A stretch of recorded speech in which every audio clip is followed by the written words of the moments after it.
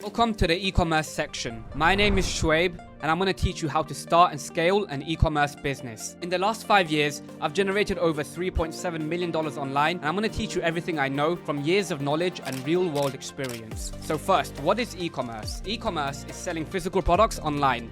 I'm going to show you how to get started in e-commerce with a business model called dropshipping. What is dropshipping? So traditionally, let's say I wanted to start a clothing brand. I'd have to order 100 t-shirts, and if I couldn't sell them, I'd be left with all that inventory and all that money wasted. But with dropshipping, you find a product, you list it on your site, you run ads to it, and only when somebody buys from you, you go ahead and place the order with your supplier. The supplier will ship the product to the customer, and you won't have to physically touch or hold any inventory. In this course, I'm going to show you 2 ways to get started with dropshipping. The first being dropshipping with paid ads. So you'll be getting customers from Facebook ads, Instagram ads, and TikTok ads. And I recommend starting with around $2,000. If you don't have $2,000, you can get started with TikTok dropshipping. With this model, you get products, you start creating videos that can go viral on TikTok, and then you get customers. With this model, you can start with as little as $300 to $500. So if this interests you and you want to get a bite of this $5 trillion per year pie, get started in the e-commerce section, go through the courses, and I'll be here to guide you along the journey.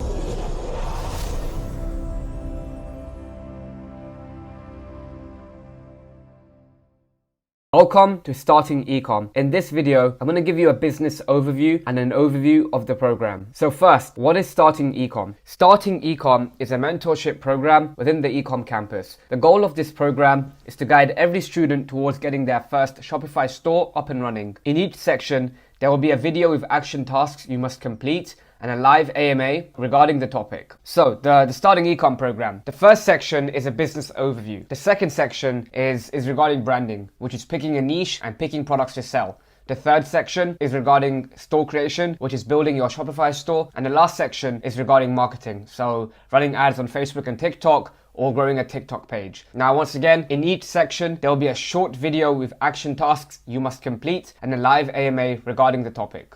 So first, business overview. In the Ecom campus, we're starting an e-commerce business. We'll be selling physical products online. And the method we'll be using is called dropshipping. Dropshipping is an e-commerce fulfillment method that reduces risk. With dropshipping, you don't need to order inventory before selling a product. Now, traditionally, if you wanted to start an e-commerce business, you'd have to buy a bunch of products up front before selling it. So if I wanted to start a phone case brand, I'd have to buy 1,000 phone cases up front before I could start selling it. However, with dropshipping, I can find products from dropshipping suppliers and list it on my website. After the product is on my website, I can drive customers to my website and try to get people to purchase the product. And only once they purchase, I can place the order with the supplier and the supplier will ship the product to the customer. So essentially, I'm the middleman. I don't need to invest any money on buying products up front. Let's say I wanted to start that phone case business. If I bought 100 phone cases up front and nobody wanted to buy them, I'd have lost that money. So with dropshipping, it's a very easy way for beginners to get into e-commerce without spending a lot of money. So first, order fulfillment. So the best platform to start dropshipping with is AliExpress. AliExpress has the largest variety of products and suppliers. Now, AliExpress ships from China, so shipping takes between 2 to 4 weeks to most Western countries, and sometimes even quicker. There are other suppliers in the resources section, though these suppliers ship much faster, but they cost a lot more money. Now, you'll learn soon, in e-commerce, you want to have a 3 to 5x markup on your products. So let's say you buy a product for $5, you want to sell it for at least $15 to $25. If you're paying extra money for shipping with a more expensive supplier, you have to add the markup to your products. So if the shipping costs an extra $5, you want to add another $15 to your product price. And depending on the product, that could be a very big difference. So in the beginning, I recommend starting with AliExpress. You know, if you don't have a viable business, if you don't have a good product, there's no point of shipping fast anyway. So start with AliExpress in the beginning. You can use the DS's app on Shopify to automate the ordering process. So with the DS's app, you don't have to go into AliExpress and manually write every customer's order.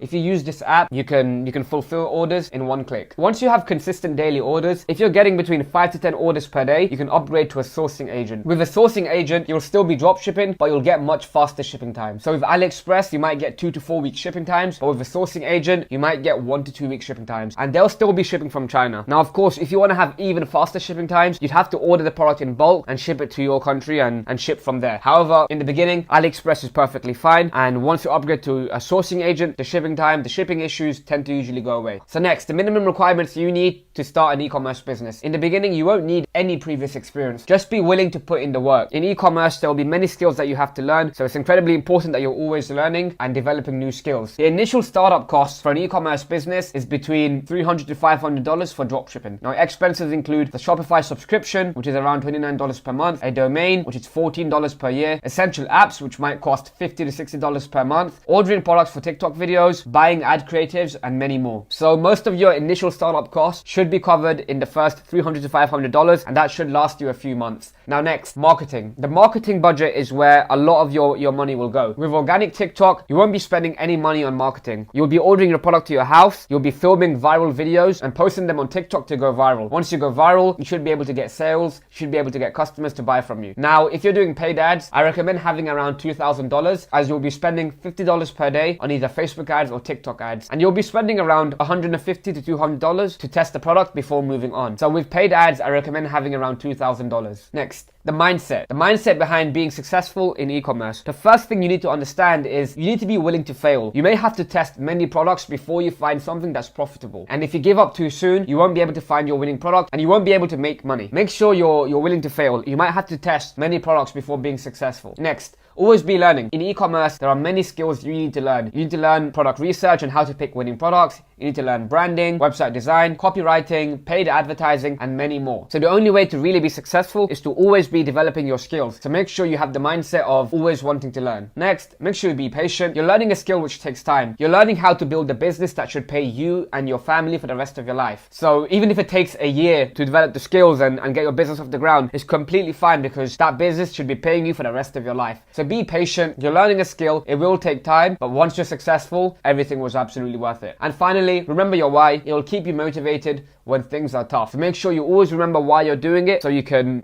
stay motivated. So next, the live AMA. So in this part of the video, I'm going to go over the questions that were requested by students regarding the business overview. So the first question, how much budget do you need and why? You need the initial $300 to $500 for the business startup costs. These costs include the Shopify subscription, which is around $29 per month, the domain, the apps, ordering products, for TikTok videos, buying ad creatives, and more. So most of your initial costs should be covered in the first $300 to $500, and this will last you a few months. So make sure you have that much available before starting. Next, if you want to do TikTok organic, if you want to build an organic TikTok page, you won't need any further budget. Your goal is to go viral with the videos and sell products. You won't need to spend any money on marketing. Now, when you do TikTok organic, you need to learn the skill of creating good videos that can go viral in order to get sales. And next, with paid ads, it is recommended that you have around $2,000 saved up because you'll be spending $50 per day on ads and you'll be spending around $150 to $200 to test the product before moving on to the next. With paid ads, it's a numbers game. Like I said earlier, you need to test a lot of products before you find something that's successful. So the cash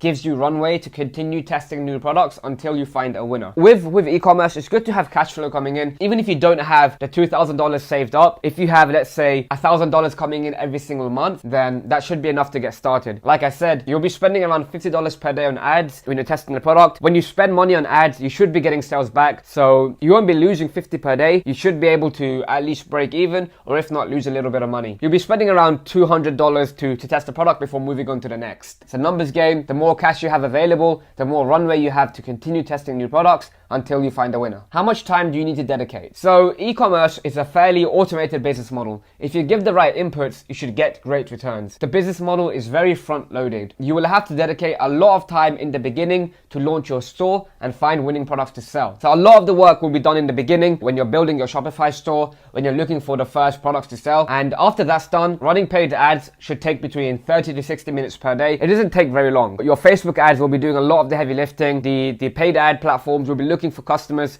so you don't need to spend a lot of time doing it. Once you launch your ads, you need to watch over them. Look at the ads manager a few times per day just to make sure the metrics are working, and that's it. So when you run the ads, it should only take 30 to 60 minutes per day to manage the ads. Organic TikTok may take a lot longer because you have to film videos, right? So this could take a lot longer as you need to research good videos, you need to plan the videos you want to make, you need to film the videos, and you need to edit the videos. So with organic TikTok, it might take you a few more hours per day. But with paid ads, you should be able to run the business on around an hour per day. And you should also dedicate some time to product research, learning copywriting, looking up competitors. So if you have between 2 to 3 hours of focused effort every single day, you should be able to be successful. Next, how long does it take to be successful? Now, this truly depends on you. It depends on your skills, your knowledge, your experience, and luck. Luck will always be a factor. Now, building a successful business takes time, but it's always worth it in the end. Now, with e-commerce, I have friends who have been able to make 100K in profit within their first month.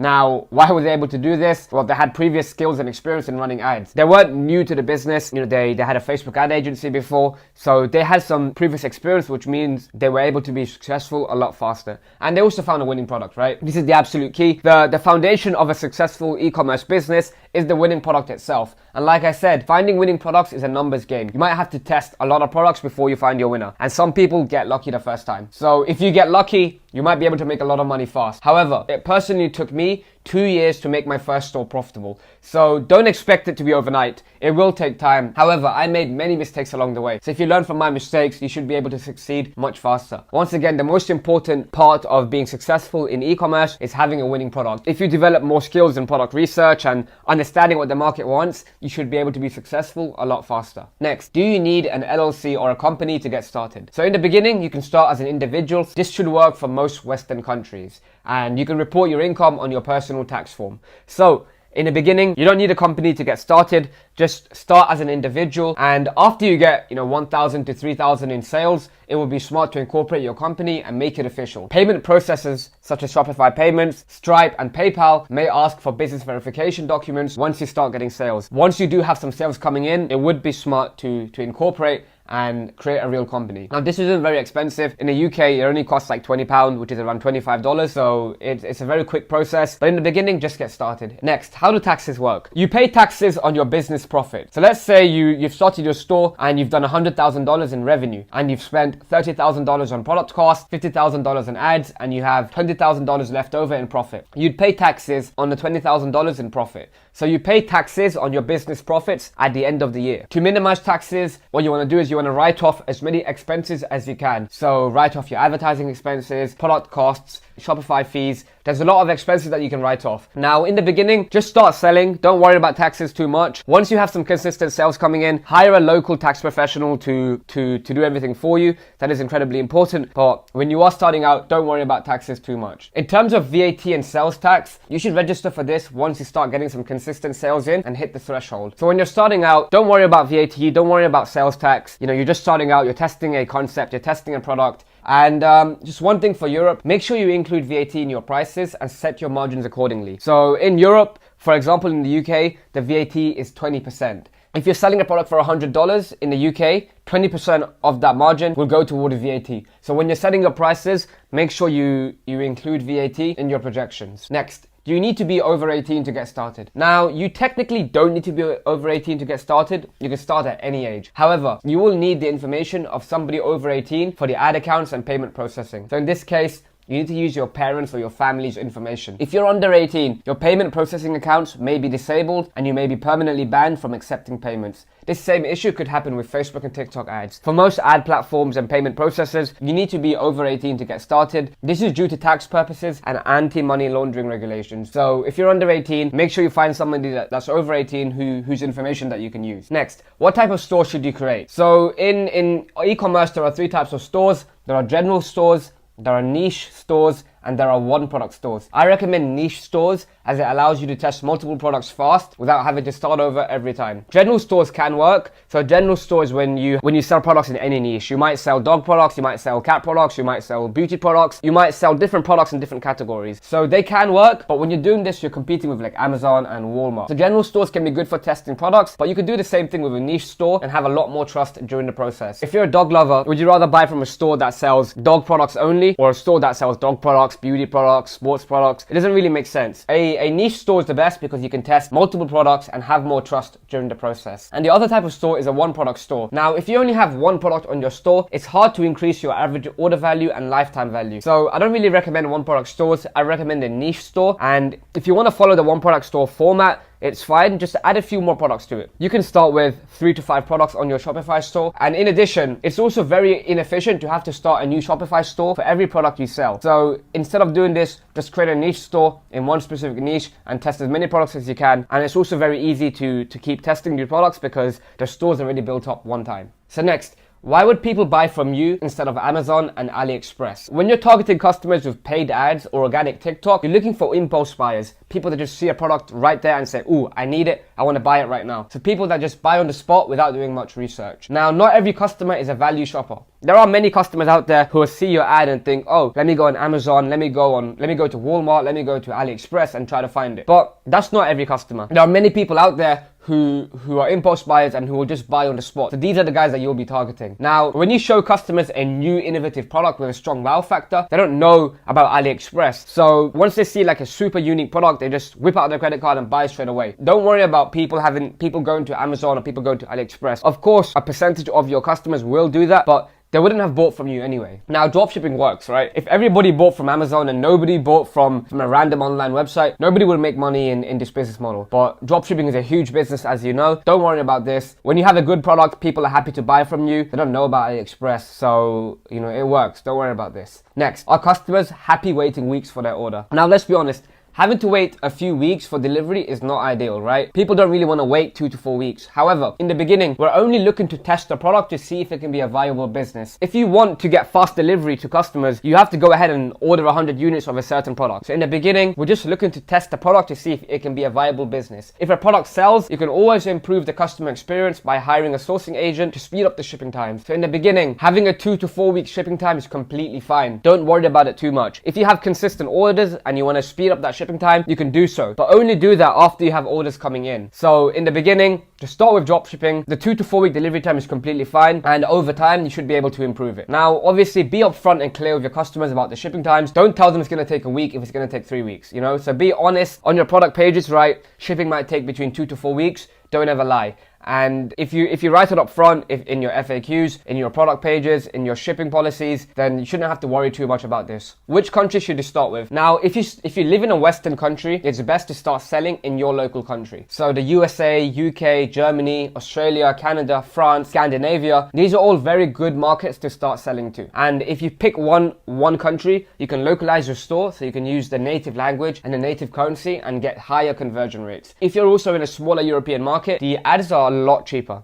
And also, it's much easier to improve the customer experience if you sell to one country, as you can buy the products in bulk and ship to customers faster. If you're selling to 5 different countries, you have to set up fulfillment for 5 different countries. So in the beginning, just start with one country. Now, if you don't live in a good country, or if you want to sell to multiple countries, sell to North America, Australia, New Zealand, or Europe. Next, how do you handle returns? So following on from the previous answer, if you sell to one specific country, the country you're from, you can handle returns yourself. If a product is damaged or defective, ask the supplier to send another product out free of charge, and ask the customer to keep the defective product. If a product is broken, just ask the customer to send a photo. You can send this photo to the supplier, and the supplier would be happy to send you a new product free of charge. Now, if the product is completely fine, but the customer just doesn't want it, ask the customer to ship the product back to your address and make them pay for shipping costs. After you've received the product, you can refund the customer and use the returned product for, to sample the product, to get good product photos, to send products to influencers for promos and content, or you can even ship it to another customer. If the customer's from a different country, use a virtual address in that country for them to ship it back to. Now, make them pay for shipping before refunding. So if it's a virtual address, you probably won't find the product, you probably won't be able to access it. However, if you make customers pay for shipping, they think twice about wanting a refund. So if the customer's from a different country, use a virtual address in that country. And finally, the last question. How do you brand and customize products? Now, unless you're doing like print on demand, you can't brand or customize e-commerce products. Creating custom products is very expensive, which is why suppliers need to ask for high minimum order quantities in order to be profitable. If the supplier was making 1 unit at a time for you and adding a logo on it, it would be very, very expensive, which is why sample costs for a custom product sometimes might cost $100, $500, because creating 1 unit is very expensive. However, when suppliers create 1,000 units, they can be profitable. Now, if they weren't making profit, they wouldn't be in business, right? So suppliers ask for high minimum order quantities when you want to customize products. As a result, there's no need to do this in the beginning. In the beginning, don't worry about branding or customizing a product. Just start with dropshipping. Now, once you have consistent orders with dropshipping and you want to add your logo or customize the product, you can do so.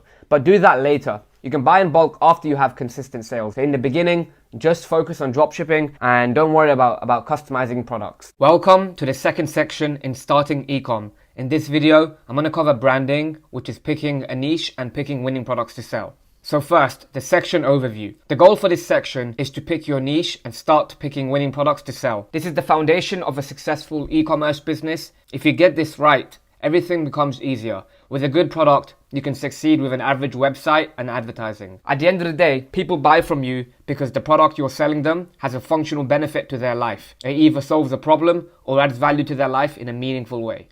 Spend less time thinking about how can I make money and spend more time thinking how can I add value to my customer's life in a meaningful way. Picking a niche. You want to pick a general niche that you have an interest or expertise in. This will give you an unfair advantage over your competition. When you pick a niche that you have an interest or expertise in, it becomes easier for you to research the niche and understand your customers' pain points, needs, and desires. You want to be in the niche for the long term. If you pick a small market, it'll be very difficult for you to scale. So you want to pick a growing market with a lot of customers so you can scale up your business. You want to pick niches that have a broad appeal and a large market size. In addition, you want to pick a niche where there's lots of demand and established needs and desires. And finally, don't pick a niche that's oversaturated. So an example of this would be a phone. If you wanted to start a new phone company, you wouldn't be able to because Apple and Samsung and other phone companies have saturated the market. There's no space for competitors to come in. So don't pick a niche that is too saturated. So which niches do I recommend? The first niche I recommend is beauty and personal care. Now this niche is absolutely huge. It's mass market and has strong established needs and desires. People need to look and feel good about themselves. So this niche will have high conversion rates as people will be very interested in your product if you pick a good one. Another good niche is the health niche. Now this is very similar to the beauty and personal care niche, but you're specifically looking to solve problems for people. So this could be back pain, neck pain, products that solve a problem for people. People in pain are always on the lookout for solutions. So when you sell a health product that can fix one of their problems, people will be very interested in purchasing. And another niche I really recommend is the pet supplies niche. People are extremely passionate about their animals. Over 60% of households in the US own either a dog or cat. So this is a great niche and people are very passionate about their pets. There are many great products in this niche and they're great for social media. Cat videos always go viral on social media. So if you pick a good product and you create a good ad, it's very easy to go viral and get a lot of customers. Which niches do I not recommend? So the first niche I don't recommend is clothing. Now clothing is the largest e-commerce category. If you look up the biggest e-commerce brands, many of them are in the clothing space. However, it is not viable for dropshipping from China due to sizing and returns. So clothing has a very high return rate. If you're buying clothing from China, the sizes are different. A Chinese medium might be a Western extra small. So there'll be a lot of issues with sizing and returns. So I don't recommend selling clothing from China. Another option is print on demand. Print on demand is when you go to a supplier such as Printful or Printify and they can print custom designs onto your clothing. However, the issue with this is the margins tend to be very low. It might cost you $13 to print and pack a t-shirt, whereas when you do that in bulk, it might only cost you $5-6. So the margins for print on demand are very bad, so I don't really recommend it. To create a proper clothing brand, you need a high budget due to the MOQs. Now MOQs refer to minimum order quantities. As clothing is a very custom product, you need to order a lot of clothing items in order for the manufacturer to make your order. For clothing, you need a high budget and you need to be very skilled in marketing as it's a basic commodity. Clothing, it doesn't solve a problem. There's generally no wow factor to it. It's a hard product to sell. So if you don't have very good skills in marketing, it'll be very difficult to sell clothing. If it's one of your passions, then maybe it's something that you can revisit later on. Make your first 100k in profit by selling a health product or something, and once you've made your money, then you can invest into a clothing brand. Like I said, you need a high budget and you need to be very skilled in marketing. So I don't recommend it for beginners. The next niche is jewelry and watches. This is another very difficult category to dropship in as the products can be very difficult to sell. You don't have a wow factor, it's a commodity, people don't need the product, there's watches literally everywhere, especially if it's not unique with a strong wow factor. So for jewelry and watches, you need very strong marketing to succeed. It's not easy for beginners to sell. I'd stay away from jewelry and watches. And the final niche is electronics. Now electronics is a great niche, but the issue is, electronics have a lot of refunds and they're known to break very easily, especially if you're shipping from China. So you might have many issues with returns. If you sample the product first and it works, it could work, electronics is a huge category, but selling it from China with dropshipping may be very difficult. So next, the winning product criteria. This is the checklist you need to go through every time you're picking a winning product to sell. So the first question you have to ask is, does the product have a wow factor? Does it grab attention? So the product has to stand out in the newsfeed. People have very short attention spans nowadays, so it's incredibly important that your product stands out in the newsfeed. Many people need to see that and be like, wow, I need it. So your product has to grab attention. The next question is, can it be bought in stores? If a product can be bought from any store, if it can be bought from Walmart, people won't want to buy it online. So the product has to be unique, and it has to be something that generally can't be bought in stores. The next question is it targeted to a specific niche or a specific customer? You don't want to sell everything to everyone. It's difficult to stand out that way. So if you pick a product that can cater to a specific niche, it's much better. Does it solve a problem or add value to the customer's life? People will only buy a product if it has a functional benefit to their life. If the product doesn't solve a problem or add value in a meaningful way, they won't want to purchase. So products that solve problems tend to be a lot easier to sell for beginners, so I'd recommend going after them. But products that just add value to someone's life, if they're passionate about something, for example, that can also work. The next question is, does it have a high perceived value? You need to sell products that have a high perceived value so you can make profit with ads. If you sell something for very cheap, it'll be very difficult to be profitable. So if you find products that have a high perceived value in someone's life, it'll be much easier to sell. And following on from this question, can you sell it with a 3 to 5x markup? In e-commerce, you're going to have many expenses. You have to pay for advertising, shipping costs, refunds, payment processing fees. So you need to sell products to have a high markup. When you pick a product, you need to make sure that product can be sold for 3 to 5x the markup. Not all products will qualify. Many products may only be worth the price you're buying it at. So in that case, I would avoid those products. And a final question, is it lightweight and easy to ship? Shipping will be a major expense in your dropshipping business. If you sell products that are very heavy, the shipping costs will be much higher. So it's important to pick products that are lightweight and easy to ship, and this will also give you favorable margins.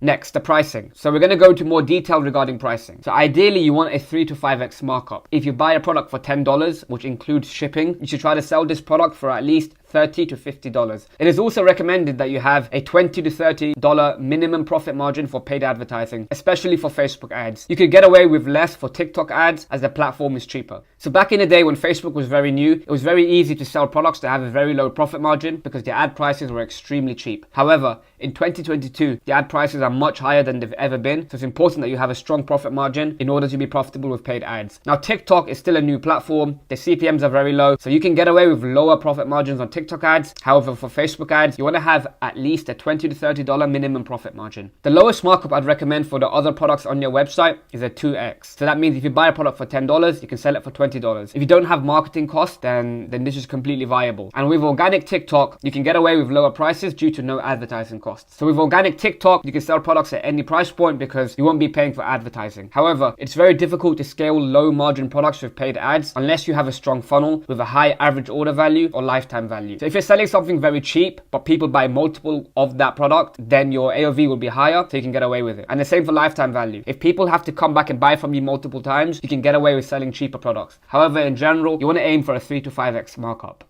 Next, how to find winning products. There are 3 main ways to find winning products. The first way is manual research. The second way is social media, and the third way is spy tools. There are many ways to find winning products, however, most of them fit into these 3 categories. So the first method is manual research, which is browsing Amazon, AliExpress, Alibaba, eBay, Etsy, Kickstarter, and niche competitors. So this just includes manually going through and finding winning products to sell. The next method is social media, which is being active on Facebook, Instagram, TikTok, Pinterest, and YouTube. So you want to like and follow brands, like all their posts, so the algorithm will show you more content. And this works very well on TikTok. If you start liking a lot of dropshipping products on TikTok, TikTok will show you more dropshipping products. If you see ads on Facebook, Instagram, or TikTok, make sure you click on their ads and show purchase intent by adding to cart, initiating checkout, and sometimes purchasing. So when you do this, the algorithm will show you more ads as they've marked you as a buyer. And the final way is by using spy tools. So find winning ads in your market by using spy tools such as AdSpy, Minia, Sell Account, and Ecom Hunt. So this method will help you find products that are already doing well in the market, and you can use it for inspiration. So now I'm going to go into more detail regarding each of these methods. So manual research. This is a great method to find products to sell. The more you research, the higher chance you have of coming across a product that is very unique and untapped. The more research you do, the more opportunities you will have to find something unique. So there are many platforms that you can research products on. These include Amazon, AliExpress, Alibaba, eBay, Etsy, Kickstarter, and niche competitors. The more platforms you research on, the higher chance you have of finding something good. So usually I'd start with Amazon and AliExpress, and then later on you can expand onto Alibaba, eBay, Etsy, and Kickstarter. In addition, when you see ads on social media for your competitors, go onto their websites and see what they're selling. You can always go to their best sellers and see which products they're selling and which products they're promoting. When you do this, you can come across good products to sell. If you have a strong understanding of your niche, you will know which product categories to go after. So this is why I recommend picking a niche that you have an interest or expertise in, as it makes it much easier for you to find winning products to sell. You can also validate trends with Google Trends. So if you have an idea for a certain product, you can search it on Google Trends and see if it's trending upwards. If it's trending upwards, it might be a good product to sell. The next method is social media. This is one of my favorite ways of finding winning products. Social media platforms such as Facebook, Instagram, and TikTok make money via advertising. Every day, you will see products that businesses are advertising on social media. You just need to open your eyes to the opportunity. Social media platforms make money by advertising. So brands and businesses will advertise their products. So if you're in the market for certain products, you will always find winning products that people are promoting. Make the algorithm work in your favor. Start liking posts that show products, click on ads and add to cart, initiate checkout on their website, so the algorithm tags you as a buyer. So when you do this, the ad platform will mark you as someone who's got high intent in purchasing. They will show you more products that are relevant to the niche that you're liking products in. This is a great method on TikTok. As you know, the TikTok algorithm shows you more content that you're interested in. If you like TikTok posts regarding dropshipping products, you will see more of them. And it's the same for ads. So on Facebook, every time you see a dropshipping ad, make sure you click onto the website, add to cart, initiate checkout, so Facebook tags you as a buyer. And another method for finding products is following big theme pages on Instagram. So there's plenty of big theme pages on Instagram that you can follow, and these pages make money from promotions. So there'll be many dropshippers that buy ads on these pages, and if you see these ads consistently, you can assume that the business is making money. This will also give you inspiration for new products. When you see products all over social media, you can take those products, you can find it on AliExpress, list it on your own website and sell it better yourself. So social media is a great way to find winning products. And the final method is spy tools. This method combines the previous two methods and saves you time. With spy tools and product research software, you can get real-time data on what's working in the market right now. With tools such as Jungle Scout and Ecom Hunt, you can see products selling well for other people and use it as a guide to help you find winning products. So on Ecom Hunt, they regularly post products that are doing well for other people. Now, Ecom Hunt has a lot of users, so a lot of people will also be finding these products. What you want to do is take these products as inspiration and find similar products to those. And when you do this, you'll be able to find untapped products. Now, my favorite spy tools include AdSpy, Minia, and SellAccount. These tools archive paid ads that are already doing well in the market. So AdSpy, for example, you can go into AdSpy and find ads that are doing over 100 likes per day. When people are spending money on advertising consistently, you can assume that that business is making money. You'll be able to find businesses that are already doing well with certain products. Now, with this method, you can see what's working for other people, so you can replicate and model their success yourself. So I've used this method to find many winning products. I've seen ads on my Facebook feed and then realized, oh wow, I can promote this better than them. I've taken that product and I've sold it and I've done very well. So spy tools is a great method to find winning products. The action steps for this lesson. The first thing I want you to do is pick your niche. Pick a general direction and stick to it. It can be the health niche, it can be the personal care niche, it can be the pet niche. Whatever niche it is, pick one direction and just stick to it. After you've done that, write down and memorize the winning product criteria. Look up successful products in your niche and see how they fit. And after you've done that, start doing product research. Try to do 1 to 3 hours of product research every single day. Use all of the methods you can. Become product research. See the world in a new light. Look around you. Everywhere people are selling products to you. Every single day people are selling products to you. This is a new way of life. This is a new way of seeing the world. Now, this process never ends. Some people spend months doing product research and then launch their brand and make 7 figures within a few years. Product research is the foundation of your e-commerce business. Take it seriously. You don't need to rush it. You just need to take your time, get an understanding of the market, and then once you're ready to sell a product, list it on your website and start advertising and start testing it. So the goal for this week is for you to pick a niche and start picking winning products to sell. So in this part of the video, I'm going to go over all the frequently asked questions for branding, picking a niche, and picking winning products to sell. The first question, what is your favorite product research method? So you should use a combination of all the product research methods so you can get the most intelligence. I don't recommend sticking to only one. Use all of them. Use them all together. The more information you can feed your brain, the higher chance you have of finding a good product. So sometimes product ideas can come from absolutely anywhere. You might be walking outside and you're in the mall and you see something unique. You go home, you test it, and you make money. Use all the product research methods. This is a new new way of looking at the world. Look around and see everything you buy and see how they got money out of you. For product research methods, use all of them. There's so many more methods. You know, you can go on YouTube, you can go on Facebook. There's so many ways to find winning products. Now, if you're an absolute beginner, I'd recommend the ad spy tool. You can see what's working for other people, then reverse engineer their success. This will also help you with your belief. You'll see people doing very well right in front of your eyes. You will see live ads that are doing $1,000 a day, making $10,000 per day. When you spy on ads that are doing well in the market, it's proof that dropshipping works. And in the beginning, you might need that belief. So I recommend the ad spy tools, but overall, it's good to use a combination of all of the product research methods. So next, how did you find your winning products? I found my best product by scrolling the AliExpress dropshipping center, so the manual research method. So I had a niche store that was selling a specific product and I was looking for more products to sell. So I went through the AliExpress dropshipping center and I was looking through the trends. So I was seeing which products are rising the most. And one of the products there caught my eye and I tested it. And with that product, I ended up doing over $1.5 million in revenue. The manual research method works. It takes a lot more time, but it's definitely viable. And for another one of my products, the boxing resistance band in the course, I found it through Facebook ads. I was scrolling through my Facebook newsfeed one day and an ad came up for a boxing resistance band. Now I train boxing, so Facebook was showing me products that they thought I was interested in. And this ad came up and I thought, wow, this product is doing very well. The engagement is very good. The likes is very good. The virality is there. So I thought about testing it. So I replicated the product. I built a store around it, and then I got my advertisements from Harry Ecom and I scaled that. So going through your social media feed, going through ads in the marketplace can help you find winning products. The final method I used was an advanced method. So after I built a strong relationship with my supplier, I asked him to find trending products in China and give me a list. So he gave me a list of products and a few of them caught my eye and I tested them and they worked. So this method is a lot more untapped, but it is a lot more advanced. You can't really do it in the beginning. So you can do it after you've found a few winning products and have a relationship with your supplier. Next question. Can I have a 2x markup instead of a 3 to 5x? You can do this for more expensive products, but I would generally recommend against it. In e-commerce, you will have many expenses such as paid advertising costs, shipping, refund and returns, payment processing, and many more. So it's essential that you have a solid gross profit margin. If you have a 2x markup, you may not be able to afford the ad costs. So I would recommend going for 3 to 5x markups. However, if you're selling products with organic TikTok and not paying for ads, you can get away with a lower markup, but you may not be able to scale with paid ads once you've already found something that works. In general, I'd recommend a 3 to 5x markup. You can get away with a 2x markup, and even in small European countries where the ad costs are cheap, you can get away with a lower markup, but in general, I'd recommend going for the 3 to 5x. Do I need to pick a niche I'm passionate about? Picking a niche you have an interest or expertise in is definitely helpful, but it is not required. When you pick a niche you're interested in, it will help you with your research as you'll be able to better understand your customers' pain points, needs and desires. So when you understand your customer better, it's much easier for you to find winning products that can fix those problems, and you'll know what to write in your copy to alleviate those concerns. However, it can be general. So if you're generally interested in health, picking the health niche is fine. Now, the truth is, you need to be passionate about making money. Like Andrew Tate said, there's a Chinese billionaire out there selling concrete. He doesn't give a fuck about concrete. He's passionate about making money. So that is your goal. At the end of the day, you want to be passionate about making money. If you can pick a niche you have an interest or expertise in, it's always a bonus. But at the end of the day, it's all about finding products that people want to buy. Does the product need to solve a problem? Now, it is much easier to sell products that solve problems for your customers, but it is not essential. There's many products out there that don't solve a problem, but people are buying. So if you want to sell products that don't solve a problem, make sure they have an extremely strong wow factor.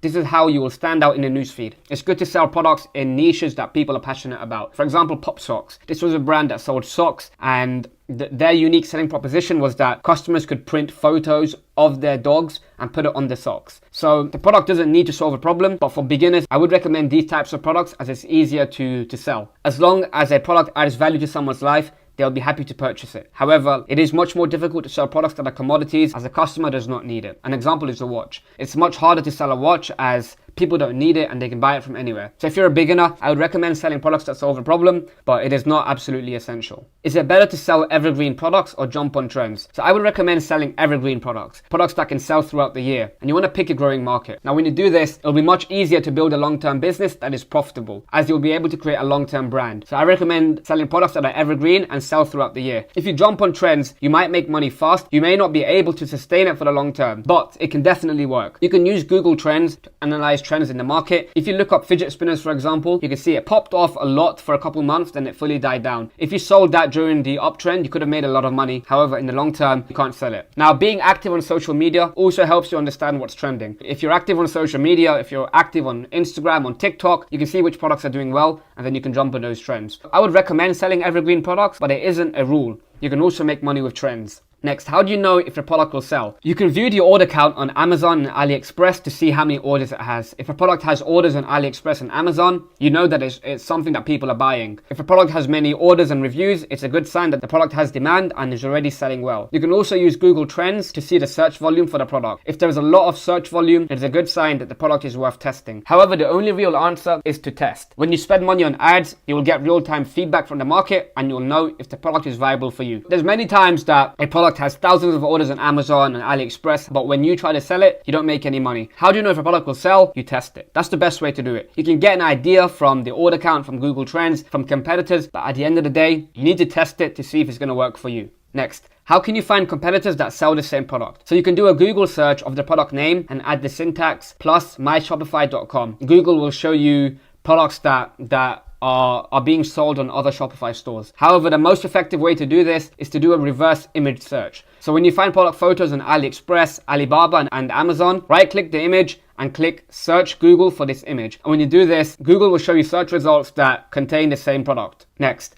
what price point do you recommend selling at? So I recommend selling products in the $20 to $100 price point. This is a good range for impulse buyers, which is who we're targeting with our dropshipping products. If you sell products cheaper than $20, it may be extremely hard to be profitable unless you have a high average order value or lifetime value. If you sell products cheaper than $20, but people buy multiple of them and you get a high average order value, that's completely fine. Likewise, if you sell products with a high lifetime value, which means people need to come back and buy them multiple times, you can get away with selling products for less than $20. If you sell products higher than $100, it may be a lot more difficult to get sales as customers need a lot more trust to buy products at that price point. When people see ads for products that cost over $100, they might want to Google search the product and they might want to do a lot more research before buying from you. And you may also need a higher marketing budget to test the product. In general, if you're a beginner, I recommend selling products in the $20 to $100 price point. Doesn't matter if the product you sell has a logo. So in the beginning, when you're just testing, it doesn't matter too much. When you're dropshipping, you're a retailer. You can sell other people's products. For example, if you go to Nordstrom's and buy a Louis Vuitton bag, you're not going to complain that it's from Louis Vuitton and not from Nordstrom's. When you're dropshipping, you're a retailer, so you can sell products that have other brands' logos on them. However, in the long term, if you want to create a viable brand, it would be good to sell products that don't have any branding or any logos on them. So to do this, research multiple suppliers on AliExpress so you can find versions of the product without any logos. Once you have consistent orders, you can add your own logo to the product. How can I sell consumables? So skincare, food, products that get finished. So for this product category, I do not recommend dropshipping from China due to all the regulations. To do this, you might need to use Etsy or find a local supplier for dropshipping. So finding a supplier in your actual country. Now the other option is to create your own product. Now this is an expensive process and requires sampling and ordering large amounts of products. Now, if you want to follow this route, I recommend testing the concept first before spending any money on inventory. To sell consumables and skincare, you may need to use Etsy or a local supplier or create your own product.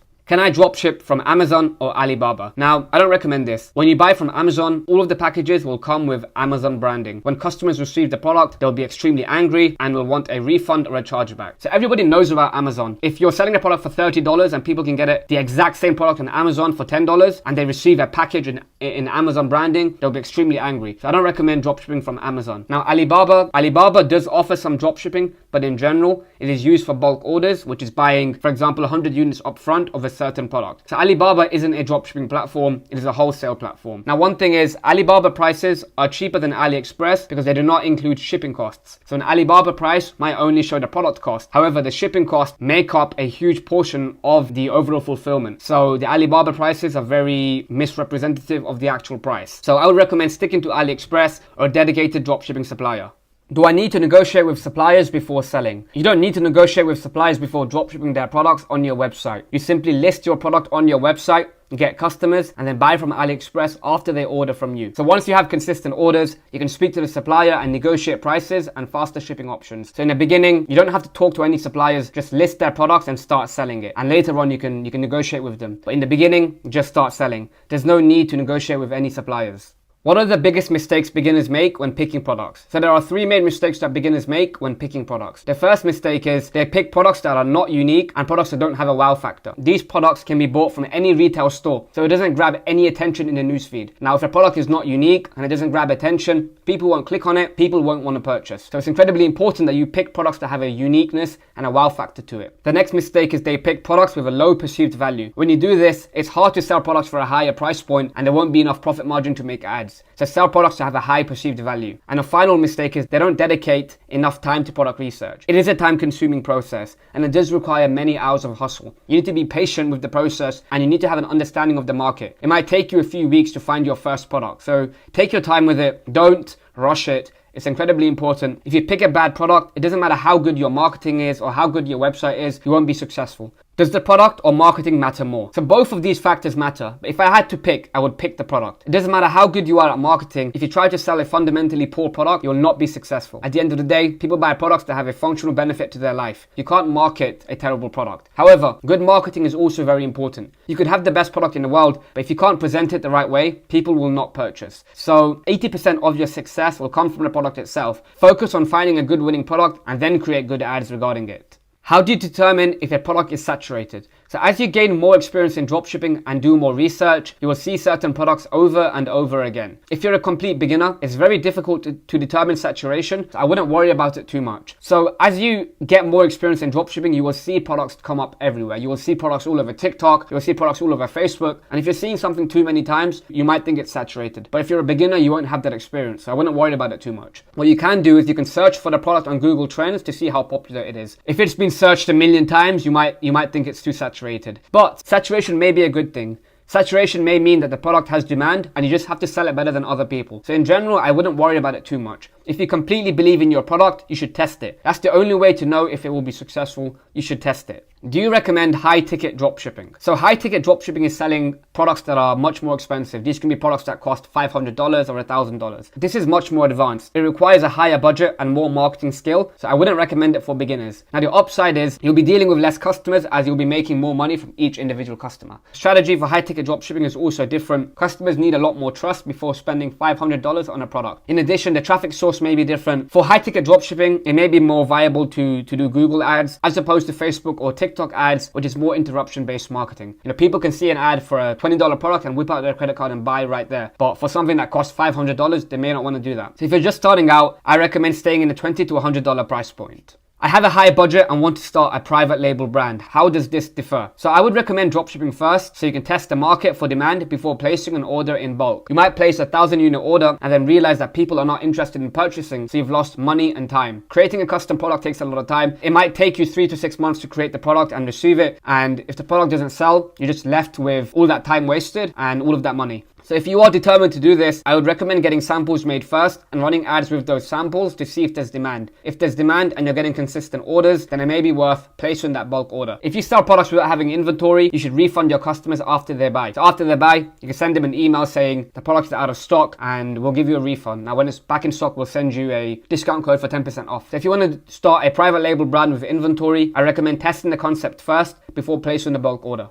Is it bad if my product is cheaper on Amazon? So you can sell for a much higher price on Amazon as not everybody is a value shopper. Not everybody goes to Amazon to buy products. Why do you buy shoes from Nike instead of Payless? Both shoes do the same thing. However, it's the marketing that's different. You need to ensure the marketing and the perceived value of your brand and product is higher than the price. I've sold products before for 2 times the price on Amazon and been wildly profitable. So if you have good marketing, you don't need to worry about this. Now the exception is if you're selling a very cheap product that doesn't have a high perceived value and it costs $5 on Amazon, and you're trying to sell it for 50, it may not be viable. Use Amazon as an indicator of the market, but you can definitely sell for higher. How many products should I have on my store? I would recommend having between 5 to 10 products on your store that are part of a certain niche. This will build more trust with your customers and will help with increasing your average order value and lifetime value as people can buy more products. However, you will only be advertising one hero product. There is one product that will be responsible for 80% of your sales and you should advertise that. So have 5 to 10 different products on your site, but advertise one. In addition, it is best to advertise one product at a time with paid ads. The algorithm will optimize better if you do this. Have between 5 to 10 different products on your site, but advertise one. You need to sample products before selling. So you don't need to sample products before you sell them. Sampling the product may take 2 to 4 weeks to arrive, and after the product arrives, you might run ads and realize that nobody is interested in purchasing. So you've just wasted time. So I would recommend selling the product first. Obviously, make sure you look at the reviews. If a product has poor reviews, it may not be worth selling. So if you have a product on AliExpress that has hundreds of orders and good reviews, just start selling it. And after you have consistent orders coming in, it is wise to sample it. So before you really scale, there's no significant issues. So in the beginning, there's no point in sampling a product. Test it first. If it starts getting sales, then you can sample it. But in the beginning, just start selling. Now, the exception for this is organic TikTok. With this marketing method, you will need to order the product yourself to make videos with to go viral. Now, if you can, buy your product from Amazon so it arrives much faster, so you can get started much quicker.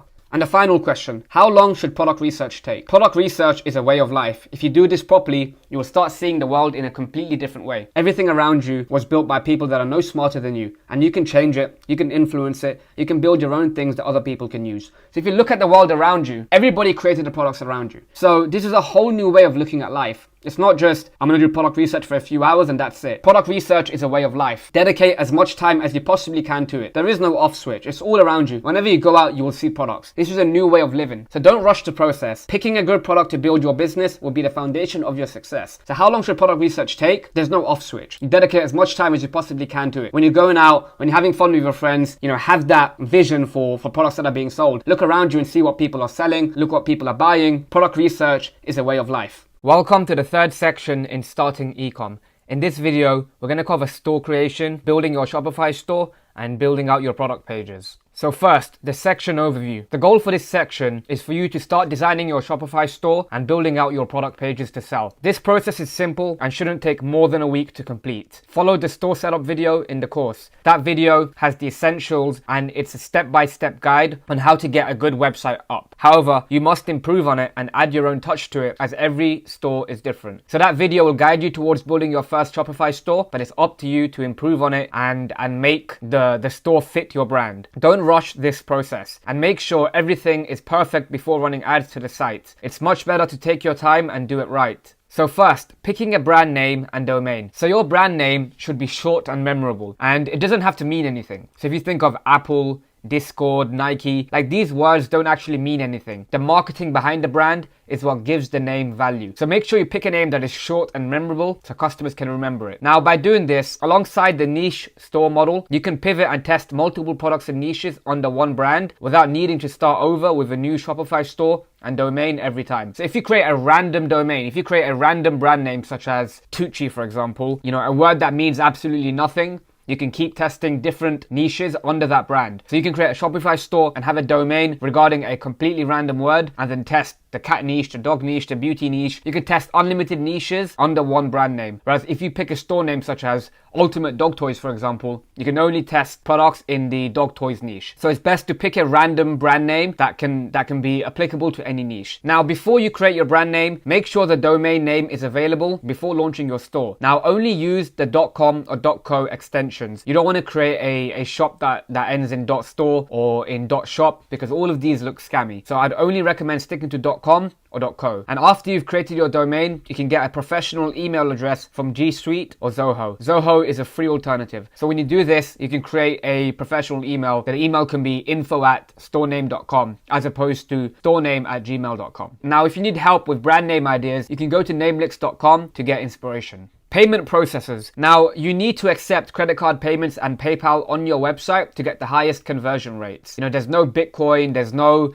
Cash App. People have to pay with their credit card or with PayPal. Now, credit card payments are absolutely essential and they will be 60 to 70% of your sales. Now, if you're in Europe, more people may use PayPal. So having both credit cards and PayPal will definitely help you get the highest conversion rates. Now, the best credit card processors are Shopify Payments. Shopify Payments should be available in the US, UK, Canada, Australia. However, if you don't have that available, make sure you use Stripe. With Shopify Payments, you will get cheaper payment processing fees. In addition, PayPal is also recommended as many customers trust them. If you open a PayPal account, make sure you create a business account. and be prepared for payment holes in the first few weeks while your account builds trust. So when you open a new PayPal account, they might hold your money for between 14 to 21 days just for the first few orders to make sure you're a real brand. Now, in addition, you could also upload tracking numbers into PayPal, which also increases trust. If neither PayPal or Stripe Shopify payments are available, find a dedicated payment processor in your country by searching your country and Shopify payment providers into Google. Then Shopify will give you a list of payment processors in your country. So next, advertising pixels and Google Analytics. A pixel is a piece of code that you install on your website which tracks customers' actions and behavior. Without it, advertising platforms will not be able to track the performance of your ads and optimize them. Now, both Facebook and TikTok pixels can be installed very easily via their official Shopify apps. So if you install the Facebook app or the TikTok app, you should be able to install the pixel pretty easily. Now, this process takes between 5 to 10 minutes to do. However, it is absolutely essential that you set up the pixel before running ads. In addition, I highly recommend Google Analytics. This provides a host of data on your customers. It can give you a great idea of your customers' demographics, interests, and shopping behavior. So I highly recommend setting up Google Analytics. Setting up both of these tracking solutions is an easy process, and the process always changes as Google, Facebook, TikTok, they always update their systems. So based on when you're watching this, they may have updated their platform again. So I highly recommend watching a recent YouTube tutorial on how to do this. There's plenty of videos available online. It should only take you 5 to 10 minutes to do, but make sure you do it before you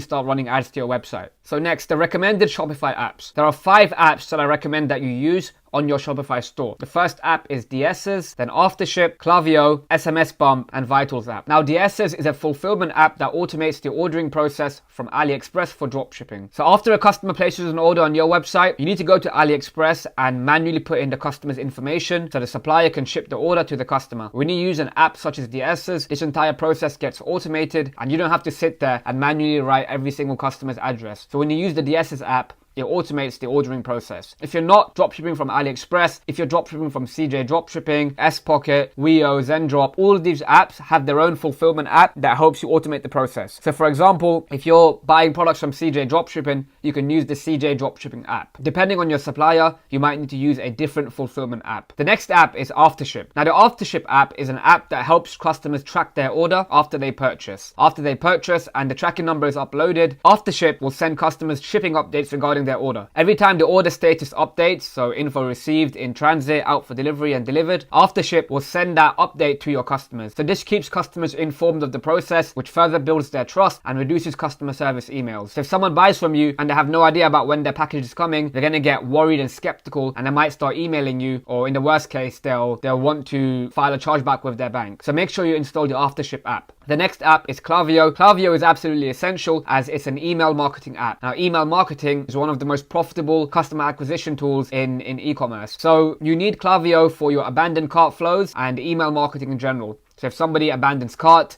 Klaviyo will send them an email. You can also send post-purchase email flows and many more within Klaviyo. So I highly recommend using Klaviyo. Now, SMS Bump is an SMS marketing app that does the same thing as Klaviyo. It's another way to get in touch with your customers. SMS Bump can send abandoned cart texts and many more. So it's incredibly important to use both of these marketing channels. Klaviyo does offer SMS marketing as well, but in my experience, SMS Bump is a lot more robust and has many more features. So I'd recommend using both of them. And the most important app that I recommend that you use is the Vitals app. Now, in my opinion, the Vitals app is the greatest app on the Shopify App Store. It contains 40 different apps inside it for a cheap price of $30 per month, and it comes with a 30-day free trial. Now, if you use all of these apps separately, it would cost well over $250 per month. So Vitals is an absolute bargain. Now, this app will increase your conversion rate and will also speed up your website, as having too many apps will slow down the website. Now, the apps I recommend inside the Vitals app are the product reviews, volume discounts and product bundles, which serve as upsells, currency converter, visitor replays, wheel of fortune, frequently bought together, related products, and product description tabs if your theme doesn't have it. So after you've signed up to Vitals app, you can go through all of their apps. There's over 40 of them there. Go through each of them and decide which ones to use. But these are the ones that I recommend. Now, all of these apps will improve the conversion rate on your website. So in my opinion, this app is absolutely recommended. It's absolutely essential for your Shopify store. Now I'm going to talk about the essential store pages. Now, all of this is covered in the store setup video. In the store setup video, I do a step-by-step tutorial on how you can set all of this up. It is important that you have the essential store pages on your website in order to build trust with your customers. If you don't include them, your customers may not trust you and you will get fewer sales. So essential store pages include the home page, an about us page, your product pages, FAQs, legal policies, and contact us. In addition, You can add a shipping policy and track your order page via the AfterShip app. This helps improve trust also. So take the time to set up all of these pages. Once again, a step-by-step tutorial is included in the store setup video in the course. So now I'm going to talk about conversion rate optimization, which is optimizing your product pages for sales. So the product page is where you'll be sending customers on your website to purchase your product. So from ads, you will be linking customers to the product page. It's incredibly important that the product page is well optimized if you want to be profitable. So there are 5 main factors that are responsible for your conversion rate. All of these must be well optimized, and if you are not getting sales, you must troubleshoot these factors. So these factors include product photos, product pricing, product description, product reviews, and website speed. If something is not working, if your ads are not profitable, you can improve each of these and increase your sales. So now I'm going to go into more detail regarding each of these. So first, product photos. This is the most important factor. So make sure you have high quality product photos of your product. This is the first thing your customers will see when they click onto your website. It's incredibly important that the photos look professional and build trust and desire with the customer. There are 2 main types of products: professional flat lay products, which include your product on a white background, and lifestyle shots. Now ideally you have both.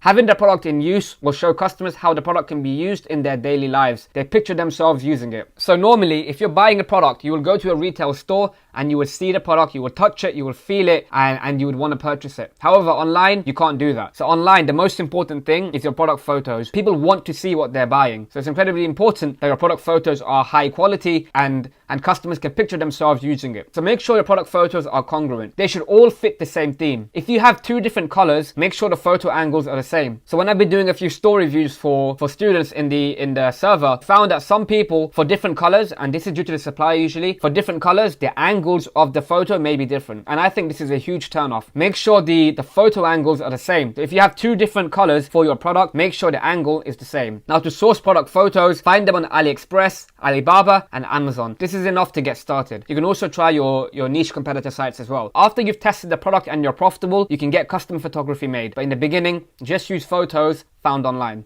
Next, the product pricing. Now, the product pricing will always have a huge impact on the conversion rate. Now, in the course, I've talked about the importance of having a 3 to 5x markup in order to be profitable. It's incredibly important that you sell products at a fair price to the customer. You can't take a shit product and mark it up 3 to 5 times, just because I've told you to. The actual product must be of fair value to the customer. Customers must be happy paying that price for the product. If your price is completely out of whack, people will not add to cart, let alone purchase. So if you're running ads and you're not even getting add to carts, your product pricing may be off. Now, testing pricing can improve the conversion rate. Sometimes if you decrease the product price, you might get a higher conversion rate. Price elasticity is very real, and sometimes increasing the price can increase sales. So an example of this is in the jewelry niche. If you are buying jewelry for your partner, would you rather buy a $10 piece of jewelry or a $100 piece of jewelry? Usually you'd buy the $100 one because people associate higher prices with quality. So sometimes increasing the price can also improve your conversion rate. In addition, you can do discounts by changing the compare at price on Shopify to make the product look like a better deal. You can also test free shipping. Now, usually I charge $4.95 USD for shipping and do free shipping over X amount to increase the AOV. So this depends on your product and your niche. Test both and see what works for you. Sometimes free shipping is better, but many times charging for shipping and offering free shipping over a certain amount is better in my experience. Next, the product description. Make sure you have a high quality product description. Take the time to write this out and format it properly. Now, the AliExpress and supplier descriptions do not work. They only contain basic features of the product and it is not enough to sell the product. You need to write out a good product description and add plenty of benefits. Take the time to write out a good product description. The format that works well is as follows. First, you want to have a hero paragraph describing the main benefit of the product, followed by 5 expanded bullet points of features. I show an example of this in the store setup video in the course, so make sure you go through that to get an idea of what I mean. So you want to have one hero paragraph, which is the first paragraph, describing the one core value proposition of the product, and follow that up with 5 expanded bullet points of features and benefits. Now, if you need inspiration for product descriptions, find your product on Amazon and niche competitors so you can get an idea of what to write. Now, you can also reverse image search the product photos on AliExpress to find competitors selling the same product. You can then go to their website and model their product descriptions and improve it. Next, product reviews. Social proof is extremely important when it comes to persuading a customer to buy your product. If other people have bought the product and have been satisfied, your customers may be happy too. As a result, it's incredibly important that you have reviews on your product page. Now, you can import product reviews from AliExpress and edit them in the Vitals app. Now, make sure the grammar is good good, the reviews contain a lot of information. Use a combination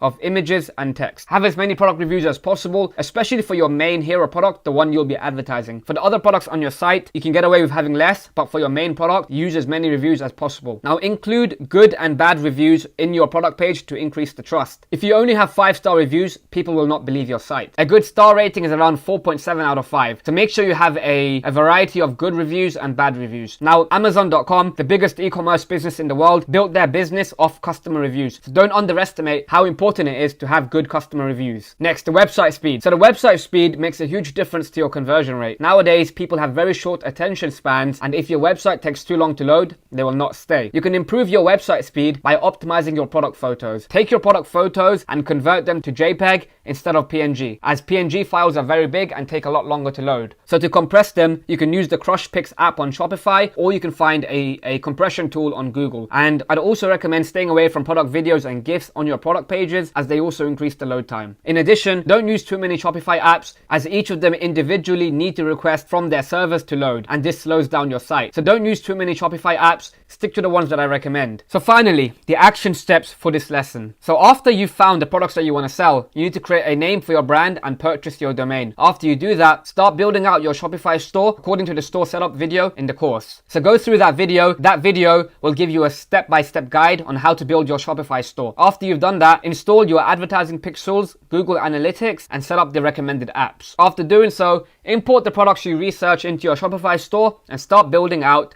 highly optimized product pages for them. And remember to put more effort into the main hero product. And finally, memorize the 5 factors that significantly improve the conversion rate and always try to improve them. So in this part of the video, I'm going to go over the frequently asked questions regarding store creation. Why use Shopify instead of WordPress and Wix and other website builders? Shopify is the backbone of most e-commerce businesses and is the absolute king for dropshipping. They have more apps, better functionality, and backend support than all the other website hosting platforms. Most dropshipping and e-commerce businesses are built on Shopify. Now, you can scale your businesses as much as possible with Shopify. Some of the biggest brands in the world are hosted on the Shopify platform. You know, brands such as Gymshark and Kylie Cosmetics. So Shopify is a great place to get started. There is no need to spend money on a custom developed website. A custom website might even cost you 50k sometimes. So Shopify fixes this problem. Stick to Shopify. There's no need to use any other website builder. How long does it take to build a store? So this truly depends on you. If you're building your first Shopify store, it might take you 2 to 3 weeks to build, which is completely fine. We want to build a business here that's going to pay you for the rest of your life. So if it takes you 2 to 3 weeks to build out a store, it's not a problem. You'll be building your skill set at the same time. However, as you become more experienced, you might be able to build your store within a few hours. If it's your first time building a store, take the time to explore all the features and settings within Shopify. So go through every setting, look through every button, go to the theme editor, go through all the fonts, all the colors, all the options. So go through all of the features in Shopify and don't rush this process. A poorly created website will turn customers off and you will not make money. If it takes you a month to build a website, but it's a good website, that's much better than rushing the process, running ads and losing money. Take your time to build a good website. Should I create a new store for every product I test? So I recommend creating a niche store with 5 to 10 products on it. So create a store with 5 to 10 products that fit a certain niche. This could be the dog niche, it could be the cat niche, it can be any niche. So creating a new store for every product is a time-consuming process and is highly recommended against. If you have followed the guide and picked the general brand name and domain, you should be able to rotate products in your store if you want to sell in a new niche. So if you've created a general brand name, you can start with one niche, and if that niche doesn't work, you can just rotate out the niche inside the store. I recommend sticking to one store in the beginning, make it successful first, and after your store is doing well, then you can expand out and create new ones. So in the beginning, stick to one store, have a general brand name so you can switch out niches and products within it. Which currency and language should my store be in? So your currency and language should be native to the country that you are selling in to build trust with customers. If you are selling to the United States, make sure your store is in English and your payment currency is in USD. Alternatively, if you're selling to other countries, make it native too. So for example, if you're selling to France, make sure your store is in French and the payment currency is euros. Doing this will build trust with your customers. And it is also why I recommend sticking to one country in the beginning, and once it's working, you can scale out to new countries. In addition, if you have Shopify payments, you can use their multi-currency feature to enable different currencies for different locations. So with Shopify payments, you can enable British pound for the UK, US dollars for the US, Canadian dollars for Canada, and so on. So if you're able to use Shopify payments, use the multi-currency feature. And you can only use one language per Shopify store. Start with one language. If you want to add a new language, you may need to create a new store. So focus on one language in the beginning. Can I use a payment processor if I'm under 18? So the answer is no. You cannot use a payment processor if you're under 18. Shopify payments, Stripe, PayPal, and no other processor will accept you. This is due to anti-money laundering regulations and tax purposes. You need to be over 18 to use a payment processor. Now, if you're under 18, you need to use your family or friends' information on the account. So this could be your parents, your brothers, your friends, it can be anyone that's over 18. Now, don't provide any fake information as your money will be put on hold. So after you start getting consistent sales coming in, Shopify payments and all of these payment processors will verify your account. They'll ask for proof of ID, they'll ask for proof of address and utility bills and different things. So make sure you don't provide fake information. If you're under 18, use somebody who's over 18, use their information on the account. Which Shopify themes do you recommend? When you're starting out, it is perfectly fine to use the free themes that Shopify provides. The free theme that I recommend is Dawn, but you can play around with others. It's important that you go through each theme and decide which one you think is best for your brand. There's no set rule. So go through all of the Shopify themes and pick one that fits your niche. And the paid theme that I recommend is the Turbo theme by Out of the Sandbox. This is a theme that I use for all of my stores. Now this theme costs $350, so it's not needed for beginners. A free theme is perfectly fine. And remember, the most important variable for success will be your product. So don't overthink theme selection. What do you think of landing pages as opposed to product pages? So if you're starting out, I highly recommend sticking to the default Shopify product pages. In addition, most of the big brands on Shopify stick to default product pages. You don't need to use landing pages. Landing pages and funnels are more common in the digital product, info product niche. So in e-commerce, most brands just use the default product pages. But in the info product niche, when you're selling courses and consulting, people use landing pages more. However, it is something that you could definitely test after you find a winning product to help improve the conversion rate. So if you're getting a 2% conversion rate on your product page, but you switch to a landing page and get a 4% conversion rate, if you double your conversion rate, you double your sales. So after you already have something working with a product page, feel free to test a landing page. Landing pages take a lot longer to build, so there's no point creating a whole landing page for a product that you don't know if it's going to work. So start with a default product page. Now for apps that you can use for product pages, you can use Zipify Pages, Shogun, Pagefly, or even ClickFunnels. So ClickFunnels is a completely different website software. However, you can link it to Shopify. So you can also test using ClickFunnels. But in the beginning, stick to the Shopify product pages. How many product photos do I need? I would recommend having at least 5 to 10 product photos on your product page. The more you have, the better. So make sure you have a variety of images, including professional flat lays and lifestyle photos demonstrating the product in use. Now make sure all the photos are high quality. Having blurred photos or having low quality photos will turn off potential customers and they will not purchase. So it's incredibly important that you have high quality product photos. In addition, you can add product images and infographics to your product description to give your customers more information. I've done this in the past before and it can help improve the conversion rate. So get some of your product photos, create some infographics regarding them and add them to your product description. How can I source product photos? So the best way to source product photos in the beginning is to take them from AliExpress, Alibaba, Amazon, or niche competitors. So in the beginning, when you're just testing a product, there's no point going ahead and ordering the product and taking photos because you don't know if the product will work. So in the beginning, start taking product photos from AliExpress, Alibaba, and Amazon. In addition, if there's no good product photos available, you can go to Fiverr and Upwork and try to get 3D renders made. So 3D renders are not real products. They're made by a designer, but they look real. These photos may be higher quality than the ones that the supplier provides on AliExpress. Now, once you have consistent orders coming in, you can consider getting custom photography done, and this may help increase the conversion rate. So in the beginning, use product photos from AliExpress, Alibaba, and Amazon, and once you have sales, you can consider getting customer photos made. How can I create a good product description? You need to keep your product description simple and to the point. Be direct and make sure you provide enough information. Make sure your description is benefit focused and easy to read for the customer. Now make sure when you create the website, go on your mobile and make sure the paragraphs are formatted properly. Too many words are an eyesore and people don't want to read it. So make sure you have plenty of paragraphs and make sure your copy is benefit focused. Once again, a good structure is introducing the product with a short description, demonstrating the one core benefit of the product. Follow that up with 5 expanded bullet points of features. So that's a good way of doing it. I show an example of this in the store setup video in the course. Now remember to keep the copy focused on the benefit of purchasing the product and not just the features. One easy way to remember this is remembering features demonstrate what the product does and benefits explain how it improves the customer's life. So an example of this is the Apple iPod. Instead of saying, oh, this iPod has 5 gigabytes of hard drive space, it's 1,000 songs in your pocket. So 5 gigabytes of hard drive space is the feature, 1,000 songs in your pocket is the benefit. The feature demonstrates what the product does and the benefits explain how it improves the customer's life. You want to be benefit focused in your copy. Now, once again, if you need more help regarding copywriting, go to the copywriting campus in the server and go through all of the sprints. Andrew will teach you how to write good copy. How can I get inspiration for product descriptions? So there are many ways to do this. The best way to do this is to find your product on Amazon and use their product description as a starting point. In addition, you can reverse image search the images of your product on Google and find niche competitors selling the same product and learn from theirs. So you can find other people selling the product and use their description as a starting point. Another great way to create copy is to read reviews of the product on Amazon and competitor websites. Target your copywriting to hit on those pain points and problems. You can do this on Amazon, AliExpress, eBay, anywhere where there's real reviews of the product. You can go through and read what people are saying about the product, seeing what it does for people. Then you can target your copywriting to hit on those problems and pain points. That's another great way to write good copy. Once you have a template from Amazon, competitors and reviews, use those templates to start building your own product description according to the format I laid out earlier. Have one core hero paragraph about the one core benefit of buying the product and follow that up with 5 bullet points expanding on that. Now, after you've wrote your product description, proofread it multiple times and make sure it's ready to sell. Make sure there's no grammar issues. Go through everything, proofread it multiple times before selling your product.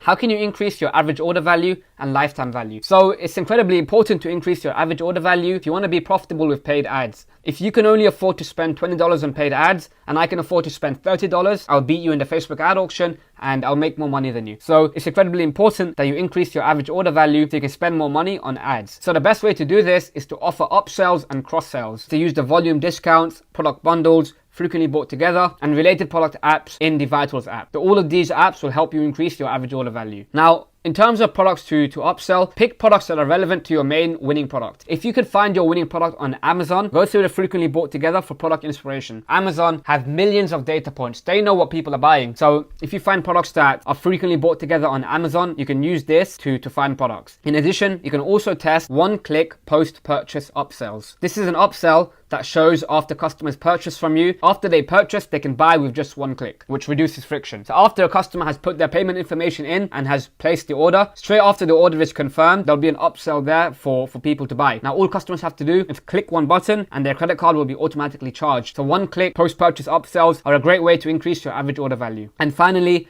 you can also offer upsells and cross-sells in your post-purchase emails. So after somebody purchases, you can send them more emails with upsells and cross-sells. In addition, give new customers a discount after they purchase. So go into Shopify and edit your order confirmation emails. The order confirmation email has a 100% open rate. People always open the emails that confirm their order. You can go into that template and edit it and give new customers a discount. So you can say, thank you for being a customer. If you want 20% off your purchase, use this discount code and it expires in 24 hours. Add discounts into your order confirmation emails so people buy again. In addition, if you use an app like Klaviyo, you can edit your order confirmation emails and add in upsells directly to the email. So, there's plenty of ways to do this.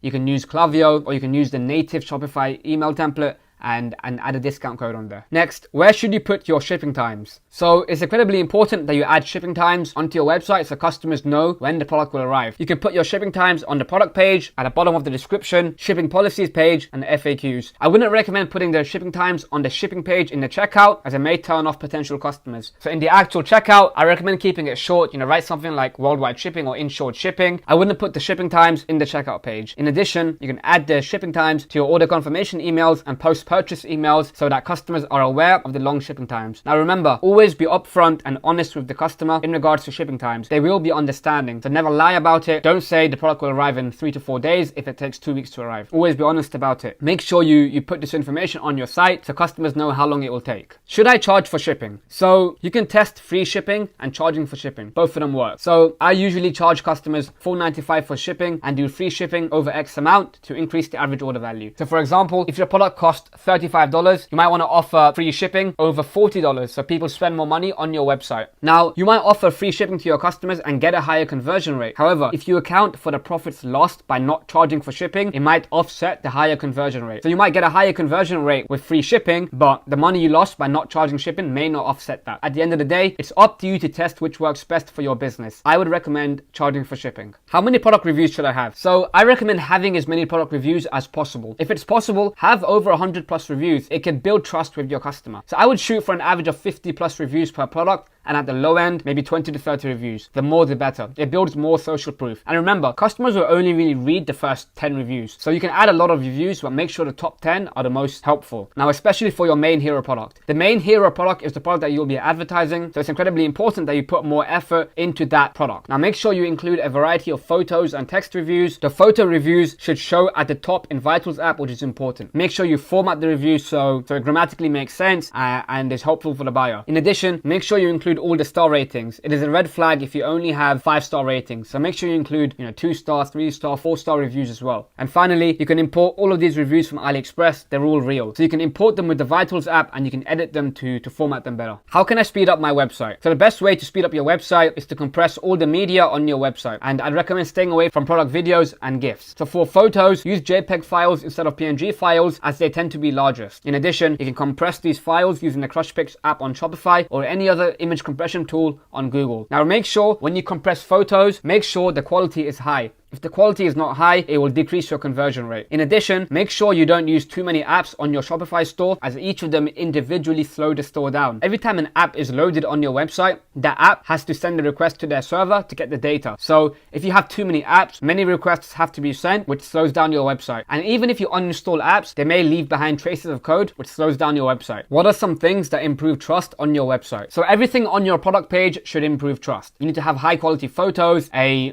strong product description, product reviews, and a fast website speed. Everything improves trust. You need to make sure that everything is laid out properly, easy to read, formatted properly, no spelling mistakes and no grammar issues. So after you've done that, make sure you have all of the essential pages set up, including the legal policies, the shipping policies and order tracking, FAQs, and contact us. When customers see this, it also improves their trust. In addition, make sure you have a generous 30-day money-back guarantee so customers feel safe buying from you. And make sure customers can contact you easily. So make sure you have a contact form on your site. Make sure your email address is shown and people can contact you easily. In addition, I would stay away from scammy gimmicks such as fake countdown timers, fake stock count, and even trust badges. They're not necessary. People have seen these all over the internet now. People don't trust them. So I'd recommend staying away from countdown timers, stock count, and trust badges. Now finally, review your entire website before launching. Go through everything. Go through your homepage, your product pages. Make sure you go through absolutely everything before launching. Don't rush it. Make sure everything is perfect before launching. And the final question, what is a good conversion rate? The conversion rate is dependent on the niche and traffic source. As a general rule, anything over 3% is a good conversion rate. Certain niches and product categories have higher conversion rates than others, but the traffic source is the most important factor usually. For example, the conversion rate from an email marketing campaign or a pay-per-click Google ad may be upwards of 5 to 10%. But a conversion rate from social media ads, from people that have never heard of you before, maybe 2 to 3%. So it completely depends. In general, an online store conversion rate over 3% is a good number to shoot for. But at the end of the day, if you are profitable with your ads, that is the most important factor. Go back and improve on the 5 factors mentioned before to improve your conversion rate. So make sure you have a high quality product photo, description, good pricing, product reviews, and a fast website. Welcome to the final video in starting ecom. In this video, we're going to cover marketing, getting visitors to your website, and getting sales. So first, the section overview. The goal for this section is to start getting website visitors and sales. After the brand concept is nailed in and your website is built, you are ready to start making money. So this is after you've picked a niche, picked winning products to sell, you have a domain, and you have a website built up. Now remember, the brand concept and website is the foundation of your success. If you rushed it and didn't do it properly, you will not make money. People buy from you because the product you sell them has a functional benefit in their life. If you haven't picked a good product and you haven't built a good website around that product, you will not make money. Remember, with marketing, you're just adding fuel to the fire. If there's no fire to begin with, you're just wasting fuel. So picking a good niche, picking a good product, making a good website around that product is what creates the fire. So if you don't have a fire built up in the first place and you add fuel, you'll just be wasting it. So before launching ads, make sure your brand concept and website is fully nailed in and you have something good. So I'm going to give you a basic overview on consumer psychology. Many of you may ask the question, do people actually pay attention to ads? You know, I go through my Instagram feed every day, I go through my TikTok feed every day, but I always skip the ads. Now, remember this, the human brain has a bias to scan for information in the environment that biologically benefits them. At a subconscious level, our brain doesn't know if something is an ad or not. Human beings are biologically programmed with 8 main desires. These include survival, food and drink, freedom from danger, sex, comfortable living conditions, being superior to others, protection of loved ones, and social approval. If your ads hit on these desires, people will naturally pay attention to them. And this is why I recommend certain niches such as beauty and personal care, as people naturally want to look and feel good. If you want to understand more about this topic, I recommend reading a book called Cashvertising by Drew Eric Witzman. He will teach you about copywriting, consumer psychology, and understanding what makes people tick so you can sell them products. So paid traffic vs organic traffic. There are 2 ways to drive traffic, website visitors, to your online store: paid traffic and organic traffic. Paid traffic is when you're paying for website visitors, and organic traffic is when you're getting website visitors for free. So paid traffic is more scalable and effective in the long term. However, it does require a budget. With paid traffic, you want to pay Facebook or TikTok money to get in front of their users. And you want to spend a minimum of $50 per day to get any meaningful results. In addition, you'll be spending around $150 to $200 on a product to test it. If you spend this much money and the product is profitable, then it's something that you should invest more time and effort into. Alternatively, if you want to get traffic without paying for it, you can take advantage of organic traffic. Now, the best way to get organic traffic in 2022 is via TikTok.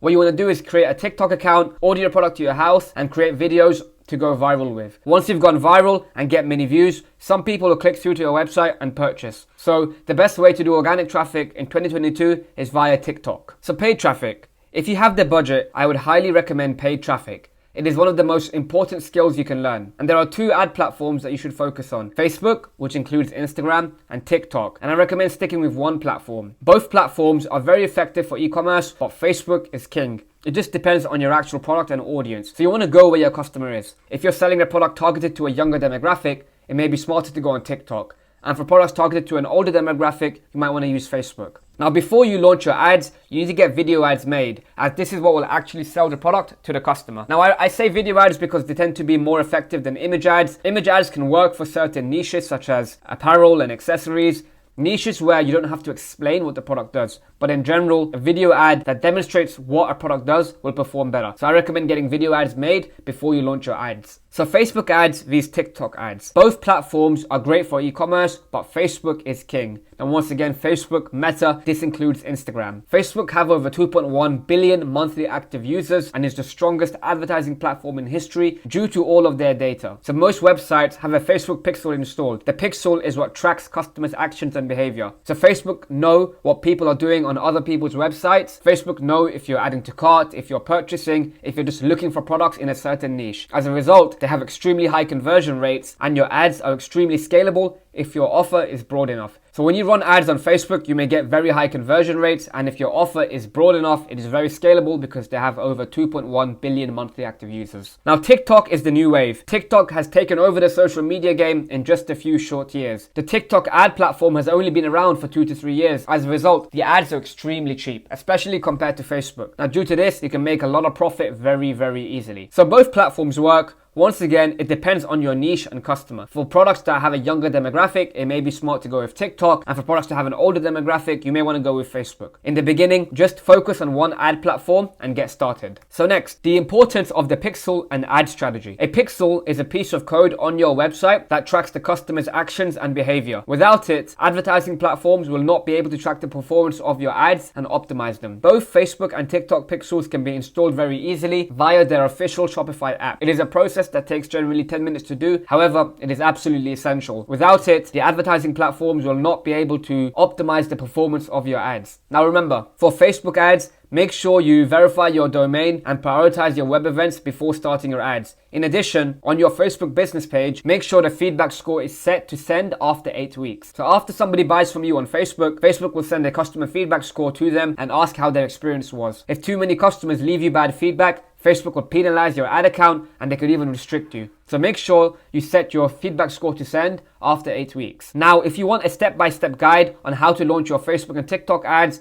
watch the Facebook and TikTok ad videos in the course. It will go over the actual ad strategy and how to launch your ads. So next, sourcing creative. The creative is the actual advertisement that you will be promoting. After the product, the creative is the most important variable for success. Bad creatives will not sell a good product. There are two ways to get creatives. The first way is to buy them, and the second way is to film it yourself. Now, in the beginning, I recommend buying ad creatives online. Video filming and editing is a very difficult skill to master, and it's better to hire people who are good at it. In addition, nowadays, it's also a cheap commodity to purchase due to Fiverr and all the competing services that sell video ads. As a result, I recommend getting video ads made in the beginning. The next way to get ad creatives is to film them yourself. This method is generally better for TikTok ads, as UGC content performs better on there. To do this, you need to order the product to your house and film and edit the creatives. So this is another way to get creatives made. It's better on TikTok due to the UGC nature of the platform. But as a general rule, I'd recommend buying ad creatives online first. This also helps you test products a lot faster, as buying ad creatives can only take you 2 to 3 days, whereas filming ad creatives may take you a few weeks. So next, the budget breakdown. How much you'll be spending on advertising to test the product. So you'll be spending between $150 to $200 on ads to test the product. Now, this does not include the cost of buying ad creatives, which usually costs an extra $50 to $60. Now, the minimum daily budget I recommend on Facebook is $50 per day, and for TikTok, it is $60 per day. You should run the ads for between 4 to 7 days to test if the product is viable or not. Now, the exception to this is if your ads perform terribly on day one. If they're performing extremely bad and you're getting a $3 cost per click or a 0.5% link CTR, it is a sign that your ad is very bad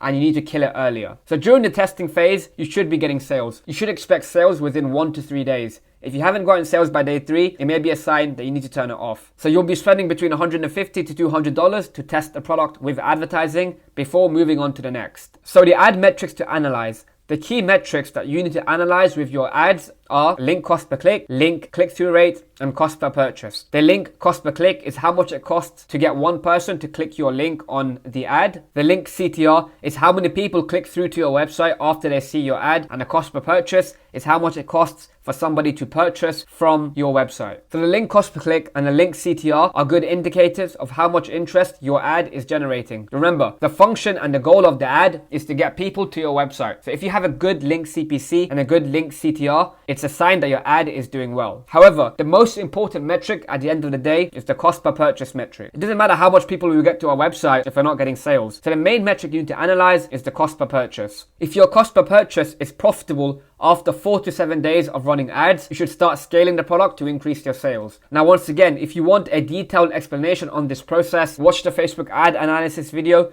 in the course, and it will go into a lot more detail regarding how to analyze your results and how to scale. So scaling your winners. Once you have consistent sales coming in from your ads, you should start to kill bad performing ad sets and scale up the good ones. So scaling means increasing budget on the ads that are performing well so you can get more sales in. Now, it's best to scale after 4 to 7 days, as you want the algorithm to optimize so that you get the full picture. When you start running ads, it takes time for the Facebook or TikTok algorithm to optimize and find your buyers. If you start scaling too fast, or if you start killing ads too fast, you will not get the full picture, and you may have killed something that could have been good for you. As a result, you want to wait between 4 to 7 days before scaling. In addition, it's also smart to wait until the sales get tracked in the ads manager, as delayed reporting due to iOS 14 may cause a 48 to 72 hour delay. So if you have sales already, but they're not showing in the ads manager, give it between 48 and 72 hours for all the sales to show in the ads manager. And finally, once again, if you want a more detailed explanation, watch the Facebook ad analysis and scaling paid advertising videos in the course. So next, organic traffic. TikTok is one of the greatest opportunities in 2022 for organic free traffic. With the right product and the right storytelling and video, you can go viral extremely easily and make sales. As you won't be spending any money on ads,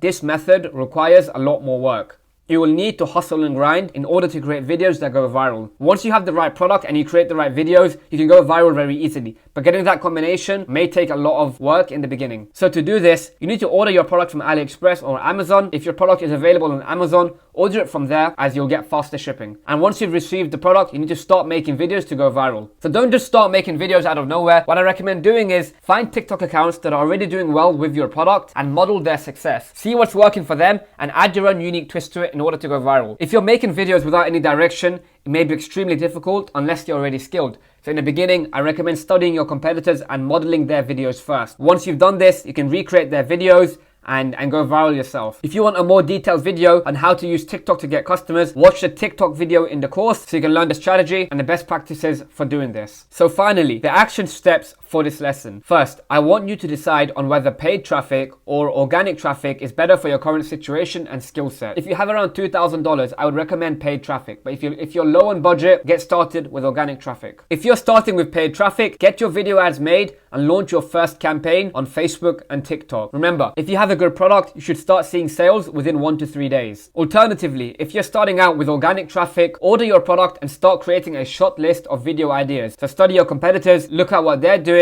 and use that as inspiration. Once you have your product, start making your videos and try to go viral. Once you go viral, you should be able to get sales. When should you move on when testing the product? So with paid traffic, if you spent between $150 to $200 on advertising and you're not close to profitable, you should move on. And with organic traffic, if you've created around 20 to 30 videos and you're not going viral and you're not making sales, it may be time to move on. Remember, this is a numbers game. The faster you test, the faster you will see success. So don't get emotionally attached to a product if it doesn't work. Okay, in this part of the video, I'm going to go over the frequently asked questions regarding marketing. So the first question, what about other paid traffic sources such as Google, Snapchat, and Pinterest? So outside of Facebook and TikTok, there are 3 other paid traffic sources that you could focus on. These include Google Ads, Snapchat, and Pinterest. So Google is a great platform. However, it is for demand capture rather than creation. So with Google Ads, people are generally searching for a product with the intent of purchasing, whereas Facebook and TikTok ads are for impulse buyers. So with Facebook and TikTok, people will be scrolling through their feed and they see your product out of nowhere and they're compelled to buy. Whereas for Google, people need to search for your product before buying it. Now remember, if people are searching for your product, if they're in the market to buy a product, they're not going to be impulse buying. They're going to be doing the research, looking for the best option out there. If they search for your product, for example, if you're selling a dog water bottle, if they search dog water bottle, they may see the exact same product you're selling on Google Shopping or AliExpress. So in general, I'd avoid Google Ads. The exception to this is doing branded search campaigns after you have consistent traffic. Let's say your brand is called Tucci. When people search Tucci into Google, they should see Google ads for your brand name. So I would recommend doing branded search after you have consistent traffic from Facebook and TikTok. Now the other 2 ad platforms are Snapchat and Pinterest. However, in my experience, the conversion rates are much lower too. I'd recommend sticking to Facebook and TikTok in the beginning. Once you have Facebook and TikTok working, you can explore other paid traffic sources. But in the beginning, just stick to these 2. Should you do influencer marketing? So there are 2 types of influencer marketing. There's personal brands and theme pages. If you want to dropship, I'd recommend theme pages. So theme page marketing includes going to theme pages for your niche, such as the animal niche or the makeup niche, and promoting your products on there. So for example, if you're selling a dog water bottle, you can promote that water bottle on a dog page on Instagram. Now a meme page is a broader version of this. So meme pages with 5 million followers, 10 million followers, you can also promote on there. But to do this, you want to sell a much broader product. For dropshipping, I'd stay away from personal brand influencers, as they will need to trust your brand a lot more to work with them. So personal brand influencers are real people that have a real following on Instagram. If you're sending packages to them from China, it may leave a bad impression of them. If they have to wait 2 to 4 weeks to receive their product, they may not want to promote your brand to their audience. As a result, I'd stay away from personal brand influencers. So if you want to do influencer marketing for your dropshipping business, I would stick to theme pages. However, I will say that it isn't as effective as it used to be. Back in 2016, 2017, it was much easier to make a lot of money with theme pages. However, nowadays, due to saturation, it's a lot more difficult. As a result, I'd recommend sticking to either Facebook or TikTok ads or taking advantage of organic TikTok. Should you do blogging and SEO? So blogging and SEO is one of the most consistent traffic sources out there. If you rank #1 on Google for your search term and keywords, you will make a lot of money. In addition, you'll have very strong profit margins as you won't be spending money on ranking for those keywords. So this is the ultimate free traffic. However, generating SEO is an incredibly long process. You may not see results for the first 6 to 12 months, which is an eternity in the online business space. So if you wanted to do this, you'd have to write blog articles regarding your niche and load it up with a lot of keywords. It may take you a lot of blog articles to rank on Google. So in the beginning, I wouldn't recommend SEO. In addition, you don't even know if your product and brand is validated. You don't even know if people want that product. So if you spend 6 to 12 months writing about a product that people don't want, all that energy is completely wasted. As a result, I'd stay away from this traffic source until you already have an established brand that is doing well and is proven to work. So in the beginning, stick to paid ads or organic TikTok. Once you have a real brand going, then you can invest in blogging and SEO. What should I do if I have a low budget? If you can't afford to consistently spend the minimum $50 per day on Facebook and TikTok ads, I would recommend sticking to organic TikTok. To run paid ads, you need to already have cash flow coming in so you can continue to spend money on ads without having a scarcity mindset in regards to it. If you only have $100 in your bank account, you won't let ads run long enough in order to see success. So if you don't have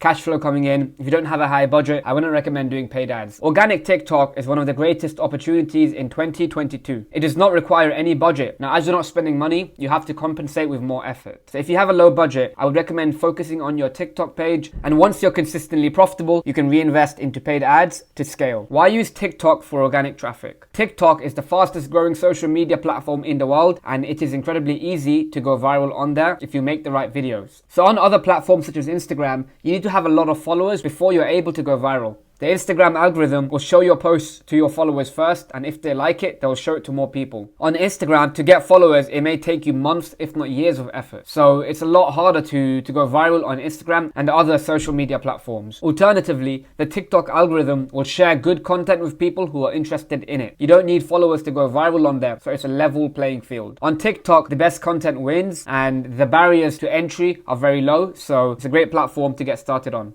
What does the TikTok algorithm value? So the algorithm values 3 things: the average watch time, video completion rate, and replayability. So if your videos are not doing good, you need to optimize each of these factors. So if people are watching your video for longer, completing the video and replaying it, it will be favored by the TikTok algorithm and you will get more reach. As a result, it's incredibly important to optimize your videos so that you can hit on each of these factors. Remember, the most important part of your video is the hook. The hook is the opening 3 seconds and it captures people's attention. After you have a good hook, you need to retain people's attention for the rest of the video. So make sure that in the video, each scene is properly planned out. Why are my TikTok videos getting low views? So this is most likely due to the content just not being compelling enough. If you go back to the previous question, the TikTok algorithm values 3 factors. So if your videos are not doing well, it's due to one of these factors. Remember, on TikTok, good content goes viral, and if you're not getting views, it is a sign that your content just isn't good enough. So you need to go back and work on the hook and the actual video in order to improve your results. You should also research competitors and model the videos that are working well for them. If it's working well for them, there's a formula there that's effective. So you should model it and make your own video that's better. Another possibility is that your account may be shadow banned. So this could be due to having too many TikTok accounts on your phone. So if you're doing this, remove all the TikTok accounts on your phone, clear the cache, delete the app, and reinstall it with only one account. So this might help you remove the shadow ban. How can I post on TikTok in a different country? So for example, if you're from a country like Denmark, for example, and you want to promote your TikTok in the US, you won't be able to.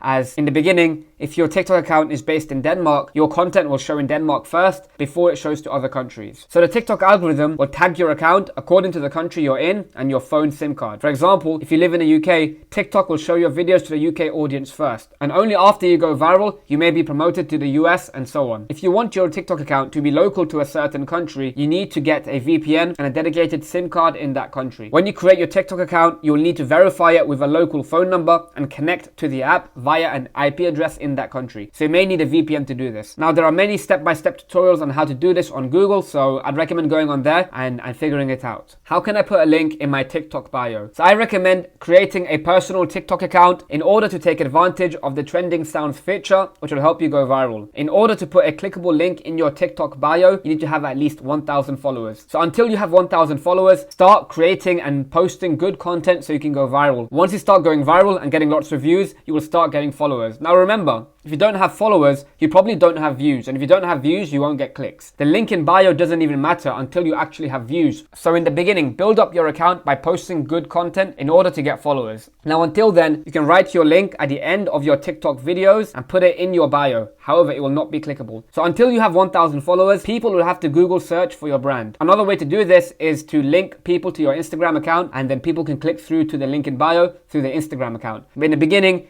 if you have less than 1,000 followers, don't buy followers, don't do any shady things. Start posting good content. As you go viral, you will get followers, and then you will be able to put a link in your bio. How many TikTok videos should you test before moving on? So if you've tested around 20 videos for a product with a variety of hooks and scenes, and you still haven't gone viral and made sales, I would recommend moving on to a new product. This question requires context. If you've created 20 shitty videos and you haven't gone viral, that's your fault. But if you've tested 20 videos and you've used many hooks, many scenes, many backdrops, and it still isn't working, it may be smart to move on to a new product. You don't want to waste your effort on something that wasn't meant for you. This product may not have been the right fit for you and your skill set. So you should move on fast and move on to the next. However, if you haven't put all the effort in, if you've created 24 videos, that's on you. Make sure you create good videos, have a variety of hooks, a variety of scenes, a variety of backdrops. Do as much as you can. And after you've tested 20 videos, if it hasn't worked, move on to the next product. Take those skills that you've developed and start working on a new product, and eventually you'll hit success if the video is good enough. You can use the same TikTok account and Shopify store to test new products. Just archive the old videos on the account. Why is my Facebook ad account getting banned? For most of you, the main reason that your Facebook account is getting restricted is because you're not following the Facebook ads policy. Now, I understand it can be a maze to navigate sometimes, but it's incredibly important that you take the time to study the Facebook ad policy. Two main reasons that people get banned on Facebook is number one, due to creating anonymous accounts, and number two, trying to circumvent Facebook systems. So your Facebook profile has to be legit. You must use your real name, real photo, real age, date of birth, and location. In addition, to run ads, you may need to be over 18. If you're under 18, you need to use your parents' account. Don't create a new Facebook profile just for your business. It needs to be a real personal profile. You create a business account within your main Facebook profile, so make sure it's legit. And next, if you ever get restricted, don't create new profiles, ad accounts, and business managers. If you do this, Facebook can blacklist your IP address, device, and browser fingerprint. So this policy is the circumventing systems policy. If Facebook have banned you, if you create a new account, they will permanently ban you. If your account gets restricted, request review through the support forms and get the account back. If you haven't done anything wrong, you should get the account back within 1 to 2 days. Part 2. In regards to the Facebook policy specifically, many people trip up with the personal attributes policy, misleading claims policy, and nudity. So the main policy that trips people up is the personal attributes policy. With this, you cannot refer to people directly. You can't say you or directly call out people in your advertising. You can't say, do you have X problem? Or do you want to do this? Because you're calling out people directly, which makes them uncomfortable. What you have to do instead is say, people with X problem are. So don't directly call out people, but you can call out the problem specifically. An example of this is, let's say you're selling an acne product. Do you have acne by this? That would never get accepted, but you could say people with acne are curing it with this product. So don't directly call out people. The next one is pretty obvious, the misleading claims policy. Don't make claims that are absolutely unbelievable. You can't say something silly like lose 50 pounds of fat in 2 days or make 100k profit in 2 days. You have to keep it completely safe. You can't make any misleading or outlandish claims on Facebook. Don't use before and after photos on your ads. For example, if you're selling a skincare product or a weight loss product, don't show before and after photos because they tend to be misleading for a lot of people and Facebook tend to flag that. Even having the words before and after on your ad could flag that ad. So make sure you stay away from misleading claims and before and after photos. And the final one is nudity. If you're selling a health product or a fitness product, be careful with how much skin you show as it can easily get flagged by Facebook. So always stay on the safe side with your Facebook ads. Facebook is the gateway to 2.1 billion monthly active users, so you want to make sure you're following policy properly. Make sure you keep your ads as clean as possible. How can I make sure my pixel is working? So after you've installed your pixel for Facebook and TikTok, you can download the Pixel Helper extensions. These extensions on Chrome show when a pixel is firing. So once everything is installed, get the Pixel Helper and go through your website and click on pages to ensure that the pixel is tracking your behavior. On the extension, it will show when a pixel is fired. So make sure you go to the website, make sure you view pages, make sure you add to cart, initiate checkout, and purchase. When you do these actions, the Pixel Helper will show that the pixel has been fired. started. And after you've gone through checkout, you can refund yourself after. Now remember, even before launching, it's always good practice to go through your checkout first to make sure there are no errors. So before you start advertising, it's always good to go through your checkout and make sure there are no issues. Why are my TikTok ads not spending? So many people have this issue. Unlike Facebook ads, it can take a lot longer for TikTok ads to start spending, especially on a new account. Now, if you've just launched your ads and they're active but they're not spending, wait for up to 24 hours to see if it spends. So in the beginning, the first thing you have to do is wait for up to 24 hours. After that, if you're still not spending, you can start testing new audiences. Now on TikTok, the interest sizes tend to be very small. So if you selected an audience that is way too small, the algorithm won't spend any money. So you may need to test a broader audience to start getting the ads to spend. So after you've done that, you wait another 24 hours. If that doesn't work, you can test new creatives. Sometimes the algorithm does not let a certain creative spend money. So if you change it up, you might get spend. So these are the two main ways to make your TikTok ads start spending. Some people recommend, optimizing for add to cart or a different objective. However, when you do this, you might get spend, but you won't get the spend you want. You'll start spending money, but you won't be getting the traffic you want. At the end of the day, you want purchases, right? If you don't optimize for purchases, you won't get purchases. If neither of these options work, after waiting 24 hours, reach out to TikTok ad support and ask them to check your account and make sure everything's working. And one final reason they may not be spending is if your payments aren't properly set up. If you haven't properly set up your payments, then TikTok won't start spending. Should you do age and gender targeting with your advertising? So I don't recommend adjusting the age or gender in the ad set settings. It's best to let the ad platforms optimize and find buyers rather than you segmenting them. In addition, when you target by age and gender, you might increase your costs. So the best practice is to leave them completely broad and let the algorithm target your buyers. For example, you may be selling a male product, so you might think, I'm going to target only men. However, females may also purchase it for their boyfriend, for their brother, for their father, so you don't really know who to target. So there's no point nitpicking and targeting only men. It's the same with age. You might be selling a product that's tailored towards someone in their 20s, but their mother could buy it for them. You don't want to segment by age and gender and let the powerful algorithms do their job. What is the ideal interest audience size? So in order to scale your ads, it's incredibly important that you have larger audience sizes. Now this obviously depends on your country. If you're marketing to the US, the interest sizes will be very big. If you're marketing to a small country like New Zealand, the interest sizes will be a lot smaller. As a general rule, I'd recommend picking interests that are larger than 1 million in size, especially on Facebook, which has powerful targeting capabilities. Now, larger audiences have lower CPMs, which means they have lower costs. With larger audiences, you will reach more people for less money. In addition, larger audiences allow the algorithm to optimize better and find buyers. So as a general rule, it's better to pick larger audiences. The sweet spot for audience sizes on Facebook is between 1 and 20 million. TikTok is a newer platform with fewer targeting capabilities. So larger audiences are much better there. And when you have a small audience on TikTok, it may not spend. So on TikTok, go after larger audiences as well. Why should you optimize for purchase? The advertising algorithms are incredibly smart. They have millions of data points on each individual customer. They will optimize for what you ask for. For example, Facebook has all the data on customers due to the Facebook pixel. So they know who's adding to cart, who's initiating checkout, who's purchasing, and they get this data from millions of websites that have a pixel installed. Facebook knows who buys. Facebook knows who adds to cart.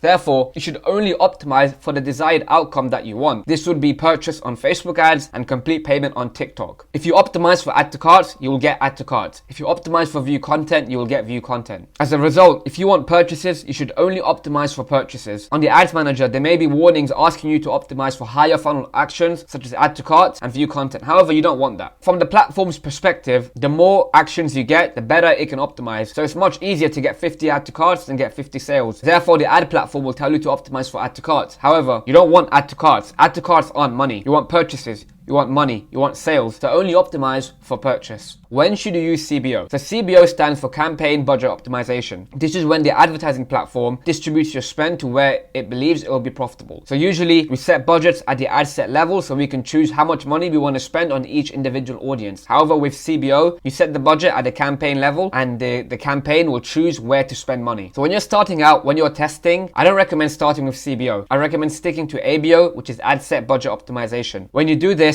you'll be able to test each audience equally and see which one is performing best. In addition, you can also kill off bad ad sets very easily. Once you have consistent sales and you're scaling your ad spend, you can test CBO, which usually relies on a higher spend and more data to optimize anyway. So in the beginning, stick to ad set budget optimization. Then when you're scaling, you can test CBO. When should I do lookalike audiences and retargeting? So lookalike audiences are audiences on Facebook and TikTok that are built off a source audience. For example, if you have 500 purchases, Facebook will go through each purchaser, find common data points, and target them to other buyers. So lookalike audiences used to be extremely powerful. However, lookalike audiences are no longer as powerful as they used to be back in the day due to the iOS 14 updates. So when Apple stripped Facebook of a lot of their data, they lost a lot of the features that made lookalike audiences so powerful. However, they're still worth testing once you're profitable with interest audiences. So it's best to use lookalike audiences after you have 300 to 500 events of the thing you're optimizing for. If you want to create a lookalike audience based on purchases, make sure you have 300 to 500 purchases first. To create a solid lookalike audience, you need to have a solid base of data in the first place. So you can test 1%, 3%, 5%, and 10%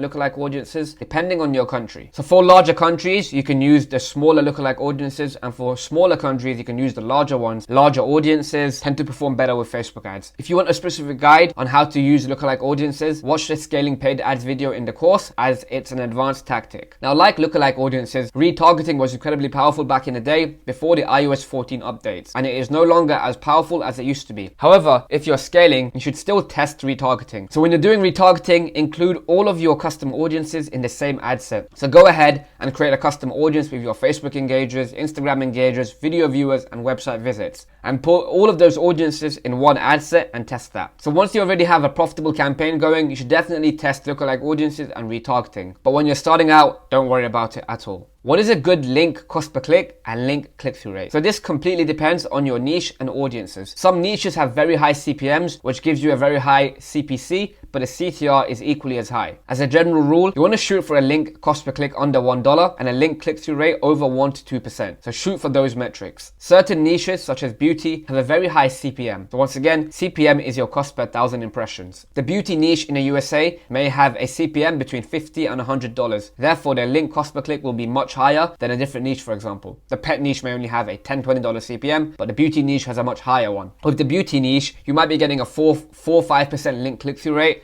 but a $2 cost per click. However, if you have a high conversion rate, that's completely fine. The main metric that you need to analyze is your cost per purchase. If you are profitable, that is the main metric to look out for. You might have a $2 cost per click, but if you get a 10% conversion rate, which means that 1 out of 10 people that click purchase, that link cost per click is completely fine. So at the end of the day, the most important metric that you need to look at is your cost per purchase. If you are profitable, then it's completely fine. How can I reduce my link cost per click? So your link cost per click is directly correlated to your link click-through rate. The link click-through rate is what percentage of people click through to your website after viewing your ad. The best way to improve your link click-through rate is to test new hooks. This is the opening 3 to 5 seconds of a video. If you have a stronger hook and more people watch the video, more people will naturally click through to the website. So try new variations of opening hooks. So if you have profitable ad sets already, go ahead and duplicate that ad set and test a few new opening hooks. Take your original ad creative and test a few different opening scenes to see if you can get more people to view the ad. In addition, you can add more call to actions to the actual video and the primary text in the ad copy. When you do this, people have more options to click through to the website, they will. So test having more call to actions. You can add multiple links to your ad copy, or you can add multiple prompts to click through in your actual video ad. How can I reduce my CPMs? Your CPM is your cost per 1,000 impressions. This is generally out of your control. So the CPM is influenced by your product, your audience, your niche, your country. It's really out of your control. You can influence it by creating better ads that the users find more engaging. If your ad is engaging, more people will share it and more people will click through to your website, which causes the algorithm to reward you with cheaper costs. In addition, posting consistently on your Facebook and Instagram page can reduce your CPMs, as well as having a great website experience and load time. So Facebook rank your ads according to the quality ranking, engagement rate ranking, and conversion rate ranking. You can see these metrics in your ads manager. So here we are on the Facebook Business Help Center. As you can see, there's a page here about the ad relevance diagnostics, which is your ads quality score. If you have a higher quality score, you will see cheaper ads. So Facebook rank your ads according to 3 main metrics. The first metric is your quality ranking, which is your ads perceived quality compared to ads competing for the same audience. The engagement rate ranking is how your ads expected engagement rate is compared to the ads competing for the same audience. And the conversion rate ranking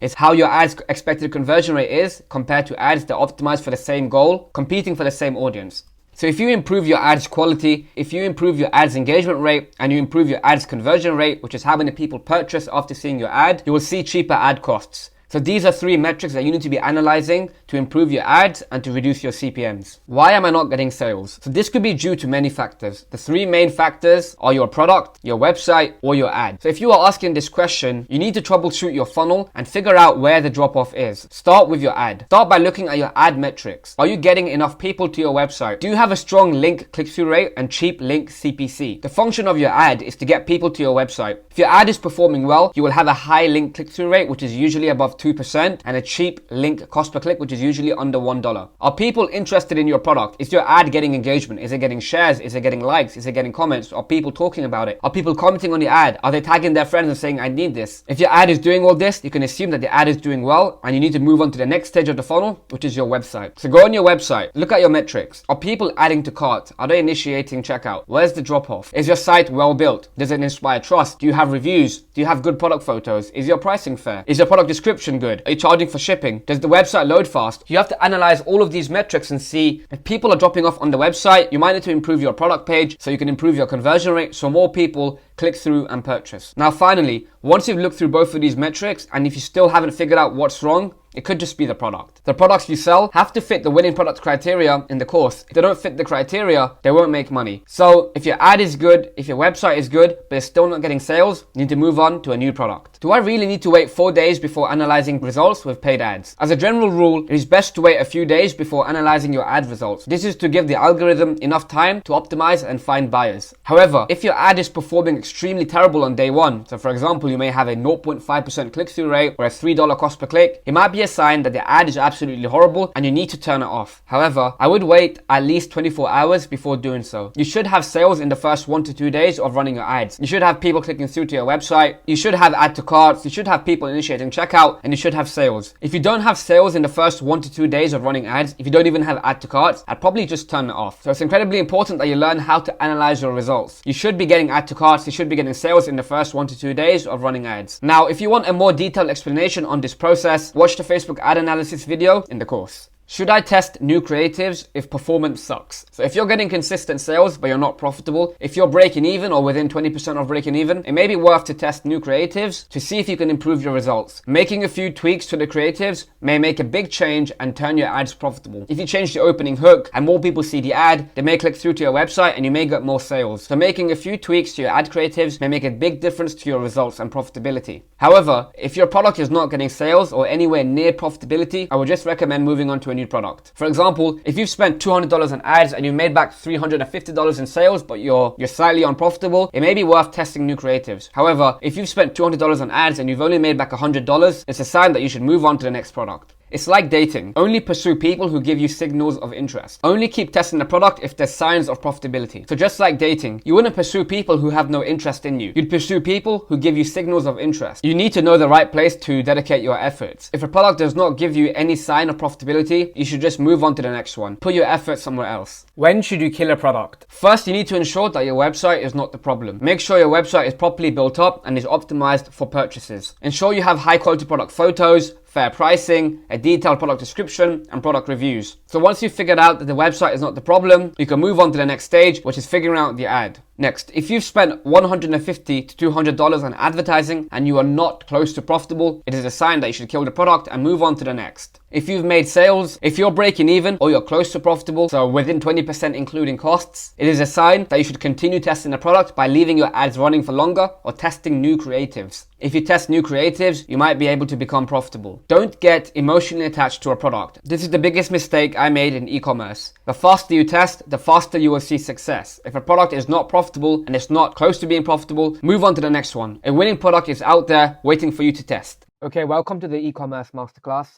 In the first section, I'm going to talk about branding and why it matters for your e-commerce business.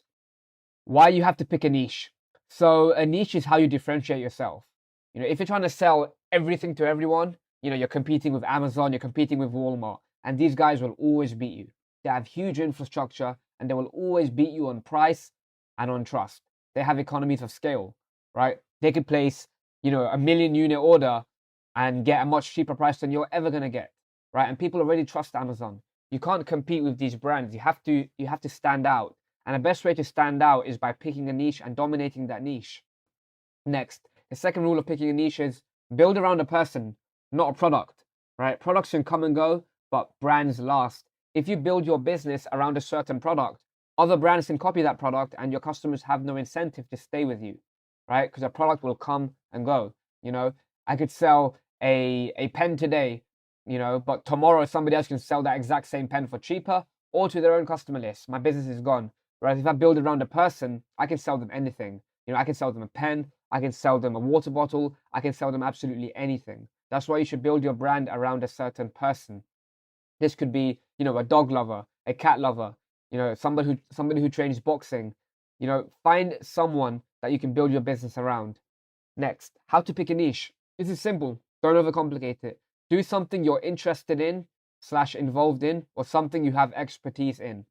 E-commerce is a very research-heavy business model. You need to understand your customer, and the best way to do that is to either be your customer or be involved in that, you know, in that certain niche. And if you want, you know, a list of niches that you can research, you know, you can check out this link here. We have it in Hustlers University too. Next, how to pick a product. So, the product criteria, you need to pick a winning product. To pick a winning product, you know, there are certain factors that you have to look for.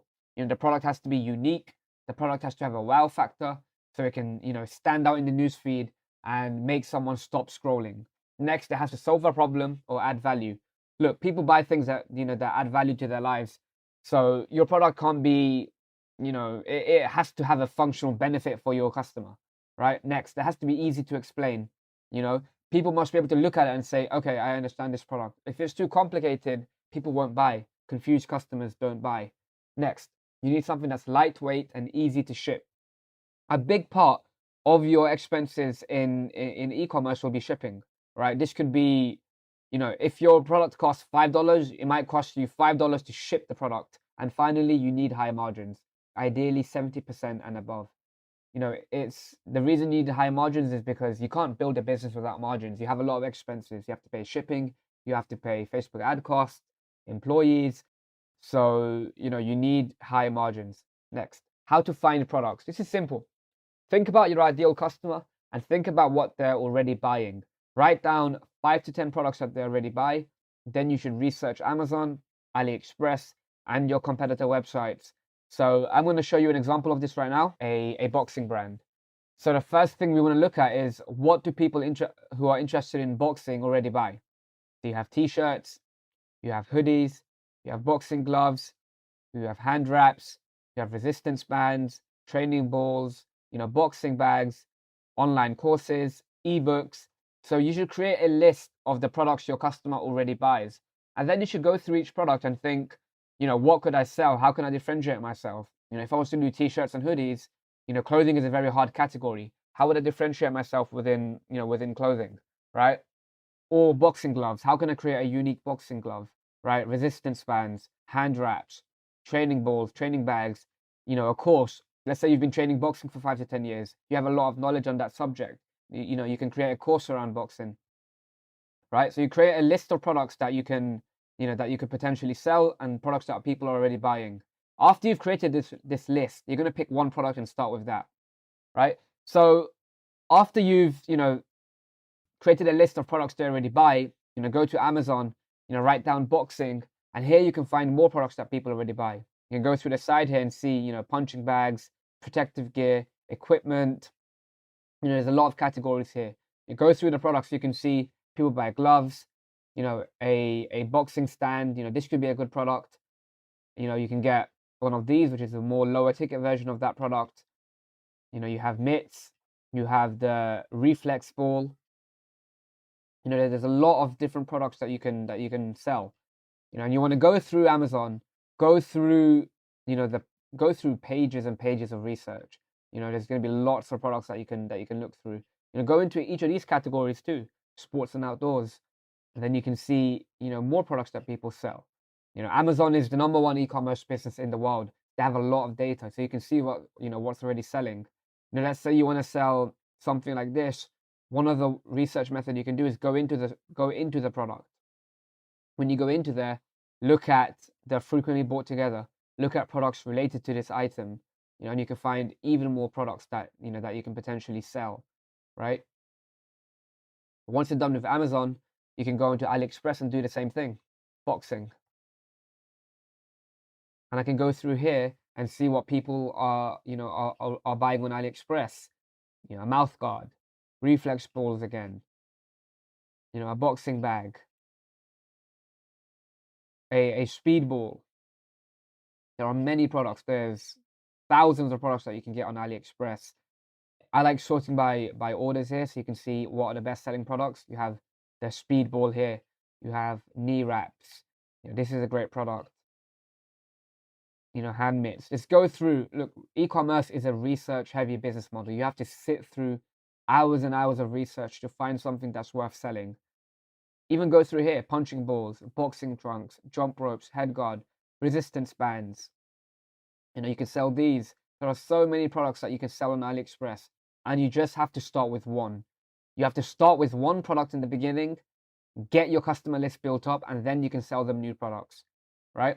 So you've checked Amazon, you've checked AliExpress. Next, look for brands in your space.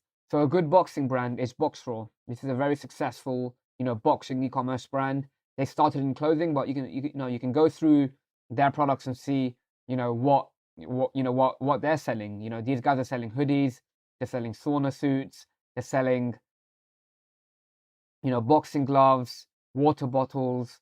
You can go through your competitors, find other brands in your niche, and go through their product list and see if there's anything there that you could sell better, right? So product research is very simple. Don't overcomplicate it. Create a list of 5 to 10 different products. From there, pick 1 to 3 products that you can realistically sell. Do research on Amazon, do research on AliExpress and other competitor brands. And once you've picked your product, get started with it. Don't overthink it. You can always change it in the future. In terms of pricing, you want to have a 3 to 5x markup. For example, if you buy your product and you ship it for $10, you want to sell it for $30. You want a 3 to 5x markup. Like I said earlier, you're going to have a lot of expenses in e-commerce. You're going to have Facebook advertising, you're going to have shipping, you're going to have a lot of expenses. So you need high margins in order to build a business that is sustainable and that can be profitable. Next, what not to sell. Don't sell fake luxury goods. Facebook and the advertising platforms, they will just cut you off. They'll ban you, right? Don't sell copyrighted products, trademarked products. Don't sell large products. The reason for this is the shipping cost for a large product will be 2 to 3 times higher than the actual product cost. You could sell this if you're a lot more advanced, but in the beginning, I recommend staying away from products that are over 2 kg. Next, products with shipping limitations. You can't ship batteries, for example, right? Don't pick something that's too hard, especially in the beginning. And products with advertising limitations. You can't sell sex toys on Facebook. It'll get you banned. Next, order fulfillment. So you want to, find your products in AliExpress, and you can use Obalo, which is a dropshipping app, which helps you fulfill orders from China. The issue with AliExpress is you have a 2 to 4 week delivery time, and most customers won't be happy with that. But it's a good way to test products. Next, you have alternate suppliers like CJ Dropshipping, S-Pocket, and local suppliers. This is much better, but it's a little bit more expensive. However, you will get a better customer experience. And like we said earlier, your customer list is the most important thing. So once you've found a good product and you're getting a few orders a day, I recommend going on CJ Dropshipping, going on S-Pocket, and paying, a few dollars more for shipping, just so you can get a better customer experience. Next, local suppliers. If you can find suppliers in your home country that can, do dropshipping for you, then that's just much better because you're going to get a much faster delivery time. The next option is self-fulfillment. This is great. This is fantastic for building a brand. Here's, what you do for this is you order your products in bulk from Alibaba or AliExpress, and you order 10, 20 units in the beginning, and you ship it from home. You ship it to customers, have very fast delivery times. It's a lot more manual work, having to pick and pack orders, but it's very effective. You'll get happy customers. People will come for you, come back to you and order again. So I recommend doing this. And finally, a 3PL. Once you've scaled up and you're getting 10 to 20 orders per day, you want to hire a 3PL who can fulfill orders for you so that you can focus all your energy on marketing and growing your business. A winning product is the foundation of a successful e-commerce business. In this video, I'm going to go over the criteria for a winning product and how you can best identify a winning product that you can sell. So first, what is a winning product? A winning product is a hero product that you want to build your business around. It is the one core product that you will be promoting to attract new customers via advertising. So it's incredibly important that you pick a good product that you can promote, because it's how you're going to segue yourself into the market. So the product must be something unique in the market that solves a problem and adds value for a certain customer, and it must instantly grab their attention. Every product has a unique selling proposition. It has to be unique. It has to be different from anything else out there, because if the product is not different, people will not buy it. So the first factor of a winning product is that it's unique and it solves a problem and adds value for the customer. And in addition, as we're going to be running ads on social media, it needs to grab attention. A product can be fantastic, but if it can't grab attention, people aren't going to pay attention to it. Next, the product needs to have a high perceived value and be cheap and easy to ship. When it's cheap and easy to ship with a high perceived value, you can have high profit margins in order to scale your business. So in e-commerce, one of the biggest expenses will be advertising. Now, if you don't have enough profit in your product to afford advertising, you won't be able to grow. So it's incredibly important that you pick a product with a high perceived value. So next, the product research criteria. So I want you guys to follow this criteria every time you pick a product. You can write it down, you can make notes, you can create a checklist on your phone. So anytime you're considering a product, make sure you answer all of these questions. So the first question you have to answer is, does this product have a wow factor? Does it grab attention? Now we're selling products online, and online people have short attention spans. If a product does not have a wow factor and instantly grab attention, people won't pay attention to it and they won't want to purchase. So the first criteria of a winning product is ensuring you have a wow factor. Next, can the product be bought in stores? So this adds to the wow factor. If a product can be bought from any store, why would anybody buy online from a website they've never heard of? So if it's a unique product that can't be bought in stores, people will purchase it online. Next, is it targeted to a specific niche or customer? Now, it's very difficult to sell everything to everyone online. If you get a certain product and target it to a specific customer, it'll be much easier for you to write messaging that connects with them, which makes it easy for them to purchase. Next, does it solve a problem or add value? Now, the whole reason someone's going to buy a product is because it has a functional benefit in their life. So you have to ensure that your product can either solve a problem or add value. Does it have a high perceived value? So once again, if you want to be able to be profitable with your e-commerce business, the products you sell must have a high perceived value. You must be able to sell something for many multiples more than you buy it for. If you're trying to sell, some random water bottle that looks like it's worth $10, you won't be able to make money online. So you want to sell a product with a high perceived value. Next, it has to have a 3 to 5x markup. This ties into the previous point. If you want to be profitable with paid ads, you want to have a high markup so you can afford the advertising prices. And ad prices continue to increase every year. Back in 2016, it was super cheap. But every single year, those ad prices increase. So to survive, you need to build a business with strong profit margins. And finally, is the product lightweight and easy to ship? The shipping will be a major expense in your fulfillment costs. So if a product is very heavy, it will cost a lot to ship to the customer. And if it costs a lot to ship to the customer, you won't be able to make profit with your advertising. So once again, make sure the product is lightweight and easy to ship. So now I'm going to go into more detail about each of the specific criteria. So once again, the first point I mentioned was the product has to have a wow factor.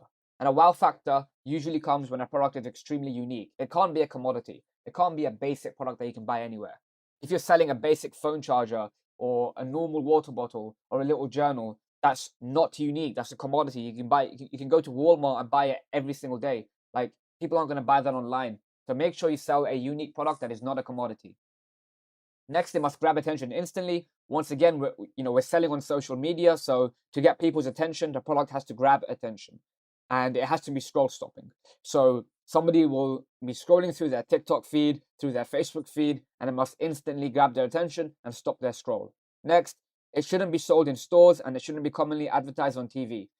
So when products are sold in stores and commonly advertised, people aren't going to want to purchase it online. They could either go to Amazon to get it for cheap, or they can go to a physical retail store to buy it. Because there's a lot more trust with buying from Amazon or buying from a retail store. Whereas online, from a random e-commerce business, you don't have as much trust. So the product has to have some uniqueness that makes people want to purchase. And finally, once the customer sees it, they want to instantly think, oh, I need it. If they think I need it, they're much more likely to click through and purchase. Next, specific niche and specific customer. Do you have a specific idea about who you can sell to? It's difficult to try to sell everything to everyone. When you take a winning product and you specifically try to sell it to one type of customer, it makes it much easier to create marketing and create messaging that resonates with them, which makes them want to purchase. So it's good to build around a person, to build around dog lovers or cat lovers or somebody with back pain. When you build around a person, you can focus your energy on solving a particular problem and meeting the needs and desires of a certain customer. This makes it so much easier to find winning products that you can sell to a certain person. Now, one great product research method is to take an existing winning product and sell it specifically to one person.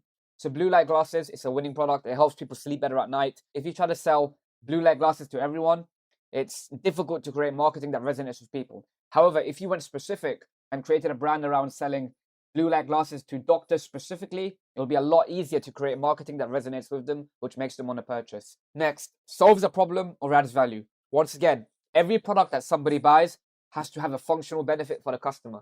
If the product does not improve their life in any way, people will not purchase. So in retail, you have two types of products. You have products that solve a problem and products that just add value in a certain way. So the first type of product is a painkiller, a product that solves a problem. So an example of this is a posture corrector. You put this brace around your back and it helps fix your posture. Another example is a pregnancy pillow. So for pregnant women who are struggling to sleep, a pregnancy pillow helps them sleep better at night. And the second type of product is a product that adds value and makes something easier and better for the end customer. An example of this is a vegetable slicer. It saves time and effort. You no longer have to go through and cut vegetables manually. Another example is a mosquito killer. It provides benefit and convenience. You don't need to, go around trying to kill mosquitoes. The mosquito killer will do it automatically. Finally, the ab belt. The ab belt gives you vanity, ego, and status. You don't have to work hard to get a six-pack. You just put the ab belt on and you instantly get a six-pack. So this product, it makes something easier and better. And finally, the most important factor, does the product have a high perceived value? Once again, we're building an e-commerce business. To scale the business, we're going to be running paid advertising. If a product does not have a high perceived value, you won't be able to pay the advertising prices that you need to in order to grow the business. Every year, the advertising prices increase. So to combat that, you need to sell products that have a high perceived value. Products that are lightweight and easy to ship. And after paying for the product cost and shipping, is it viable to mark up the product by 3 to 5x? Would people be happy to pay that price? There are many products on AliExpress and CJ dropshipping that cost, for example, a cat bed. A cat bed might cost $20 on CJ dropshipping, but in the customer's eyes, it may only be worth $20. So how could you mark it up 3 to 5x and be able to say, hey, we're going to sell it to you for $60? So you need to sell products that really have a high perceived value that you can mark up a lot. Otherwise, you won't be able to afford to pay the advertising prices. So when you're looking at products, truly sit there and think about it. Would people be happy to pay the extra 3 to 5x markup on this? Is there enough value there? Does it solve a big enough problem for them? Does it add value for them that much? Because if you can't afford to mark up your product by 3 to 5x, you won't be able to afford advertising. So when you're picking a product, make sure you have a high perceived value. In this video, I'm going to go over the overall e-commerce fulfillment process, the strategy, what is dropshipping, dropshipping from China, hiring a sourcing agent, and local fulfillment. So let's begin. So first, the overall strategy. As a new business, you have no data and no idea about how well a product will perform in the market. You need to test the concept. So traditionally, you had to buy products in bulk before you could sell them. And this could be very risky, as one bad idea could leave you broke. You might invest all of your money into a product that doesn't sell. So many people invest their life savings into a business that was always doomed to fail. So instead, you want to start doing micro experiments. You want to put advertising into the market first to see how customers react to a certain product. If the market likes it, they will vote with their cash, they would buy your product, and then you can invest more money into the business idea. If you do it this way, you can risk a lot less capital than having to buy a bunch of products up front. So what is dropshipping? Dropshipping is a fulfillment method that reduces risk. You don't need to buy inventory before you can sell. You sell products first and only pay for them once the customer pays you. So previously, if I wanted to start a phone case brand, I might have to spend, $5,000 on buying phone cases first. And then if I can't sell it, I'm out of pocket. But with dropshipping, what you can do is you can create a website first. You list a bunch of phone cases, you start marketing, and only if people buy from you do you actually go ahead and buy the product from the manufacturer. So in the beginning, the only initial investment is marketing. You need to spend money to see how the market reacts to your product. So this is a lot better than having to buy a bunch of products up front. and not knowing if it's going to sell. However, the issue with dropshipping is that the customer experience tends to be poor. We're usually buying from China as it's the biggest manufacturer of consumer goods in the world and the cheapest. And in this business, profit margins are super important. So when you're shipping from China, the shipping times tend to be pretty long and the customers are unhappy, at least in the beginning. But it doesn't matter, because in the beginning, the only thing we're looking for is purchase intent. We don't plan on shipping from China long term. We only want to spend money in the beginning to see if customers are interested in buying a certain product. And if we know they are interested in buying this, and then we can invest more money into buying the products up front and having a better customer experience. So stage one is dropshipping. Now, in the beginning, you should source products from websites such as AliExpress. They have the largest database of products. They have millions of products on there, and this is the cheapest option for beginners. However, the issue with AliExpress is that the shipping times tend to be very long. They tend to be, between 14 to 28 days. So, anybody that orders from you isn't going to be happy with those delivery times. But like I said, in the beginning, you only want to sell product. All you want to know is, are people interested in buying this product? So another option you can do is you can send your first, 10 orders from AliExpress and then do a bulk purchase of 20 to 30 units and ship it from home. So this way you can get a lot better. You can have a much better customer experience. And if you're only buying, 20 to 30 units, it's not a lot of risk. If you can't sell it, you've only lost 20 to 30 units. You can recover from that. So this is another way of doing it, which will give you a much better customer experience. And the next option is to dropship from websites such as CJ Dropshipping, SPocket, Zendrop, Udroppy, and Weo. So these platforms offer much faster shipping times, so you can get orders to your customers within 7 to 14 days, but the prices tend to be higher. So here we are on AliExpress. This is the platform that has the most amount of products that you can sell. There's millions of products on AliExpress. You have hundreds of categories that you can go through. It's a great platform. So let's say we want to sell phone cases. I'll go into the search and write phone cases. And let's say I want to sell this product here. As you can see, the shipping times the prices are very good. I can get a phone case for $1, and shipping to the US will cost me another $3. And the date today is May 6th. So if I order a product today, it will take 3-4 weeks to arrive, which isn't very good. So the price will be $1 for the actual product and then $3 for shipping. Then it's going to take 3 to 4 weeks to arrive. But in the beginning, that doesn't really matter, because the only thing we're interested in is, can we get customers to buy this product, right? Another option is if you go here and after searching it, if you go to ship from and you do United States, you can see products here that have much faster shipping options. So if I want to sell this business wallet phone case, I can go here. So that costs $5. And the shipping method, as you can see, it costs $4. So, shipping from China costs, $3, and it takes, 3-4 weeks to arrive. If I ship from the US, it takes only 4 to 13 days, which is a great delivery time.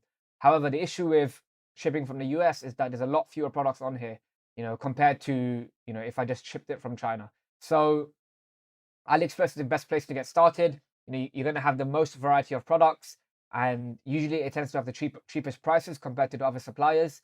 But, it's only good for testing concepts, really. So the next option is CJ Dropshipping. This is a fantastic platform. They have a huge database of products, and if you want a good customer experience from the beginning, I recommend using CJ Dropshipping. As you can see here, the delivery times from China to the US, you can get it for 8 to 12 days, 7 to 15 days.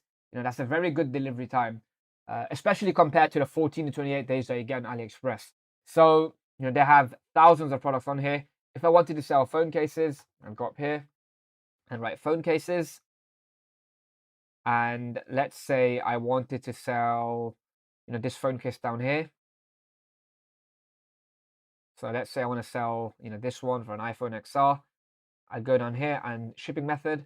As you can see here, they have a lot of shipping methods. You can see the delivery times over here. So CJ Packet Ordinary, 6 to 10 days, and the shipping cost is $5. So this is a very fast shipping method. It will cost $5 to ship the product, and the product itself is $2. So CJ Dropshipping is a great platform to find products on. You can get a much faster shipping method than AliExpress, but it does tend to be a little bit more expensive. The next option is SPocket. SPocket is a fantastic platform. On SPocket, they have supplies from the United States and from Europe. So you can get much faster delivery times than by using AliExpress and CJ dropshipping, as these tend to be local suppliers. So come down here to dropship, and let's say we want to sell, and let's just go to trending. And if you scroll down, you can see products here. You can get address here, and as you can see, the shipping times 2 to 4 days. This is a great way to get very good, very fast shipping to your customers. They have hundreds of products on this platform. Like jewelry here, 2 to 4 day shipping in the US, and in Europe it's probably going to be 3 to 5 days. So S-Pocket is a great platform that you can find a lot of great products on with very fast shipping times. Next, you have Zendrop. This is another great platform. They have fast shipping. They have great customer service. As you can see here, you get fast shipping, and I believe the shipping times on Zendrop is between 7 to 14 days. It's very automated. Ship from the US. They can help you develop your brand by adding thank you cards, custom branding. So Zendrop is another great option that you can use. Next, you have Udroppy. Udroppy is very similar to Zendrop. They have a network of manufacturers, fulfillment centers, and shipping carriers. There's a lot of great products on here. If you go down here to product, you can do a product tour. You can schedule a call with them. There's a lot of great products that you can get from Udroppy. And the final option is Weo. Weo is another great platform. They have a lot of winning products on here, and they ship from China, and they use fast shipping methods as well. So these 6 platforms, AliExpress, CJ Dropshipping, S-Pocket, Zendrop, Udroppy, and Weo, are the 6 platforms that I recommend starting on. AliExpress has the largest variety and the most products, but the worst shipping time. Next, you have CJ Dropshipping, which has a good variety of products and good shipping times. Then you have S-Pocket and Zendrop, which have local suppliers, and it tends to be extremely fast. And then you have Udroppy and Weo as well. So go through all of these platforms. There's plenty of great products that you can sell. And yeah, these are the best ones you can get started with. Next, hiring a sourcing agent. So once you have consistent orders, you can get a sourcing agent in China. So let's say you have 10 to 20 orders per day. You have some leverage, you have some buying power, you can get a sourcing agent. So if you need one, if you're at this stage and you need a sourcing agent, drop me a message on the Discord, and I can get you in contact with the sourcing agent that I use. So a sourcing agent is a dropshipper who works in China and negotiates with manufacturers to get you the best price. As they're actually on the ground in China, they can go to suppliers and they can negotiate the best prices. And you can get prices that are 10 to 20% cheaper than AliExpress. And a sourcing agent, they use a lot faster shipping methods such as UnExpress. And UnExpress can deliver orders to customers within 5 to 10 days. A sourcing agent can get you extremely fast shipping times. And they can also negotiate with manufacturers to add custom branding to your product. So you can get custom thank you notes, custom packaging, bagging. And if you want to make physical changes to a certain product, they can negotiate with the manufacturer to do that for you. So let's say you sell a phone case and you want to add a custom design to it or a custom feature to it. They can reach out to the manufacturer and negotiate good pricing. They can sample it from different manufacturers, and they're fantastic. A sourcing agent is a great opportunity. It's a great way to improve your customer experience. It's a great way to legitimize your brand, and it's a segue into building a genuine brand. Because with a sourcing agent, you can start. Number one, you can have faster shipping. Number two, cheaper prices, and number three, you can have custom packaging, branding, thank you notes, and this goes a long way to really creating a great customer experience. So a sourcing agent is a great way to scale up once you have consistent orders. However, like I said, you do need consistent orders. An agent isn't going to work with you if you only have 1 to 2 orders per day. So in the beginning, you want to use AliExpress, CJ Dropshipping, and these other platforms to get to the consistent 10 to 20 orders per day, and then you can get a sourcing agent that can really bring down your prices, improve the shipping times, and improve your brand. The next option is local fulfillment. Once you start doing this, you're moving away from the whole dropshipping business model, because to do local fulfillment, you want to order products in bulk. So if you look at all of the big brands in the world, almost all of them have their own warehouses and local fulfillment. This is the greatest way. This is the best way to really build a business, because doing it this way, you'll have control over your customer experience. You can ship products to your customers a lot faster. You can even do next day delivery. So local fulfillment is the best way to fulfill your orders once you've scaled up and you have consistency. So to do this, number one, you can buy products in bulk and ship it to your home. So in the beginning, if you only have 10, 20 orders per day, you can ship it to your house and ship all your orders from home. And once you start scaling up, you can get warehouse space and you can hire employees to manage this for you. So this is a great hands-on approach to, to having great customer experience. And the next option is, if you want to, if you want to keep the business a lot more automated, you can buy products in bulk and ship it to a 3PL. A 3PL is a third-party logistics center that will ship orders to your customers, and they will handle the entire process. They will handle, receiving the product, packing the product, and shipping it to your customers. They can also handle refunds and absolutely everything. So they tend to charge, a fee for every single order. Now, this tends to be cheaper than shipping it yourself, because when you ship it yourself, you need to manage the whole picking process, the whole packing process, and having to go back and forth to the post office to send your orders. When you use a 3PL, they're sending millions of orders per year, so they already have the infrastructure set up. Because they ship so many orders, they tend to get cheaper prices with the shipping companies. So a 3PL is a great way to scale your business, and you can scale as much as you like with them, right? You can start sending out 100 orders per day, right? Whereas if you had to do that from home, it'd be very difficult, and you'd have to hire a warehouse, you'd have to hire employees. So a 3PL is a much better option. However, this option does require a lot more risk. You need to order at least 100 units, before you can do this. And a lot of these 3PLs, they have minimum order amounts. So if you're not getting 300, 500 orders per month, they won't work with you. So local fulfillment is the best way to really scale your business. So like I said in the beginning, start with AliExpress. Once you get to 10 to 20 orders per day, you can start working with a sourcing agent. And this is a great way to build your brand. You get faster shipping, cheaper prices, custom packaging, and thank you notes. And once you're working with a sourcing agent for a while, you can segue into local fulfillment, which is when you have to order products in bulk. And this is the best way to really build your brand. Okay, in this video, I'm going to do a live demonstration on how to pick a niche and how to pick winning products. So I've noticed a lot of students in Hustlers University have been struggling with picking products and picking a niche. And it's a very simple process. It does require work, right? So in this video, it's totally unscripted. We're going to sit here and we're going to, pick a niche, and we're going to find a winning product. So this video will help you, understand the mindset behind how to find winning products, the overall strategy, and the way to really do it. So let's begin. So the first thing you always have to do is pick a niche. Now, as mentioned in the course, the best thing to do is pick a niche that you're interested in or involved in. This gives you an unfair advantage. If you've been part of a certain niche all your life, you know what the problems are, you know what the pain points are, you're familiar with different brands in the niche, you know how to talk to people because you are the actual customer of that niche, and it's a lot more fun, it's a lot more enjoyable. If you've been training boxing your whole life, it's enjoyable to create a boxing brand, right? So always the first place to really go is look at yourself and think, what do I enjoy doing? What am I passionate about? What are my hobbies? What are my interests? And then picking a niche from there. And, you can do that process, but at the same time, you can also do niche research. And this helps you identify, the niches you're interested in as well. Because as you're doing research and going through different niches, you're like, oh, look, I'm interested in the health niche. I'm interested in, the fitness niche because I've been doing it my whole life, right? So the first place to start is, with the Within the Flow blog post that I posted in HU. In this blog post, there's over 720, evergreen profitable niches that you can follow. And on this article alone, there's around 30, and that's all you really need. You don't need to go through 700 plus categories, because they're very niche specific, meaning they're very targeted. Whereas you don't really want that. You want something a little bit more broader. So the health niche, the beauty niche, the fitness niche, as opposed to going deep into each, golf niche, scuba diving niche. So you want an overall broad idea.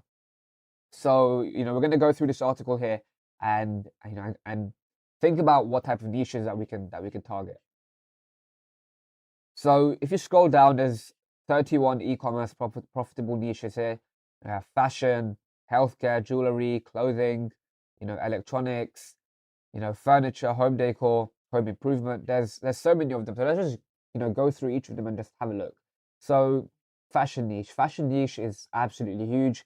I mean, the biggest e-commerce stores are in the fashion niche. However, I don't recommend this for drop shipping, for beginners either, because the fashion niches, there's a lot of issues, right?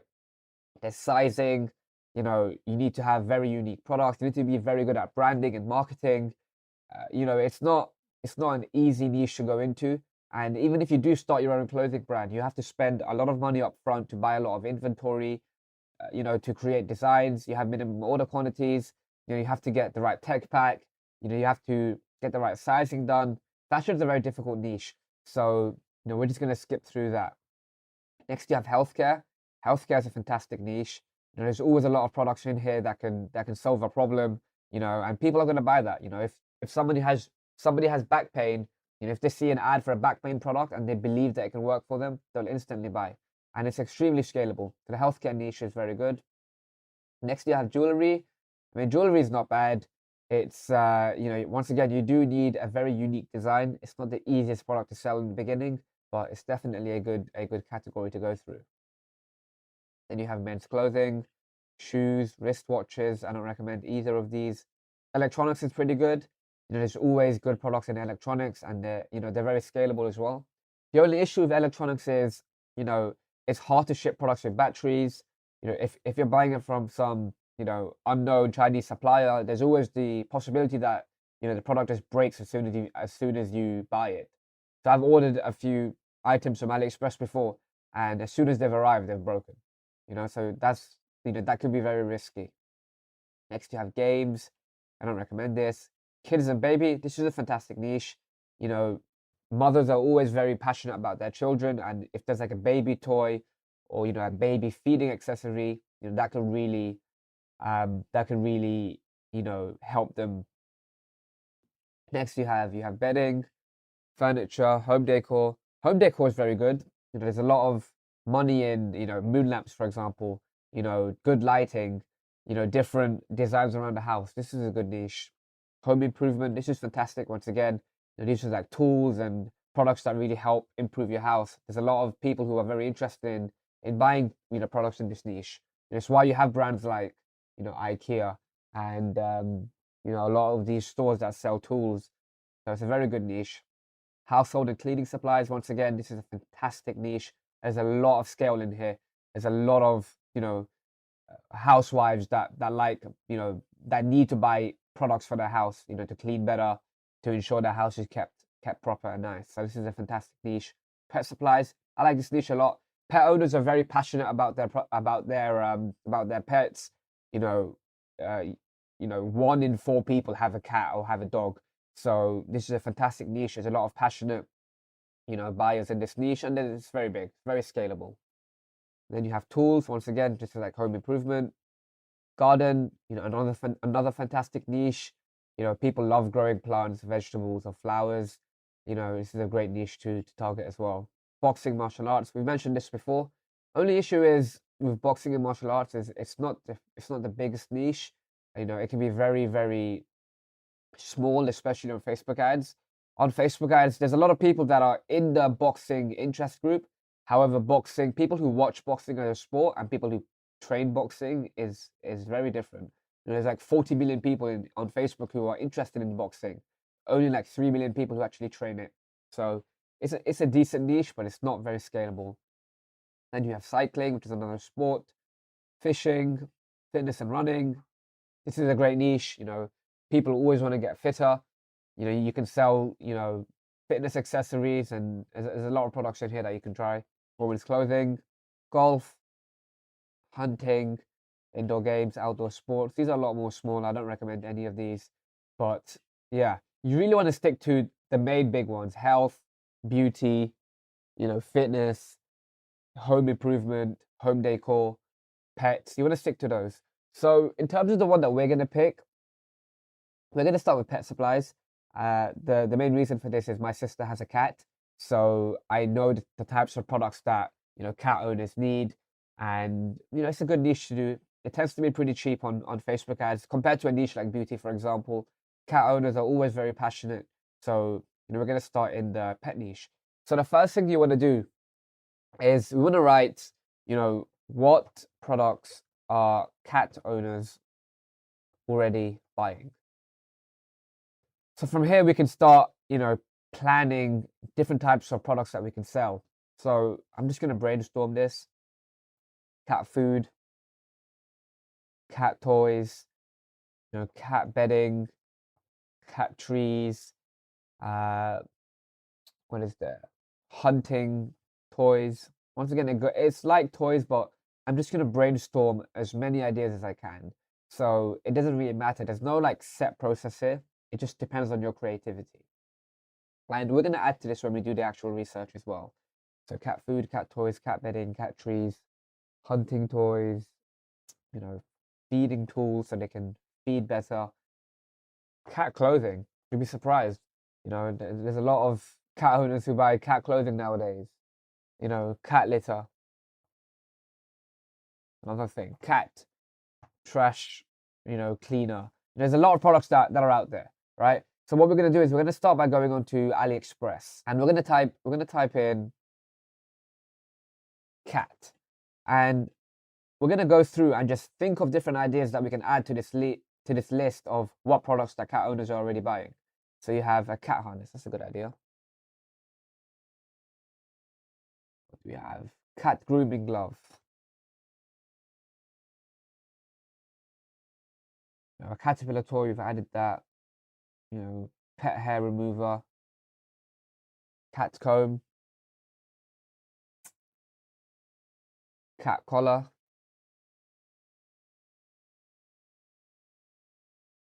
A cat handbag. Or a carrier. So we're just looking for products that we haven't, written down. A cat nail clipper. Ooh, cat water fountain. That's pretty unique.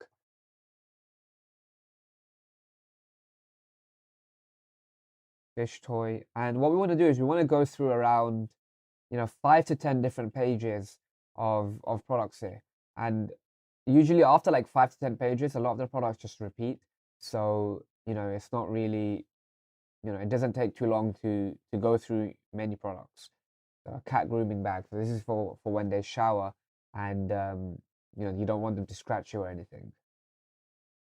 Cat grooming bag. Keep going through. Cat calming bed. That's a good idea. So right now we're just planning, we're just brainstorming. We're not, going deep into any products right now. We're just like thinking of different ideas of products that we can sell. And like I mentioned in the tutorials, the whole e-commerce game is very research heavy. Like you're gonna have to sit here for many hours, going through and researching different ideas that that you can sell. So you have to pick a niche that you can actually enjoy doing research in. This is cool. Cat furniture scraper. Nature protector. This is kind of funny. Water fountain, snake toy, cat calming bed. I've seen that a few times. More fish toys. Another carrier bag. A smart feeder. That's very cool. Going. Snake toy, carrier bag, another harness, cat scratching board. That's pretty cool. So when you're involved in a niche, you kind of know, why people are buying certain products. So I know that cats need to really, you need to groom cats' hunting instincts. So cats really like hunting, right? So when you get like a scratching board, it lets them scratch the board and it feels like they're hunting again. So it hits their hunting instinct. So you have another one here, cat scratching board. So by understanding your niche and by being a part of your niche, you kind of know what products work and why people need your products. Whereas if you're just shooting completely blank, you're like, why would a cat need this?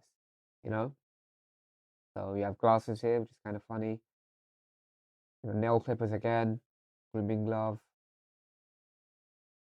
Keep going, keep going.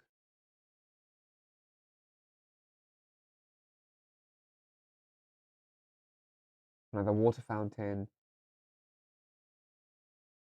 A mouse toy, Mona Lisa. I don't think you can sell that, but it's an idea. Another cat calming bed.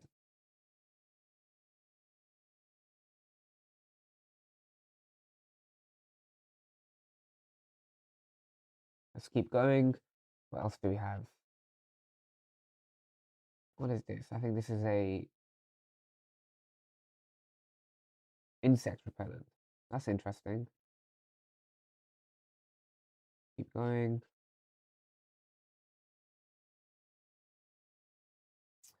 Cat massager. That's kind of cool. What is this? This is another toy. So that's a cat interactive laser toy. Another scratcher. This is cool. This is a smart toy. So this is a toy that a cat has to chase around. So as you can see here, it has to chase around. That's a great toy. Cat ball. And keep going.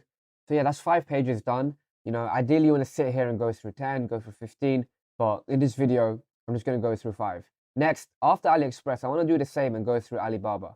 So Alibaba is where you buy orders in bulk, which is when you place orders in bulk when you want to, you know, buy 100 units of a certain product. You want to go to Alibaba and once again, just write cat. And here you can go through, you know, more products. So what products are there? This is kind of cool. An interactive toy, a cleaning brush, another calming bed. I've seen this a few times. This is a very nice calming bed. A cat carrier.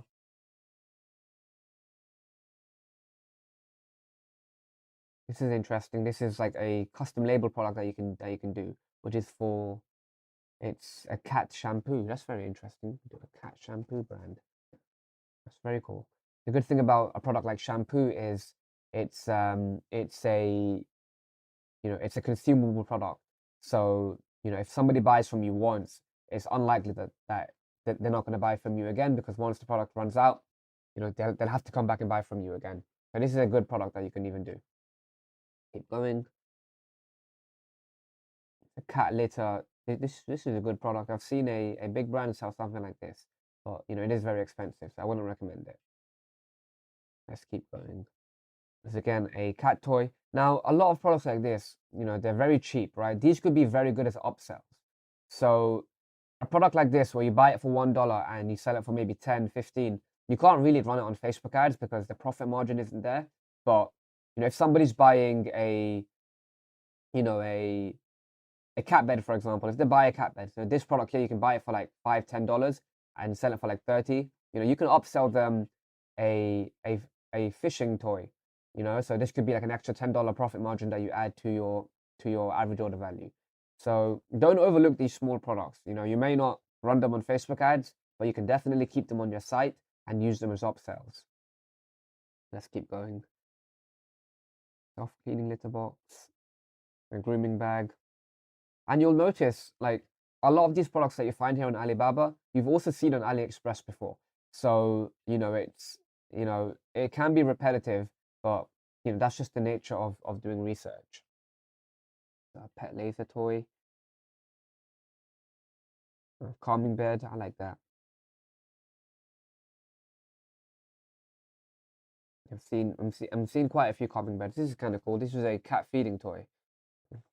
Cat feeding, not toy, accessory. Stain remover, fish, calming bed. This is a unique pet kennel. Another water fountain. Another cat bag. This is very interesting. Let's keep going. Another cat fountain, a cat brush, cat calming bed, a cat climbing frame. That's cool. Cat climbing frame. A self-grooming brush. Once again, this is going to be a good, you know, upsell, cross-sell kind of product. You know, not something that you'd run as an ad, but something you could definitely sell on your website. Let's keep going. The cat scratching board. Another toy. Let's keep going. What else do we have? Cat grooming brush. Elevated feeder.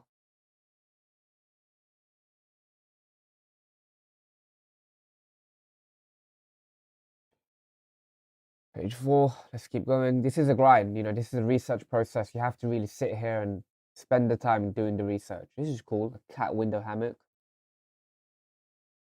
Cat window hammock. This is a very unique product I've seen sell very well. Let's do one more page. Cat climbing cactus, that's cool. Cat climbing cactus. Another interactive toy.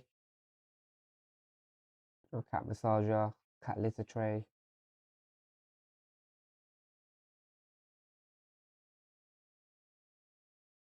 So yeah, there's a lot of good products here on Alibaba that you can go through. Once again, go through as many pages as you can. Next, we're gonna go on Amazon.com and do a similar thing. So once again, we're here on Amazon. We're gonna write cat, and on Amazon now we can go through Amazon and see what products that are doing well on here. We have a lot of cat food here. We've got a cat litter mat, another cat harness, a cat hammock, a cat brush. There's a lot of different products here we can sell. Let's just keep going and find them. This is the cat window hammock. I really like this product. This is very unique. It's a bestseller, so you know that a lot of people are interested in it. And as you can see, it's $28 here on Amazon. On AliExpress, Alibaba, it wasn't that much. It was maybe what, $5, $10. So this is definitely a product that we can do. Let's keep going. And the good thing about Amazon is you can see how many customer reviews it has. So you can see like how many people are actually interested in buying it. And when you've picked your product, you can go through and read the Amazon reviews, which can really help with your product description and your marketing materials. So Amazon is a great place to get product ideas. So we have a cat backpack here once again, 4,000 reviews. Cat brush, cat fountain, cat mat. And once again, as you can see, the products on AliExpress, Amazon, Alibaba, they're all very similar. There's nothing like super unique you need to have, which is why it's super important to have a very good brand and have great marketing, because products are a dime a dozen. There's so many of them that you can try. Then you have a cat calming bed, 7,000 reviews here, which is pretty good. And what we're doing here, we're looking for product categories that we can test. We're not looking for specific products just yet. So there's a lot of cat food here. This is a raised cat food bowl. That's very cool. Cat harness, another cat scratching board. This is nice. A little pet hammock. Feeding. This is a cat tree. That's interesting. It's a nice profit margin too. $62. That's a nice AOV. Let's keep going. Another cat bed. This is kind of funny. Window hammock again. Cat grooming brush.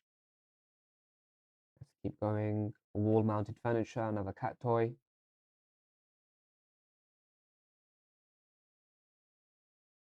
Window hammock. This is kind of cool. A no flap cat door. That's interesting. A cat ball toy. And yeah, that's 5 pages. So what we're going to do now is we're going to go through the list of product ideas that we have, and we're going to pick between 3 to 5 different categories that we can really explore.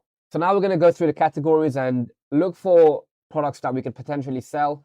I want to go through and pick, between 3 to 5 different product categories. Then we're going to research each individual one. Then from there, we're going to pick at least one product that we can start with running ads to.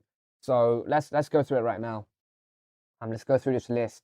Cat food, it's not really what I want to sell because you can't really get cat food on AliExpress. Cat toys, this is interesting. Let's do cat toys. We're going to do product name cat toys. Then let's keep going. Cat trees, cat bedding. I did see a lot of cat calming beds on Amazon, so let's do cat beds. Let's go through and explore that.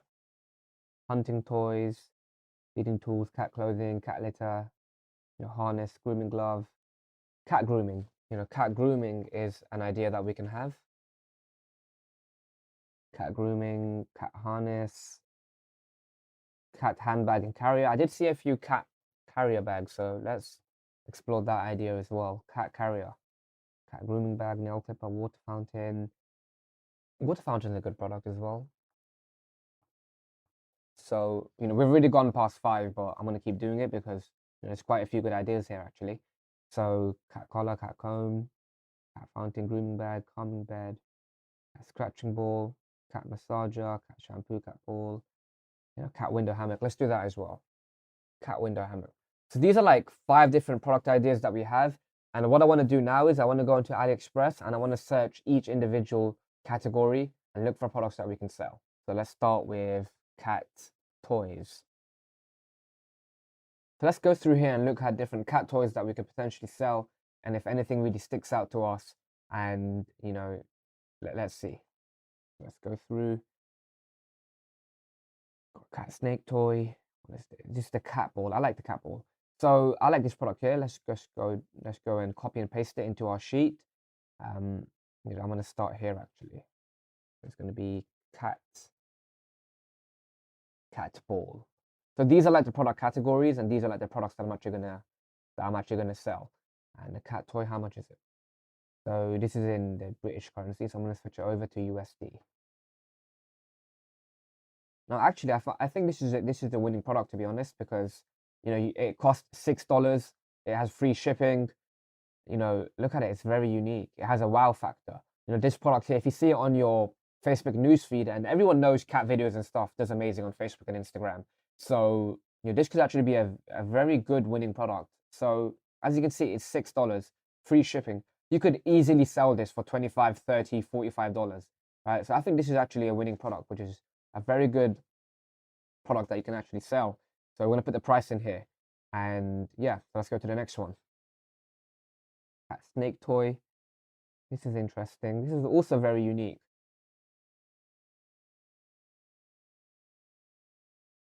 That's very unique. Cat snake toy. Let me write this down as well.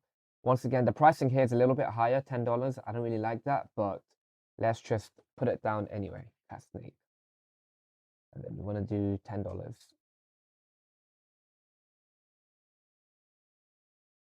So what we're really looking to do is finding at least 3 to 5 different products per category, and then exploring each of them further to to pick one to start with.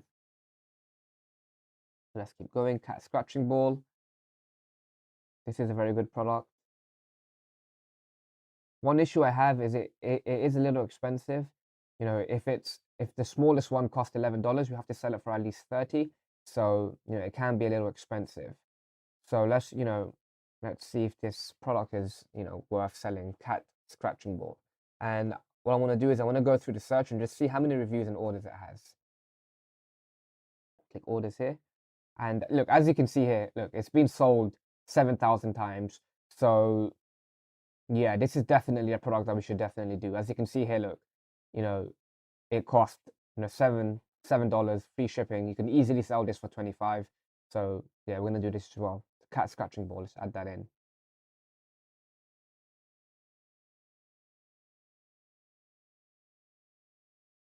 And this costs, was it what, $7, $8?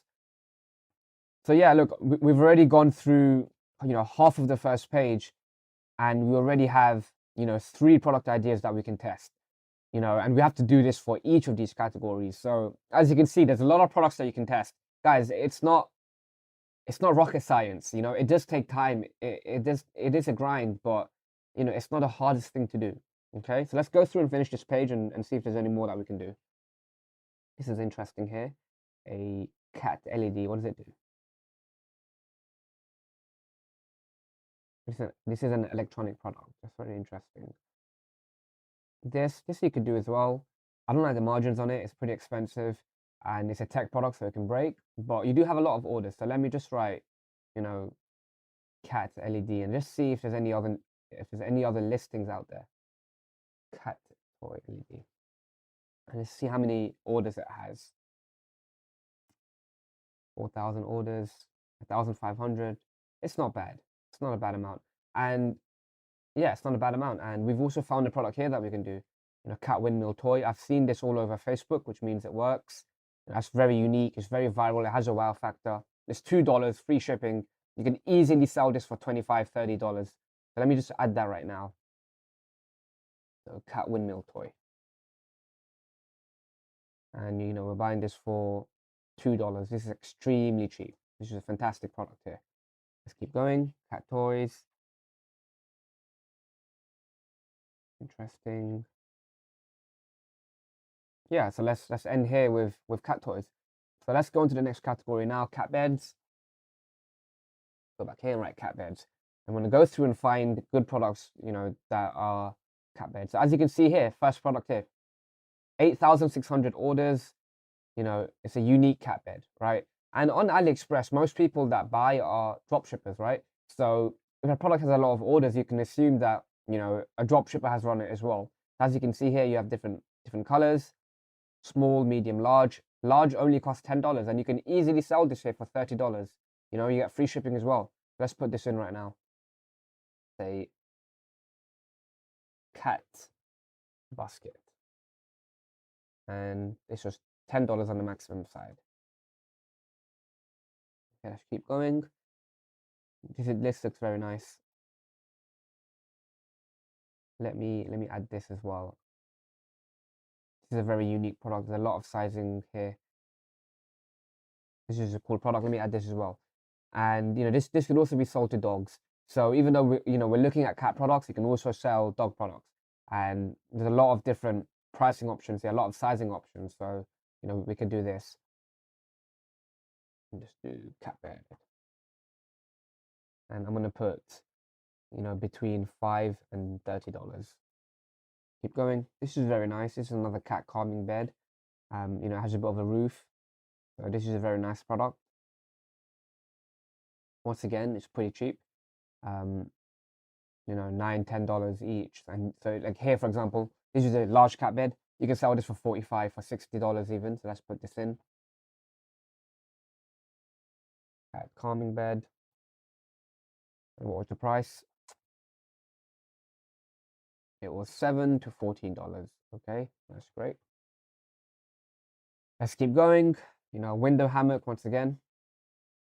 This is very cool. This is like you stick it to a window and you know the cat can look out the window. So that's very cool. It only costs $7. I'm gonna add this in here. And that actually is the window hammock that we have up here anyway. So I'm gonna remove that from there. And this only costs $7.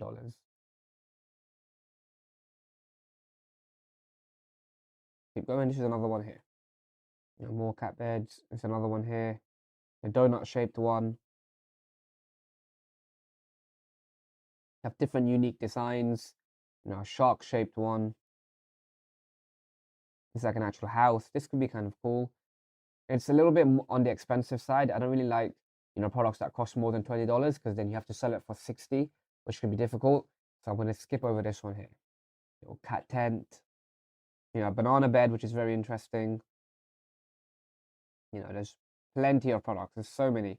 This is very nice, but once again, it's very expensive. $24. You have to sell it for at least 70.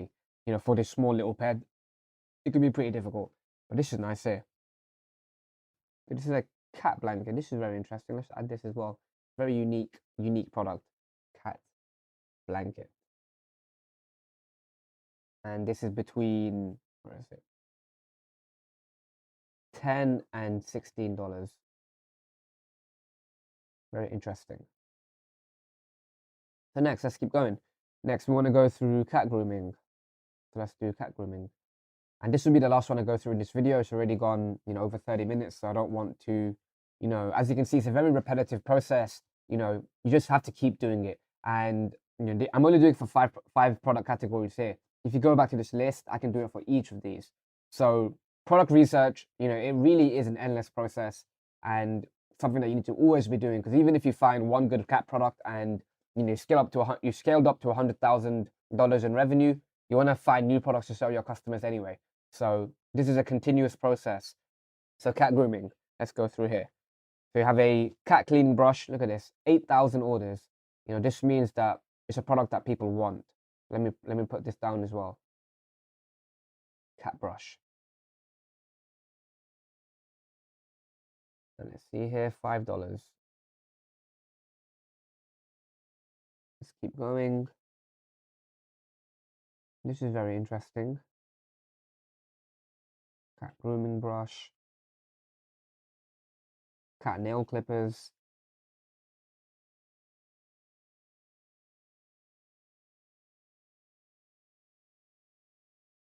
cat glove. This is, I've seen this product very much. I've seen this product a lot on Facebook, but I do think it's pretty saturated now. I don't really believe in saturation usually, but I've seen this literally everywhere. So, you know, I wouldn't test that product. Let's keep going. Let's keep going. There's not that many here, to be honest. Let's try a different search term, actually. Let's try cat carrier. You know, maybe some cat bags would be cool. So, cat carrier. Okay, great. Let's go through these now. And I'm going to filter through orders, actually. So this one here, this is very cool. I mean, this is a very unique product, right? It's a very big backpack. And it's only, what, $16? You can easily sell this for $50, $60, $70 and actually create a brand around it. Very cool brandable product. As you can see, there's a lot of stock content here. And, you know, this looks very viral. You know, if somebody sees this on Facebook ads, they'll be like, what? You know, it's very attention grabbing. So I'm going to put this down. So cat carrier bag.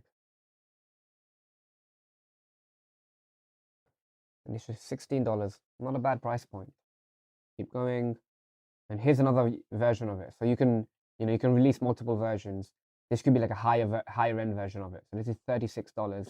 And you're going to want to sell this for like $100. So cat carrier bag premium. That's very expensive, but let's just add it anyway. Let's keep going. This is interesting. So maybe people who are interested, who travel a lot, could use this. Let's keep going. Oh, this is very nice. A pet carrier. That's very cool. And this costs, you know, around $10. Put that in. Cat carrier, once again. $10. Let's keep going. Was it 10? Yeah, $10. You're going to see the same product multiple times. You have a lot of supplies for each of them, so you know you will see that happen. And this is kind of cool. This is more of a luxury one. This is interesting. Cat backpack. And here's like a different version of the whole you know, transparent one, just a different version of it. So yeah, I mean, you can go through here. There's pages and pages of it. I'm not going to do any more. And as you can see, in around what 30 minutes, we found, you know, we found 13 products that we can test. And then what you do is, for each of these products, you'd search them again and pick the best supplier, go through the orders, go through the reviews, go on Alibaba, go on AliExpress, and create a listing around them. So we have 13 here. What you want to do is you'd want to, out of the 13, you'd want to pick between 1 to 3 that you want to start advertising. Now, I wouldn't pick only one product, because you want to have the idea in mind that if that product doesn't work, you want to test the next one. So I'd pick at least 2 to 3 products at a time. I'd get them listed on my site and start creating advertising materials. And as you can see here, we found what, 13 products from like 3 categories, right? So if we go through each of these, we could find a lot more products. There's at least 50 to 100 products that you can really try and sell. So as you can see, it's not a very difficult process. You know, it does take time. It takes research. And we did the AliExpress and Amazon method here. We didn't really go onto, you know, Facebook. Another method is going onto Facebook and typing in cat products. You know, you can go on Facebook. You can do that on Instagram. You can do that on TikTok. You can go through AdSpy. You can go through Ecom Hunt. There's so many product research options out there, and you know, it's endless. So in this example, I just showed you how to do it on AliExpress, Alibaba, and Amazon, which is all you really need, to be honest. So this process works. I've used it to make, you know, 7 figures drop shipping. It works. So just follow the process. And yeah, that's all I have for you today. Thank you for watching. Welcome to How to Fail at E-commerce. This is going to be one of the most important videos you watch. I'm going to go over the 5 main reasons that beginners fail at e-commerce and what you can do to avoid those mistakes. So the idea behind this video comes from a mental model called inversion. Inversion is a mental model that comes from Charlie Munger, the business partner of Warren Buffett. Together, they've made a lot of great decisions throughout their business career, and they've credited a lot of that success to inversion. So what is inversion? Inversion is the practice of thinking through problems in reverse. Instead of asking how to achieve goal X, reverse the question and ask how to not achieve goal X. And when you do this, you become clear on what not to do. So for example, let's say you want to lose weight. Instead of asking, how can I lose weight? Reverse the question and ask, how can I not lose weight? And once you do that, brainstorm as many ideas as possible. So to not lose weight, what would I do? I would have the wrong expectations. I would give up too soon. I would not eat properly. I would not exercise. I would not be smart with, counting my calories and being in a calorie deficit. And I'll brainstorm up as many ideas as I can. The more you understand what will cause you to fail, the better armed you are to make decisions that avoid those mistakes so you can succeed faster. A good quote by Charlie Munger is, all I want to know is where I'm going to die, so I'll never go there. So we're going to apply this mental model to ecom. I'm going to go through 5 of the main reasons that people fail and what you can do to avoid those mistakes. Reason number 1, not having enough budget. How to fail. Not having the required minimum budget of $2,000 in cash and $50 per day in cash flow. Problem. Without enough budget, you will not have the runway to keep testing new products until you eventually find a winner. So in the e-commerce business model, the name of the game is to find a winning product. And this might take, it might take some time. You might have to test 5, 10, 20 products until you find your winner. And every product will cost money to test. You're going to have to buy ad creatives. You're going to have to run ads on Facebook. And all of this requires money, so you need to have a good enough budget so you have the runway to keep testing new products until you eventually find a successful one. So you need the initial $2,000 to pay for your Shopify subscription, pay for essential apps, pay for your domain, buy ad creatives, and pay for orders. And there'll be many more small expenses here and there. And on top of that, you want to have $50 per day for Facebook ads. So your initial startup costs would be covered in the $2,000. It might cost you, $300 to $500 to start up initially, but then you're only going to have $1,500 left over. And let's say you spend $300 per product. With $1,500, you can only test 5 products until you run out of money, right? So if you have cash flow coming in, $50 per day coming in for Facebook ads, you can continue testing products until you eventually find a winner. When you spend money on Facebook ads, you will be getting sales, so you won't be losing $50 every single day. But until you find a winning product, you may be in the red. So the solution, save up enough money before you start this business model. In the beginning, go get a part-time or a full-time job. That's what I did. When I was 18, I didn't go to university. I went ahead and got a job at McDonald's. I was earning $1,500 per month. And all the money I made, I invested it into Facebook ads and eventually found a winning product that made me 7 figures in revenue. So, in the beginning, save up as much money as you can. Go get a part-time job, especially if you're young. If you're young and you have a lot of time, go get a full-time or a part-time job and invest all of that money into Facebook ads. And another benefit of doing this is, when you have a job, you have consistent cash flow. So, if I spent $50 today on a product and it didn't work, tomorrow I'm going to go to work again and make money so I can put into Facebook ads the following day. So the first way to do it is to get a part-time job and invest that money. And the second way to do it is go to the copywriting, freelancing, and affiliate marketing categories in HU. We have great professors there. We have a great program and great mentorship in there. So, if you do copywriting or freelancing, you can make more money. And the best thing about these business models, copywriting, freelancing, and affiliate marketing is they don't require any money to start. You only have to invest your time. It's a very good way to make money without investing anything upfront.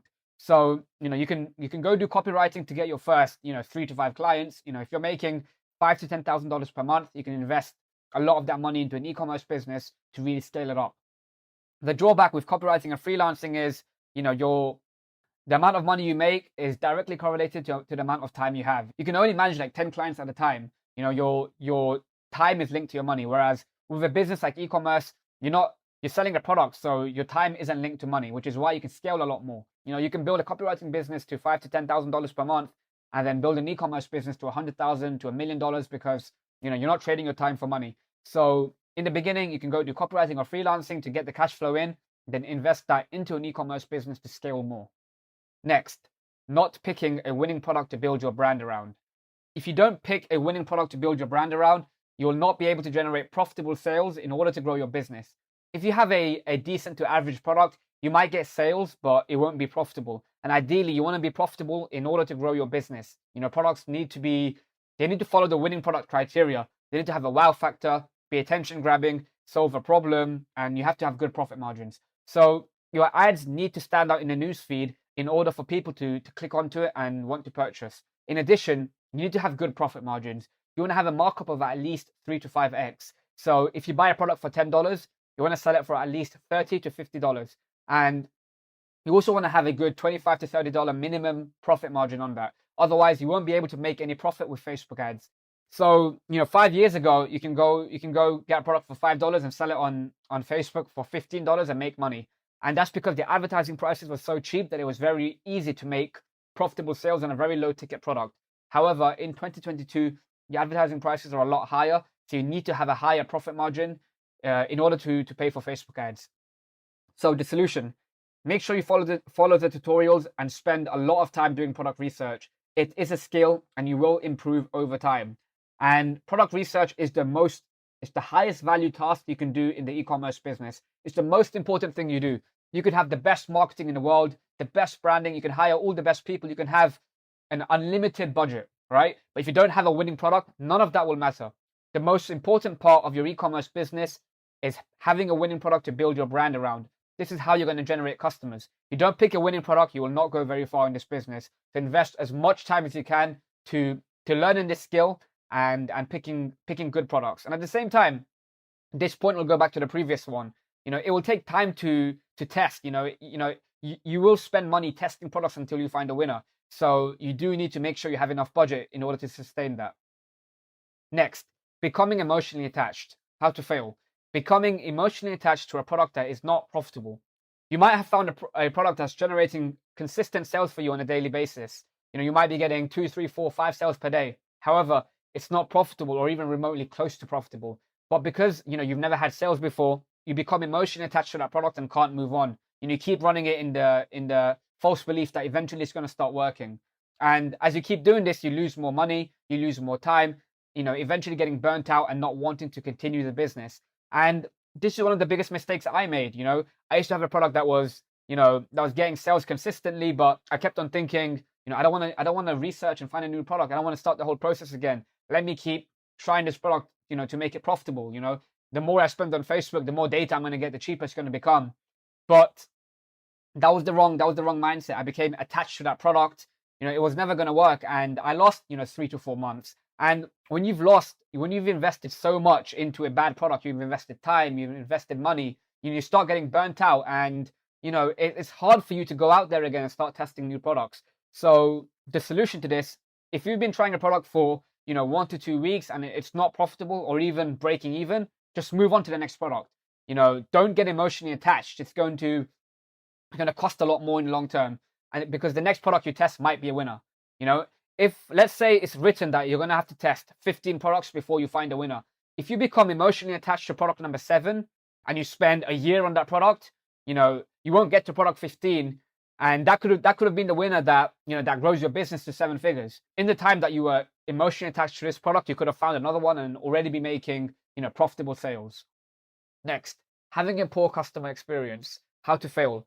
Having a poor customer experience by ignoring your customers and not improving shipping times.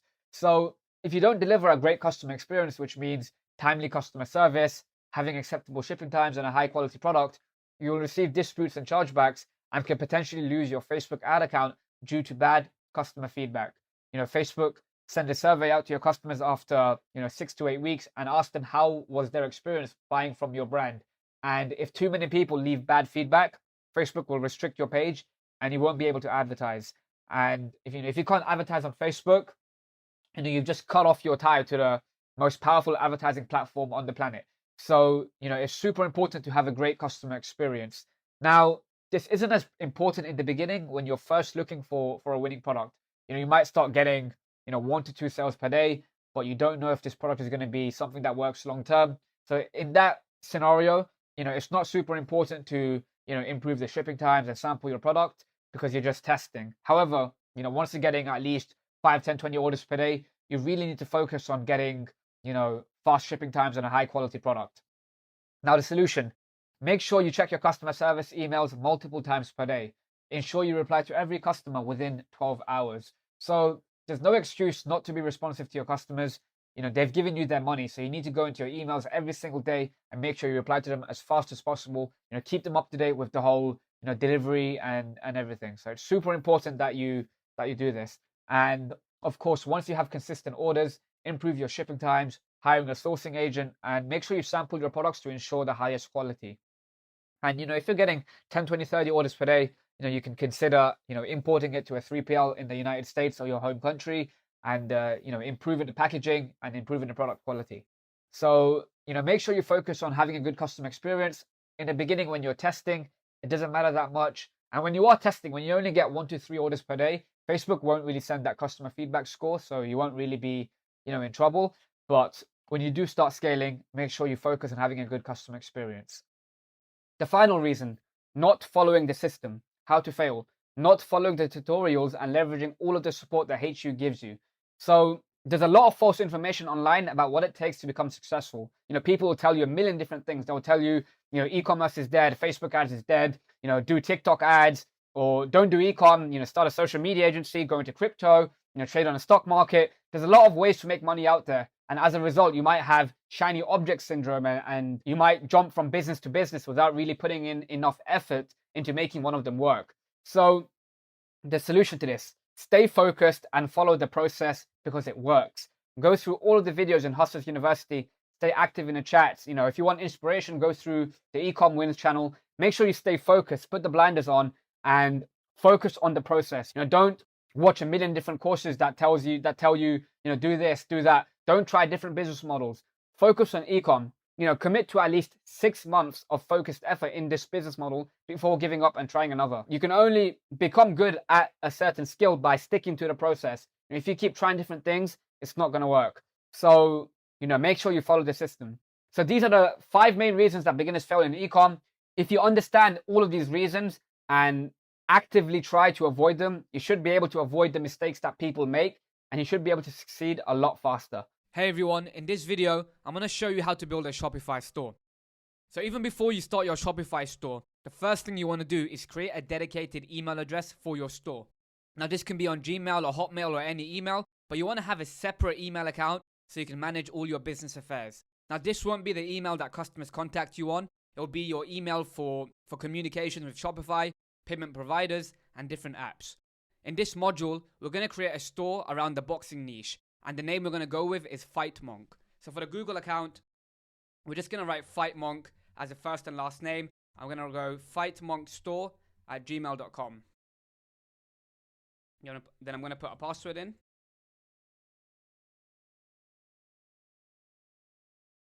Phone number, day of birth, this can be absolutely anything. Just make sure you remember it. So I'm just going to go 1990, and the first, I'm going to go male. So once you have the Gmail account set up, you can go ahead and start creating your Shopify store. Just agreeing to all of the terms and conditions. We're going to create a separate email address later on for customer communications. And here we are in the new Gmail account. So for our website, we're going to build it on Shopify. So the first thing you want to do is hit Shopify into Google, and we're going to create a Shopify store. Shopify is the best e-commerce platform. It's king for dropshipping. You have all the best apps, all the best functionality, and it's the app that everybody uses. So we want to use Shopify. As for the plan, you want to start with the basic plan, which costs $29 per month. I'm in the UK, which is why it's showing as £19 per month.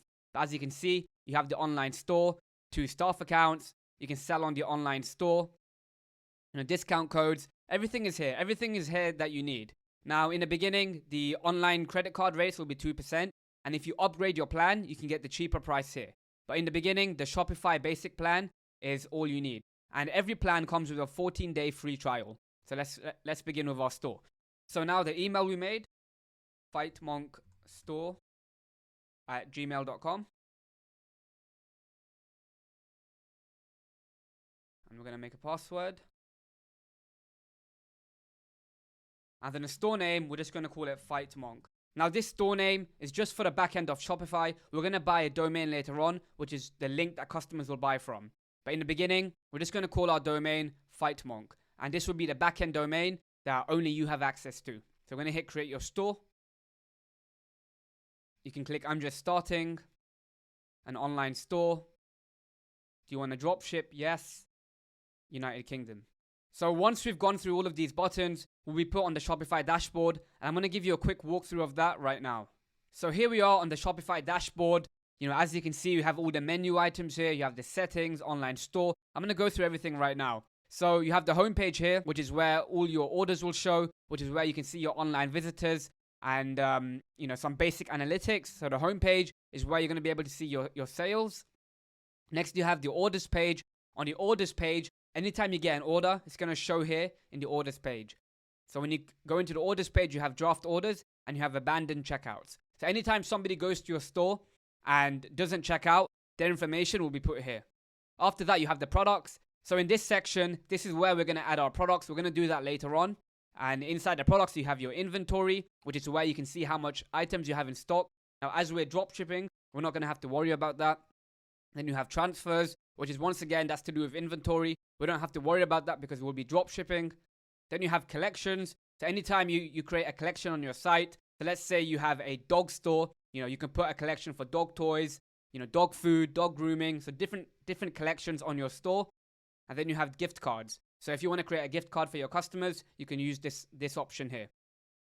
Next, you have your customers. So once you start getting traffic and start getting customers, they're going to show here. So, all your customer information will be here in the customers tab.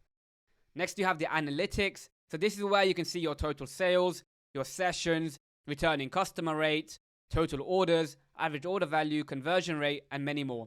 So this is a great place to get information on your store. The analytics section is a great place to learn your data and figure out what you can do to improve. Next, you have reports. So as we're on the basic Shopify plan, the reporting on here is pretty basic. Sales over time, sales by product, sales by discount. So it's pretty basic. But if you upgrade to the Shopify plan, the $79 per month plan, you can get a lot more advanced reporting, and then you get live view. So once you get live visitors on your Shopify store, it will show here. Next, you have the marketing tab. We don't use this tab. We're going to be running all of our ads from the Facebook Ads Manager and the TikTok Ads Manager. So we don't use the marketing tool. So next, you have the discounts tab. In here, you can create discounts for your customers. So for example, I'm going to create a discount right now. So I'm going to click create discount. So I'm going to click amount off order. And let's do a 10% discount code. And you can either automatically generate it or you can manually create a code. I'm going to manually create a code right now. Let's make it save 10. And click save. So now, once somebody enters save 10 at checkout, they're going to get a 10% discount code off their order. So that's it for the sections on this side here. Next, I'm going to go into online store and show you some of the settings in here. So when you click online store, you can see your theme here.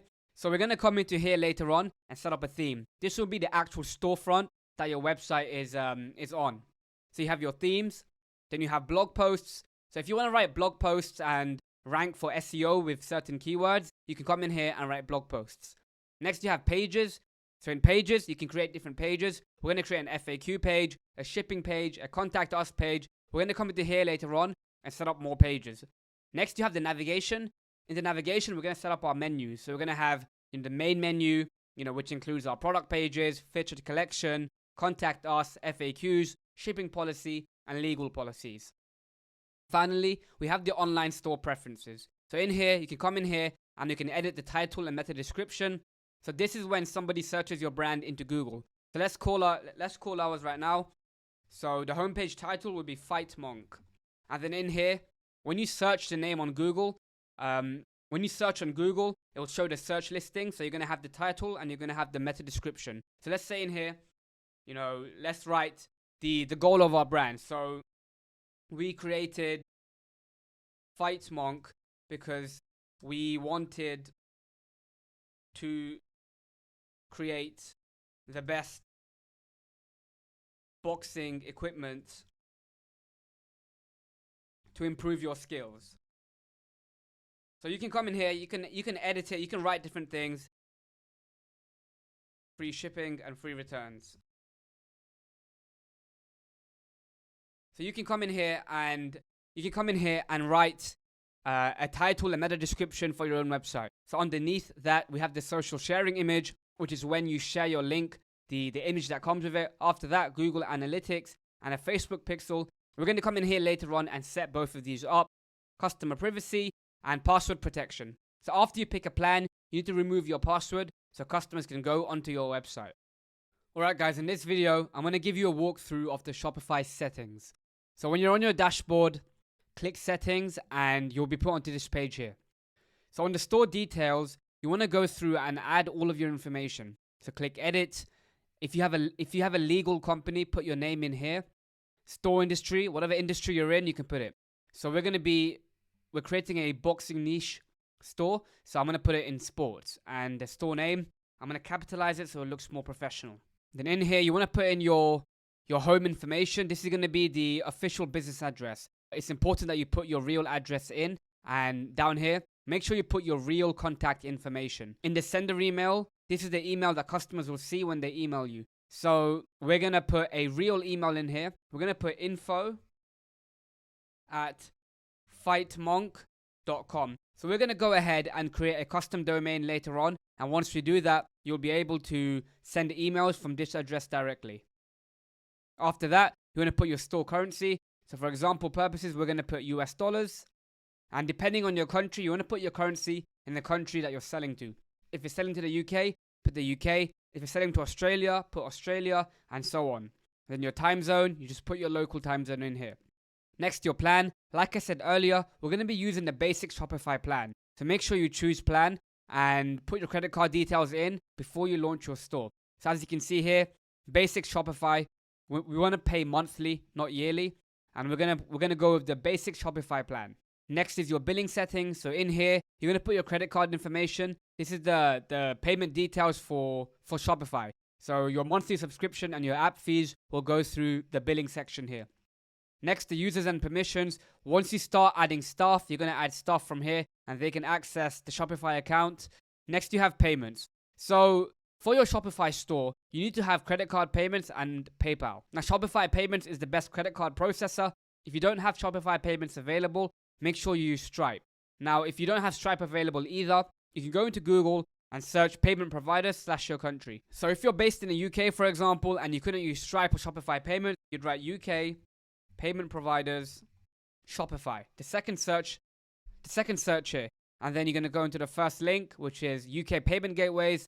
And if you can't use Shopify, if you can't use Stripe, you want to go in here and use one of these payment processors. So 2Checkout, Adyen, SagePay. There's different payment processors in here. So if you can't use Stripe, if you can't use Shopify payments, go in here and pick a different payment processor. So when you come to this page here, you want to click Activate Shopify Payments. So you want to add all your business information here. So here we are on the Shopify payment setup page. This is where you need to enable Shopify payments. So the first thing you need to do is go ahead and set your business type. So if you don't have a company, you can start as an individual / sole trader. You don't need to incorporate a company. But if you have a company, you can go ahead and click Private Limited Company or LLC and go ahead and put your company details here. However, if you don't have a company, go ahead and start as an individual / sole trader. Then go below, leave this blank if you don't have a company. Turn off do you have VAT number. Put in your real business address. This isn't my address. And then go below, put in your personal details. This has to be your real name and your real date of birth. And in the USA, they might also ask for your SSN. So make sure you put your SSN here. Now, if you're under 18 and you don't have an SSN, make sure you use your parents' information or the information of somebody over 18. You want to go down to product details and put your industry in. So we're in retail and our subcategory will be sports as we have a boxing niche store. Then in here, you can write, we sell boxing related products. Next, you want to go down here and edit the customer billing statement. So this is what customers see on their statement after they purchase from you. And this will be your phone number. So if you put your real phone number on here, customers may contact you. So you may want to put a fake one. And then finally, down here, put your banking information. So the sort code and account numbers for the UK. And then finally, enable local currency so customers can check out in their own currency. And then click complete account setup and Shopify payments should be set up for you. After your Shopify payments account is set up, go down and do the same with PayPal. So go into here and click complete setup with PayPal. And you're going to have to log into PayPal and create an account through there. It's a similar process If you have a business, put your business information there. But if you don't, you can apply as a sole trader. You can apply as an individual / sole trader. So once your payments are set up, you want to click checkout and start going through these fields here. So in the beginning, you don't need to use accounts. After that, you want to click email. Then for the customer information, require first and last name. Company name, don't include it. Address line 2, make it optional. And shipping address, phone number, I always make it required so you can text customers if they abandon cart. After that, use the customer's shipping address as the billing address by default. Leave the confirmation step unchecked. Use auto address completion. Don't fulfill any of the order line items automatically, and automatically archive the order. After that, for consent, click pre-select this option for email marketing, and that's all you need to do here. And once you've done that, just click save. And then next, you want to go ahead and set up the shipping rates. So go here and click shipping and delivery, and then go here to the general profile and click manage. And then in here, go below and create a shipping zone. So we're going to call it worldwide. And then you want to go ahead and select all of the countries. And then once you've done that, go ahead and click done. And now we can go ahead and add our shipping rates. So go here and click add rate, and we're going to call it insured shipping. And we're going to do free shipping. So click done. And an easy way for you guys to increase your average order value is to add another shipping rate for customers who want their order processed faster. So to do that, click add rate and call it insured shipping plus skip the line. Process my order first. So some customers always want to pay the higher shipping rate, so having this option here allows you to increase your average order value. So we're going to go ahead and charge $2.95. And then click done. And now to fulfill on this, all you have to do is when you start receiving orders, go ahead and fulfill these orders first. And once that's done, go ahead and click save. So now, as you can see, our shipping rates have been set up. Now, one thing that's very important, if you're using a fulfillment app like DS's, make sure you go below and make sure you add the shipping rates for DS's also. So go here and click add rates and use the same rates as shop location. Click done and now click save. And now we're going to skip over to the international markets.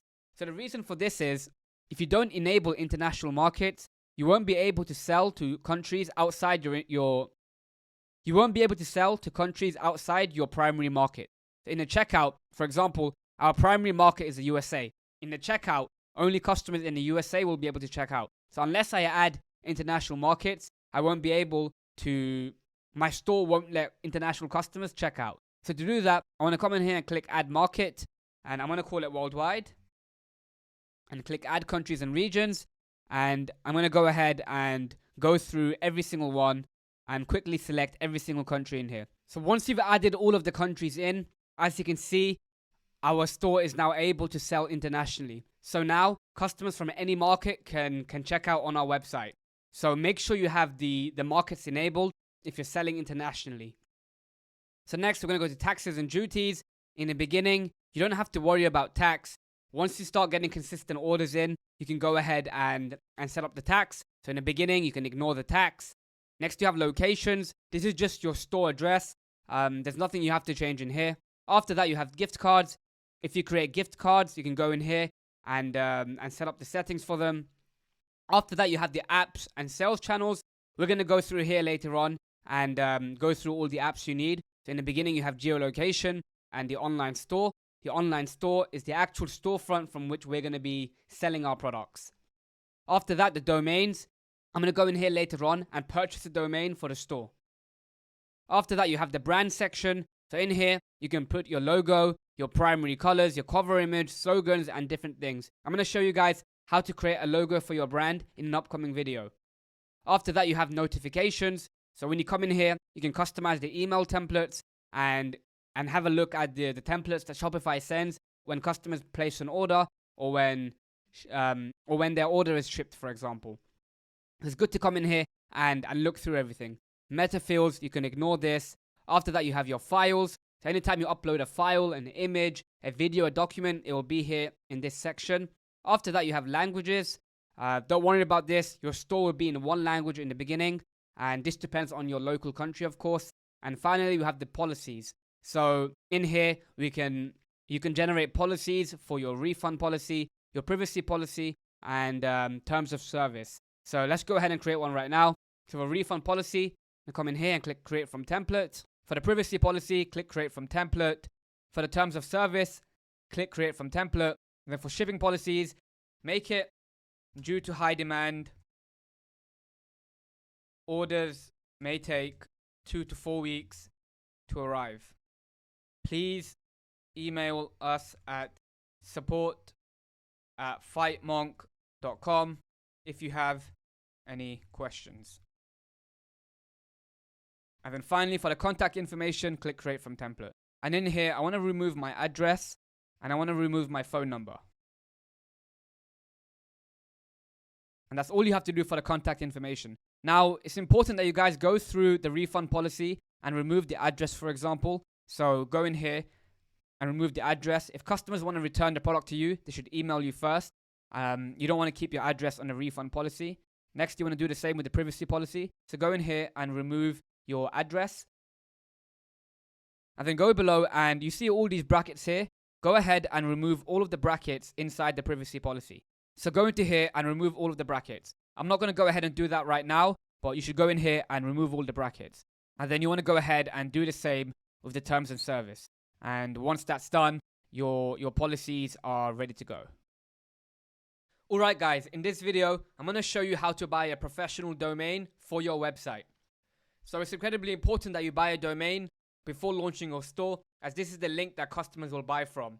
If your website is called fightmonk.shopify.com, customers will not trust that site. So it's incredibly important that you guys get a domain for your website. Now to buy a domain, the best place to buy a domain is from Shopify directly.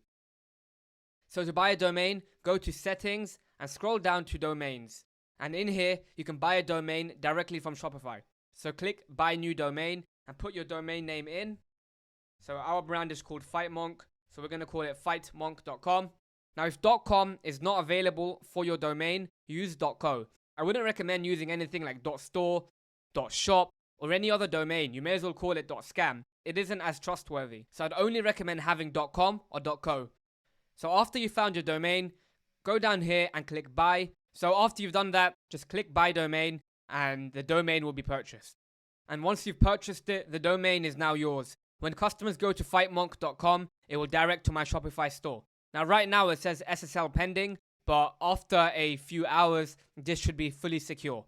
Alright guys, in this video, I'm going to show you how to get a professional email address for your store. Now, it's incredibly important that you get a professional email address for your store to install trust in your customers. If your store, for example, if your email is fightmonk@gmail.com, when customers see that for customer support inquiries, they won't trust you as much. So it's incredibly important that you go ahead and get a professional email address made. Now, there are two ways to get professional email addresses. The first way is with Google Workspace, which costs around $5 per month. And the second way is with Zoho, which is a free email software. So in this video, I'm going to show you how to get a professional email address from Zoho. So this is the software we're going to be using.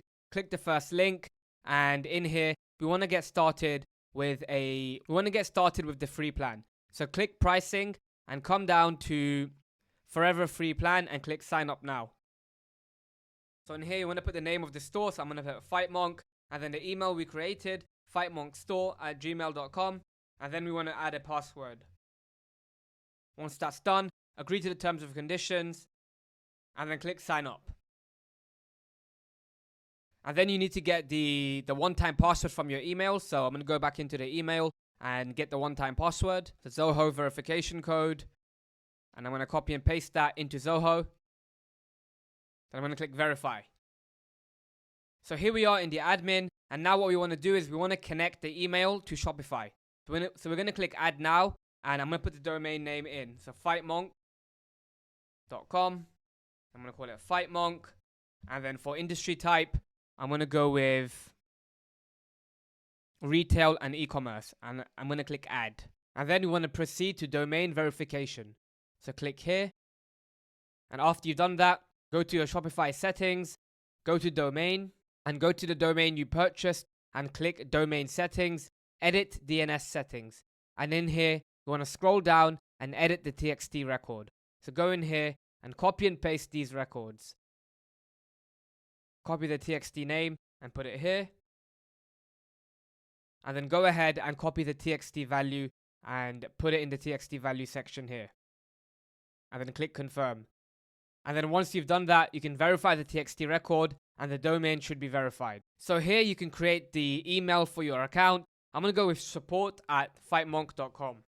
So here you can put anything. You can put support, you can put info, but for this example, we're going to use support. So once you've created your email address, you're going to go ahead and click create.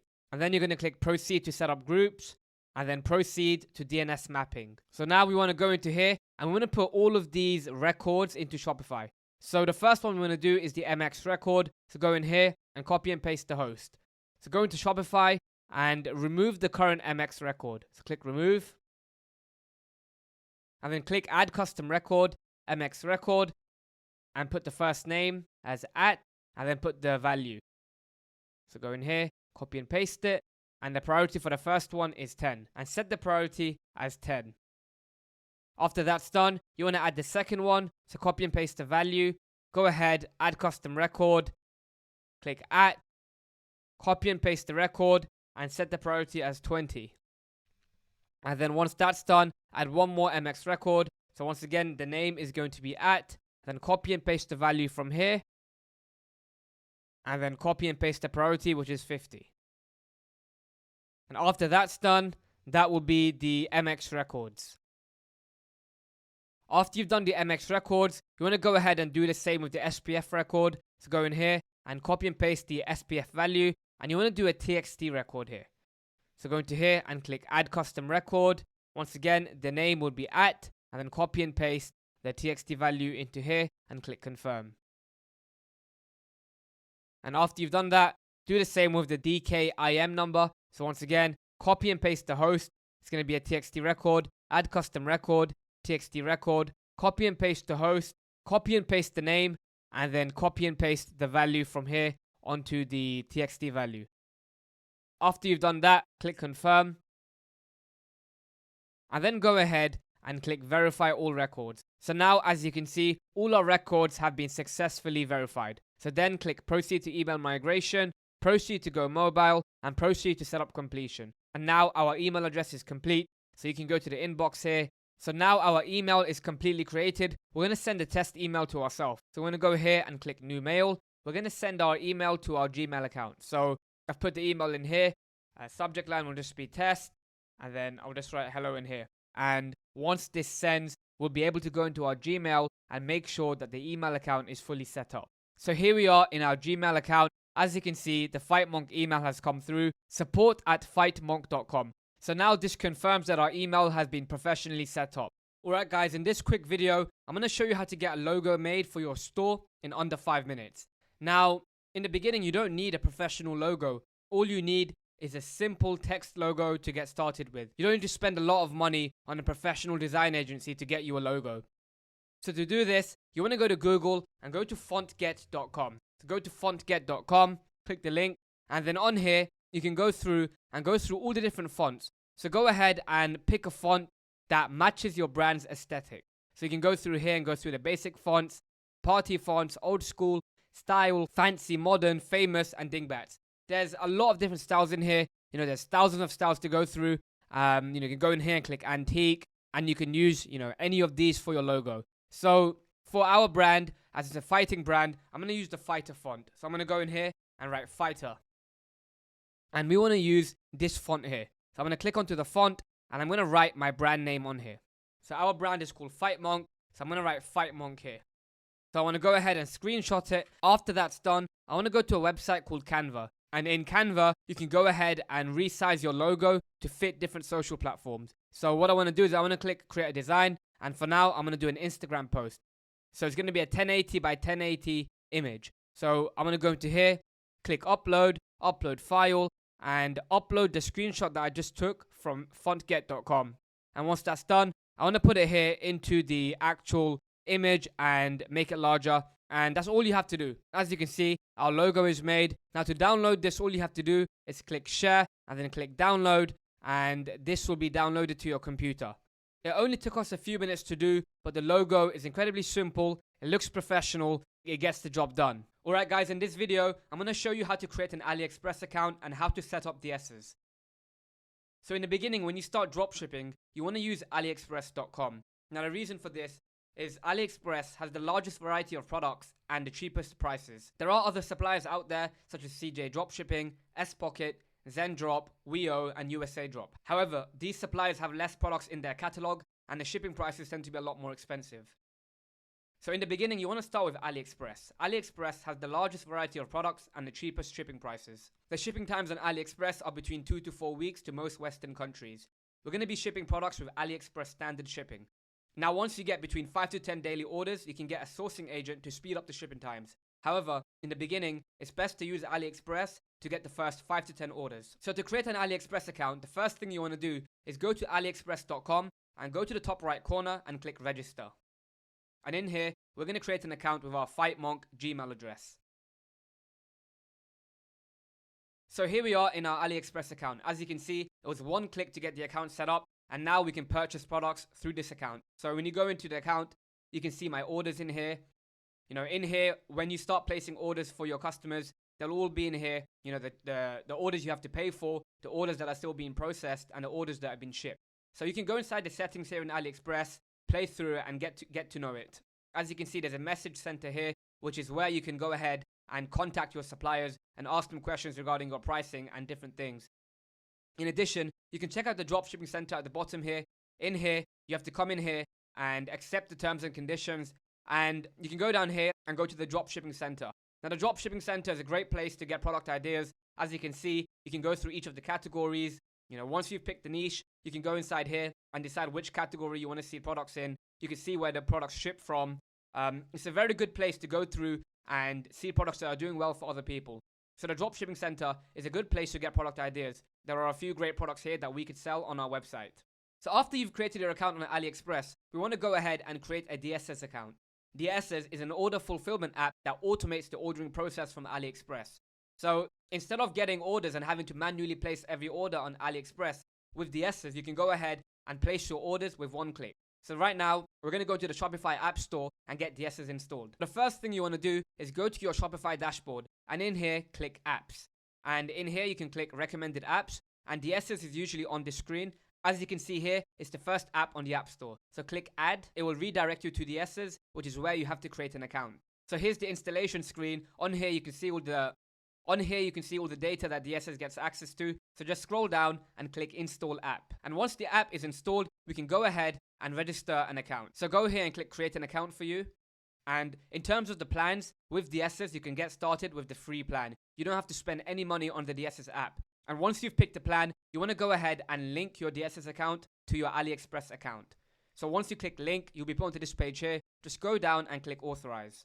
And now here we are on the DSS app. As you can see, our app is now connected to Shopify. You can go through here and you can find winning products in the DSS app.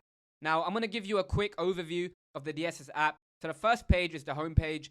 And in here, it talks about setting up your DSS account. You can install the Chrome extension. You can go through the official tutorials. So down here, they have a setup guide to adding your first product, pushing products to your Shopify store, mapping the products, and so on. I'm going to go ahead and show you how to import products and fulfill orders in a separate video. So you have the home page here, then you have the reports page, which is where you can go ahead and see the reports for your DSS account.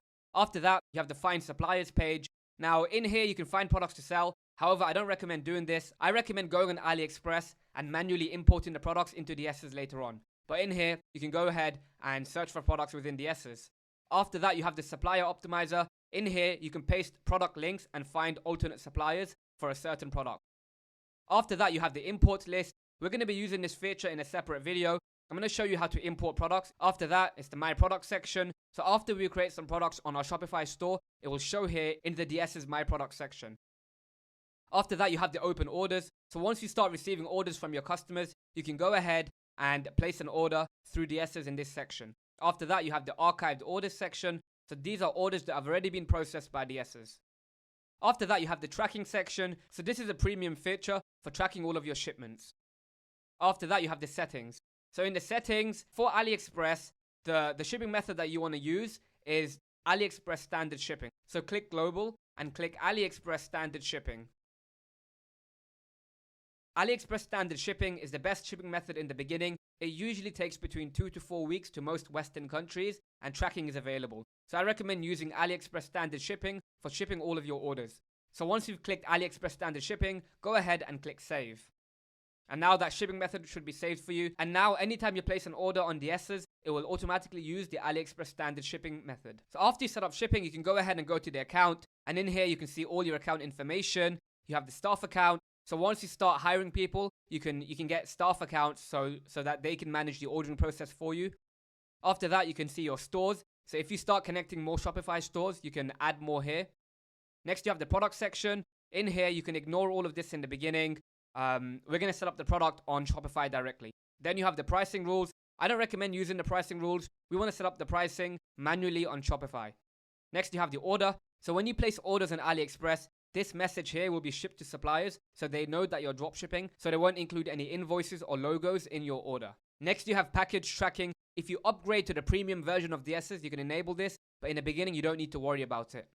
Next, you have the notification setting. So if any of your orders get cancelled, DS's will automatically notify you. And finally, you have the synchronization setting. So anytime there's any updates to your product listing on AliExpress, this option here will give you the ability to set as draft and set quantity to 0. However, I don't recommend using any of these, so I'd completely leave it blank. And that's all there is to it. So DS's is the app you want to use to automate the ordering process from AliExpress. Now in a separate video, I'm going to show you how to import products from AliExpress using DS's, and I'm going to show you how to fulfill orders.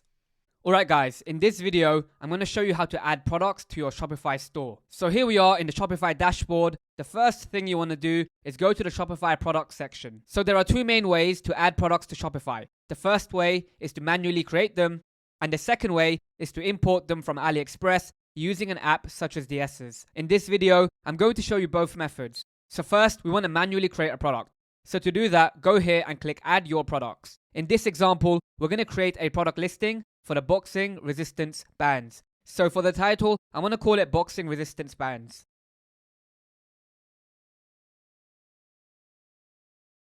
Now I've already gone ahead and created the product description, so I'm going to copy and paste it here and walk you through it. So here's our product description for the boxing resistance bands. So first, you have the one core value proposition of purchasing the product. So in the first line, you want to be concise and give the one core reason that somebody would purchase your product. So for the boxing resistance bands, our promise for the product is if you purchase this product, you will be able to take your fighting skills to the next level. So we make a claim right in the beginning. We put our one core value proposition here. If you buy this product, you will take your fighting skills to the next level. After that, you want to follow it up with a hero paragraph that demonstrates how. You want to go into more detail about how your product fulfills on the above promise. So here, take your fighting skills to the next level. How does it do that? Resistance training plays a massive role in enhancing your speed and explosive power, as well as increasing muscle strength and burning fat. So take your fighting skills to the next level. How? By doing resistance training. So you want to have, once again, I'm repeating this to make sure you guys understand, the one core reason that somebody would buy your product, and then have a hero paragraph that demonstrates how. After that, you want to have 5 bullet points of features. So the feature of the product, it enhances your physical abilities. And then in the extra line, you want to write how it does that. So feature, benefit. The benefit is how it actually fulfills on the actual feature. The actual benefit it has to the customer's life. An example would be for an iPod has 8 gigabytes of storage. That's the feature. The benefit is you can have 1,000 songs in your pocket. So the feature is what the product does, and the benefit is how the product benefits the customer's life. So here we have the boxing resistance bands. Enhances your physical abilities. It's suitable for any training program. It protects your joints, adjustable resistance, and helps maintain your guard. And for each of these points, you want to go into more detail about how the product does that. So just for example, enhances your physical abilities. How? The added resistance to your body movements help improve your general explosiveness, speed, and strength. That's all there is to it. You have the features, and then you want to go into more detail about how the feature benefits the customer. So if you need inspiration for your product descriptions, I'm going to show you 2 methods right now to get inspiration for your product descriptions. So the first thing you want to do is go to Google and type your product name in and add myshopify.com. When you do this, it will show you Shopify stores that sell the same product. So I'm going to go into here and open a few listings and see if we can get any inspiration. So the first brand, when you go into their listing, you can see they don't really have a good description. You know, they've only used the AliExpress listing, so it's not good enough. So I'm going to exit out of this one. The next one, they've also done a terrible job, so there's nothing here we can really learn from. The next site, this site looks a lot more professional. As you can see, they have very high quality professional images. So this is something that we can do on our site. And then when you go below, they have a great description here. So we can incorporate some of their copy into our own description. Next, xbelt.com. This site also looks very professional. They have some very professional product images. It looks like they've ordered this product in bulk and they've added their own logo to it. So go down here and click benefits and you can get some more ideas from their copy in here. And the final site, it looks like they're also selling it from AliExpress. So you can go into here and you can look at their product description and look for ideas to improve your own. And the next way to get ideas for your product description is to go to Amazon.com. Amazon is the largest e-commerce company in the world. It is very likely that your product or a variation of it is going to be on Amazon. So you can go to Amazon and get inspiration for your product listings. So we're going to go into here and write boxing resistance bands. And then we're going to go ahead and open up 5 to 10 listings and get ideas from there. So we're going to use this one here. This one as well. This one too. This one here. And we're going to find one more that has a lot of reviews. Now remember, the listings you find that have more reviews will be better as a lot of people have already bought from them. So they're doing something right. And here you have a variation of the product.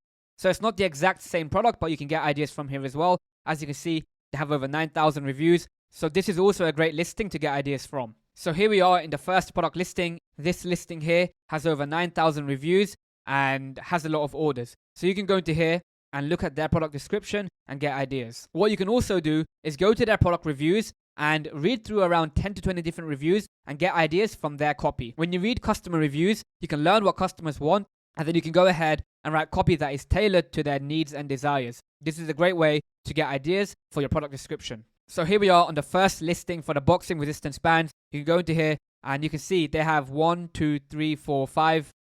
different bullet points here that you can learn from. You can go through and use their copy. You can go ahead and use their copy as inspiration for your own. So, there's a lot of information here that you can use. And once again, 400 plus reviews. Go into here and read each of their reviews so you can know what to write about. The next listing here, 170 reviews, and they have the exact same images from AliExpress. You can go ahead and get inspiration from their product descriptions. The next one here, 281 reviews, and they also have a great product description. So most of these have very similar descriptions, as you can see. And if we go through each of them and you also go through your competitor sites, you will have at least 10 different sites that you can get inspiration from. So if you need inspiration, follow this method. Go to Amazon, go to Google, and find other people selling the same product and take inspiration from their copy. After that, you want to put in your product images. This is super important. Your product images are the first thing that customers see when they go to your product page. So it's very important that you go ahead and get good product photos.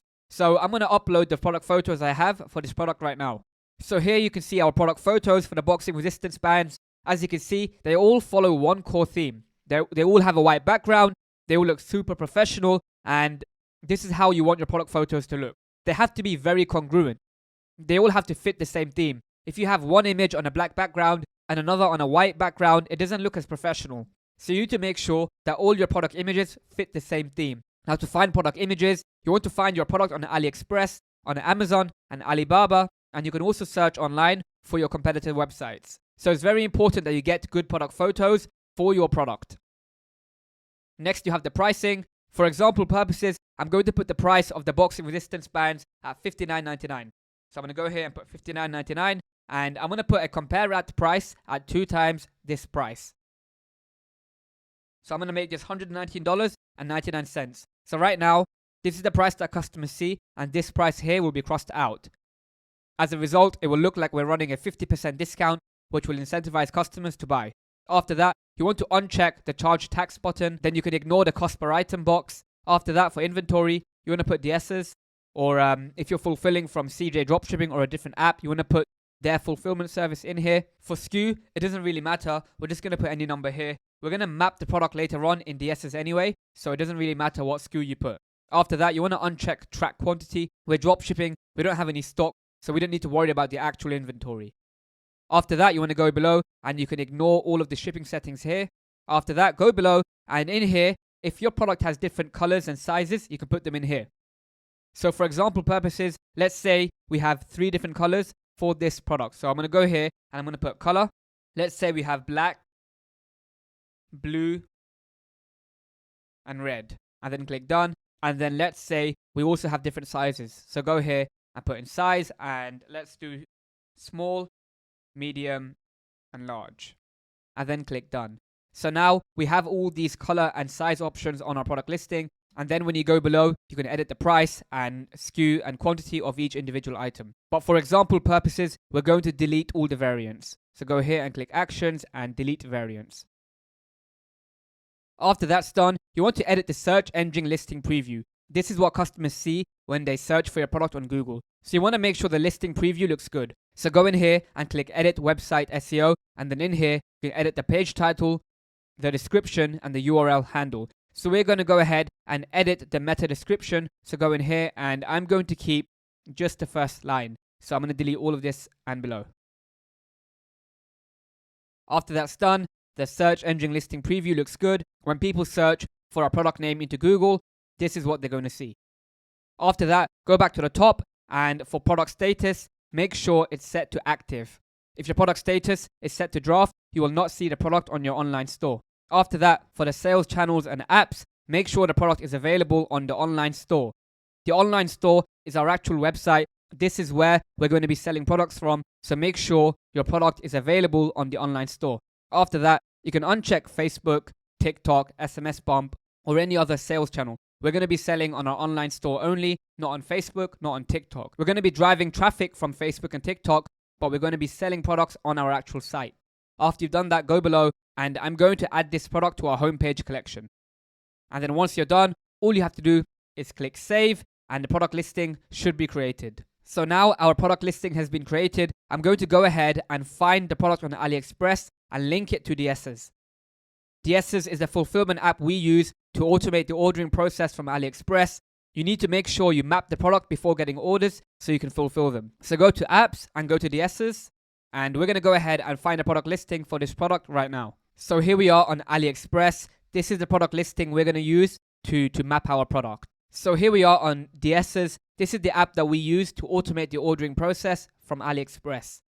So what we want to do is you want to go to My Products here and click on the product that we just created. So go below and click Mapping Page and then go to Standard Mapping. Then go into here and import your product URL.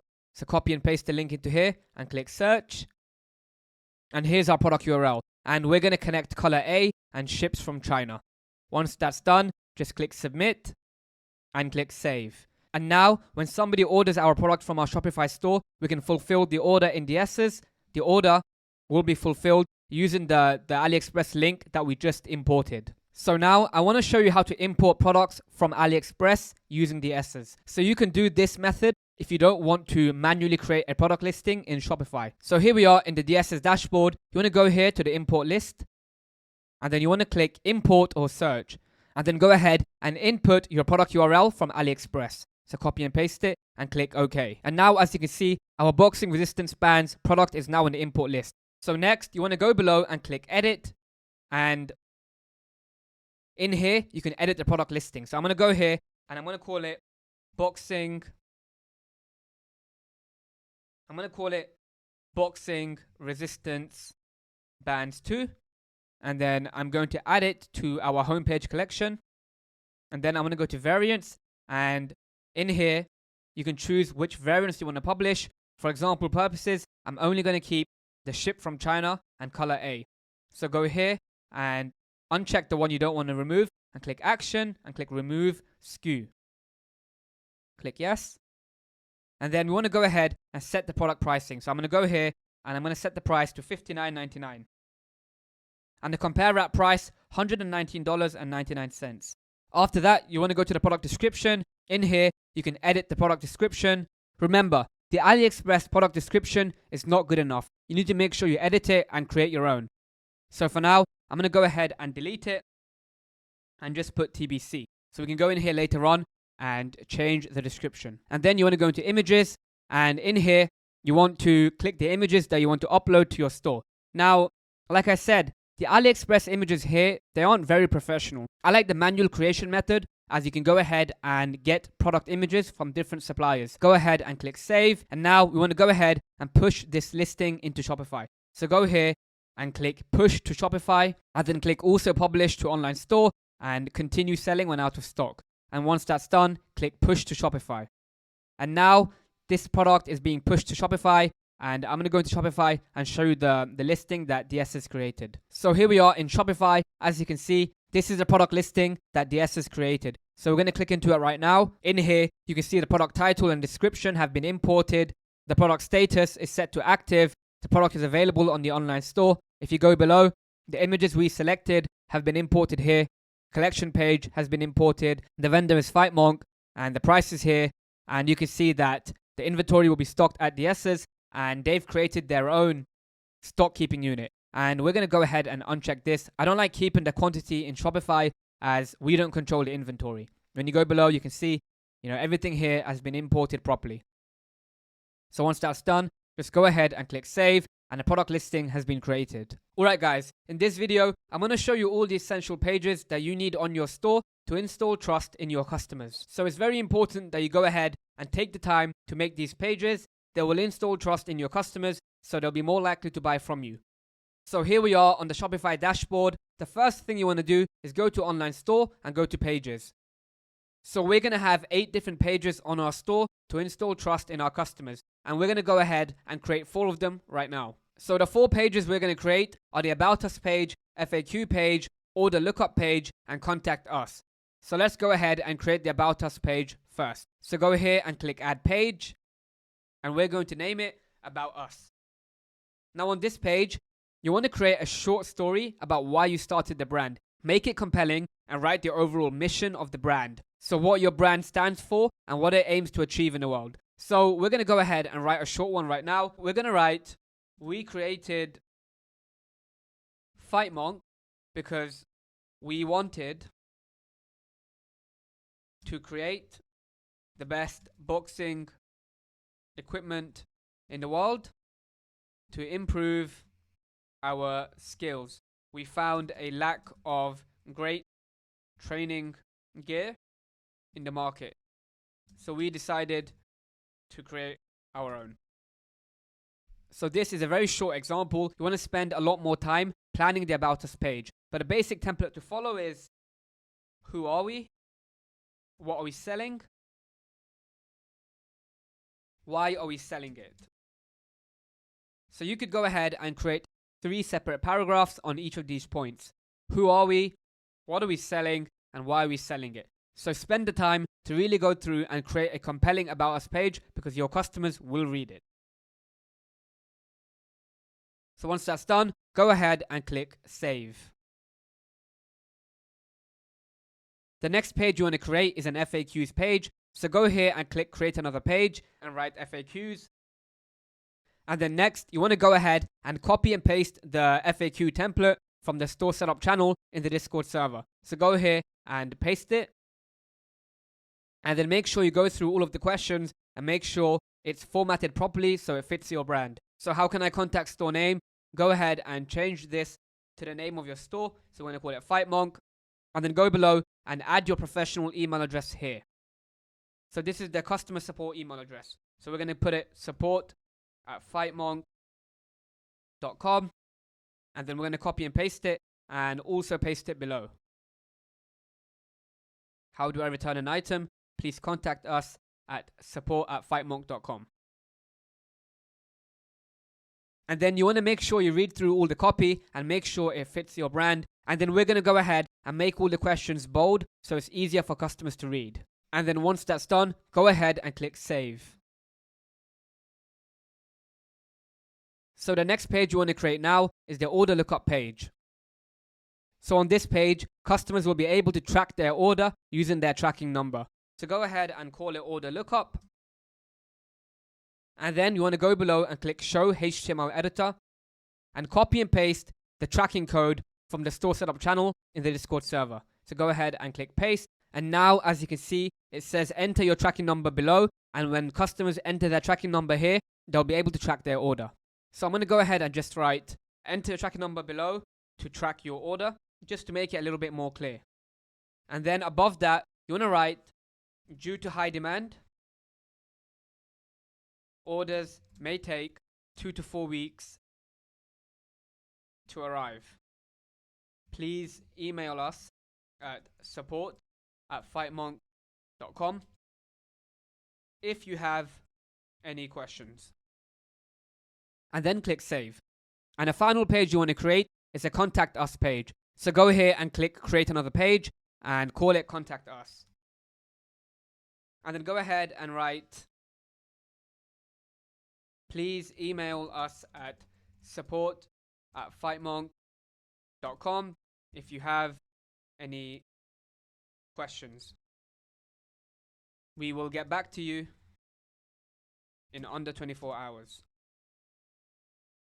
So in here, put your professional email address in and make sure you're replying to customer emails as fast as possible. And once that's done, go ahead and click save. And now, as you can see, we've created our 4 essential pages. Now we want to go ahead and add all of these to our navigation bar. So go here and click navigation and then click main menu. So now we want to go ahead and edit the menu options that customers see on our website. So we're going to click delete to the catalog and click remove. And for the main menu, I like to capitalize it so it looks better on our website. So I'm going to go ahead and change it to home, but in capital letters. And then I want to click add menu item. So the first thing I want to have is an about us page. So go here and write about us, click link, click pages, and link the about us page that we just created. And then click add. And then next you want to have a featured collection. So this page here will show all the products on our site. So click link, click collections, and click homepage collection, and then click add. After that, you want to have an order lookup page. So go ahead and write order lookup. And for the link, put the page we just created, order lookup, and then click add. And then next, you want to have a support page. So click add menu item and call it support. And then go here and link your contact us page.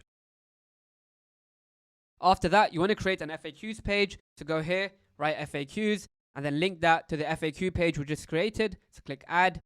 And then you want to have a shipping page.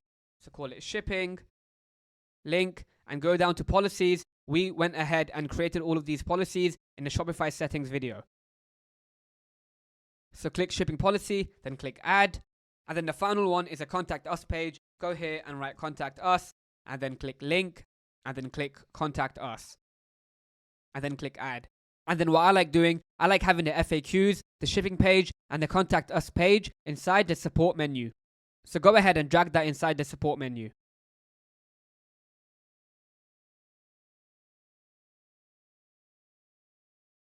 So now we have 5 options on our main menu. We have the home option, the about us option, the featured collection, the order lookup, and the support. And when you click support, you can click on the FAQs option, the shipping option, or the contact us option. So once that's done, go ahead and click save. And then finally, we want to go ahead and set up the footer menu. So go back and click on the footer menu here. And then we want to remove the search. And then in the footer menu, you want to have the FAQs, the contact us, the refund policy, the privacy policy, and the terms of service. So if you guys remember, we created these policies in the Shopify settings video. So as you can see, if you click settings and go down to policies, the refund policy, the privacy policy, the terms of service are all here in the policies section. So here we are on the footer menu. The first menu item you want to add is the FAQs. So go in here and write FAQs. Link, pages, FAQs. After that, you want to have a contact us.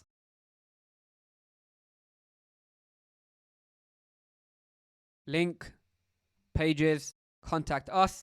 And then you want to have the refund policy, and then click link, go down to policies and click on policy, click add. After that, you want to have the privacy policy. So once again, write privacy policy, go to the link, go to policies and put in the privacy policy, then click add. And then the final one, the terms of service. So go ahead and write terms of service, link, policies, terms of service, and click add. And once that's done, go ahead and click save. So now, as you can see, we have all the essential pages and the navigation bar set up on our store. Alright guys, in this video, I'm going to show you how to install your Shopify theme. Now this is the fun part. This is the part where we start designing our website and bringing everything to life. So here we are on the Shopify dashboard. The first thing you want to do is go to online store and go to themes. And then scroll below and go to explore free themes. Now Shopify comes with 9 different themes that you can use in the beginning. I highly recommend going through each theme and picking the one that is best suited to your brand. Every brand is different and every theme has different capabilities. Make sure you go through each of them and pick the theme that is best suited to you. Now in this video, we're going to create a store for FightMonk and we're going to build it on the refresh theme. So click the theme you want and then click add to theme library. And as you can see, the theme is being installed now. Once it finishes installing, we can go ahead and start customizing it. So now, as you can see, the refresh theme has been installed and now we can go ahead and start customizing it. So to do that, go ahead and click customize. And here we are on the theme editor. This is where the magic happens. In here, you can design your website and bring everything to life. So I'm going to give you a quick walkthrough of the theme editor right now. So to change which page you want to edit, go up here and then you can choose which page on your online store you want to edit. Right now we're on the home page. Later on, we're going to go ahead and edit the product page, the collection page, the pages, the cart and the checkout. So from this menu here, you can go ahead and choose which page you want to edit. So next, on the right here, you can choose which view you want to edit your website on. So right now we're on the desktop view. If I click onto the mobile view, I can now see how my website looks on mobile. So we're going to keep our view mobile because 90% of your customers will be going to your site from their mobile phone. So we're going to edit our site using the mobile view. Next, on the left here, you can see all the features that our theme includes. So as you can see, announcement bar, slideshow, featured collection, multi-column, images with text, and so on. There's many options here that we can edit on our theme. And then below, you have the theme settings. So now I'm going to go ahead and start designing the FightMonk Shopify store. So the first thing you want to do is go to the theme settings. And in here, you can edit your colors, your font, your layout, the buttons, social media, cart, checkout, and many more. So we're going to get started in the theme settings. And the first thing we're going to do for our store is we're going to set our color scheme. Now for FightMonk, I'm going to keep it very simple. I'm going to use a black and white color scheme. So to edit the colors, I'm going to click colors here and start picking the colors that I want. So once again, I'm going to go for a black and white color scheme. So the first thing I'm going to do is go ahead and change the accent color. So go into here and I'm going to make it black. As you can see, the header up top has now become black. And now I'm going to do the same with the other options here. So accent 2, I'm going to make it black. And secondary colors, I'm going to make it black. And then I'm going to make the outline button black as well. And then below for the background, I'm going to make it white. So now we have a simple black and white website.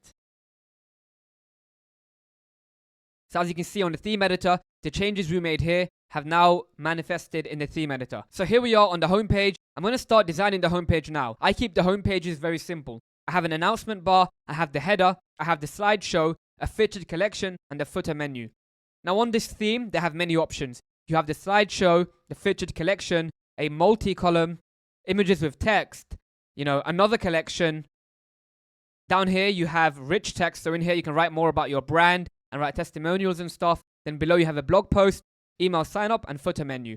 I keep my home pages very simple. So I'm going to go ahead and remove all of these elements and only keep the header, the slideshow, the featured collection, and the footer menu. So to hide elements on the home page, you want to go ahead and click the I button here. So we're going to hide the multi-column. We're going to hide the images with text. We're going to hide the second one, the third one, and the fourth one. And then we're going to hide the next featured collection, the rich text, the multi-column, the blog posts, and the email sign-up.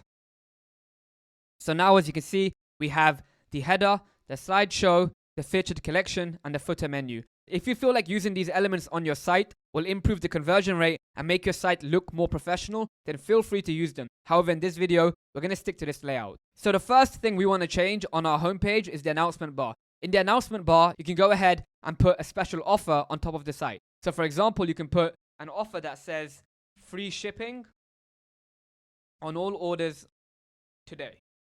So as you can see, the first thing that people see when they go to your site is the announcement bar. So you can have a compelling offer up top. Another one you can put is 50% off sale today. There's many offers that you can put at the top of your website on the announcement bar. So feel free to test and have an offer up top. However, in this video, we're going to go ahead and hide the announcement bar. So next, let's go into the header. Now, we made a logo for FightMonk in an earlier video. Now, that logo was a white background logo with black text. And as you can see, our header is black. So we want to upload our logo onto this header, but change the colors. So I'm going to go ahead right now and get that logo remade so it fits perfectly on this header. So I'm going to go to Google and I'm going to type invert colors. And I'm going to go to this site called pinetools.com. And in here, I'm going to upload our FightMonk logo. So here's the FightMonk logo we made in the previous video. As you can see, it's black text on a white background. However, on our theme, we have a black background. So we need to invert these colors. And as you can see here, now our logo is white text on a black background. So we're going to go ahead and download that right now. So click here and download the logo. And now here we are on Shopify. We're going to go back to the logo here, click change, click select image and upload our logo.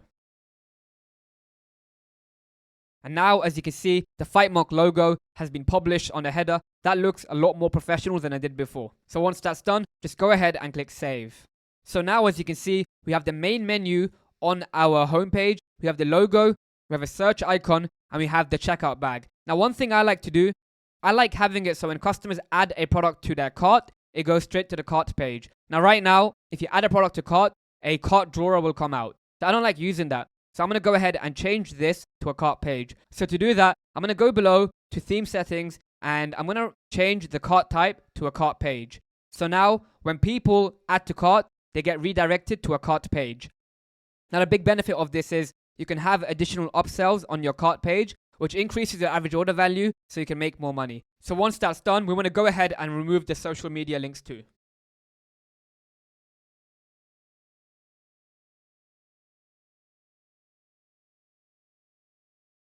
And once that's done, go ahead and click save.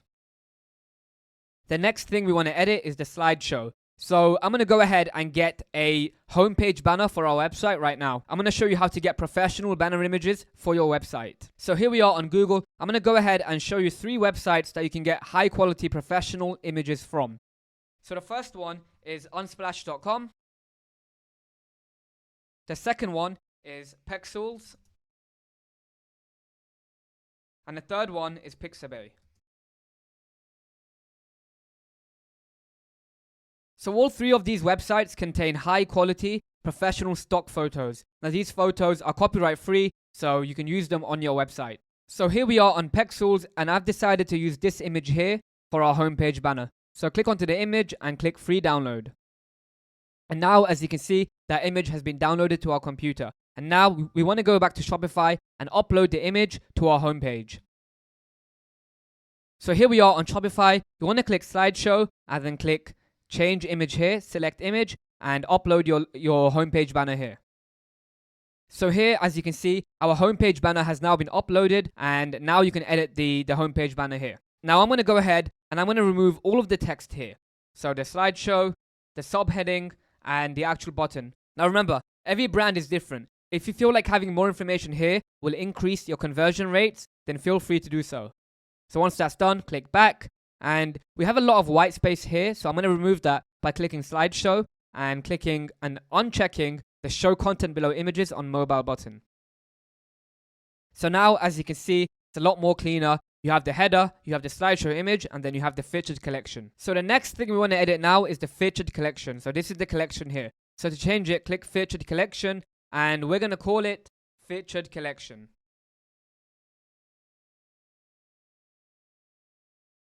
So now we're going to go below and choose which collection we want to use on the homepage. So click change here and remove collection. And now we're going to use the homepage collection. So once you've selected it, click select. And then go below and change the maximum products to show to 12. So this will show 12 products on your homepage. And once that's done, go ahead and click save. So now, as you can see, we have the header, we have the slideshow, and we have the featured collection. And the last thing we want to edit is the footer. So go back here and go down to footer. And in here, we want to go ahead and change the footer. So what I'm going to do is I'm going to keep shop, I'm going to remove about, and I'm going to remove the image at the bottom. And then I'm going to go ahead and I'm going to move our mission above the shop. So to do that, click this button here and just bring it up. And in our mission, we want to go ahead and write our brand mission. So I'm going to capitalize it as our menu is also capitalized. And I'm going to write, at Fight Monk, we wanted to create the best boxing equipment to improve your skills. So this is just a shorter version of the About Us page. Every brand is different, so go ahead and write a short, compelling mission statement here. After you've done that, go back, and we're going to edit the footer menu here. So click Shop, and we're going to change the heading to Footer Menu. Now remember, we went ahead and we made the footer menu, the navigation bar, in a separate video. So if you haven't done that yet, go back to the Essential Store Pages video and get your footer menu made. So then click back and then click Save. And now, as you can see, our home page is fully created. You have the header, you have a slideshow, the featured collection, and a footer menu. So the next page we're going to edit is the product page. So to do that, go back to the menu up here and click Products. And here we are on the product page now. We're going to go ahead and edit this quickly. So the first thing you want to do is remove the text here. So to do that, go here and hide the text.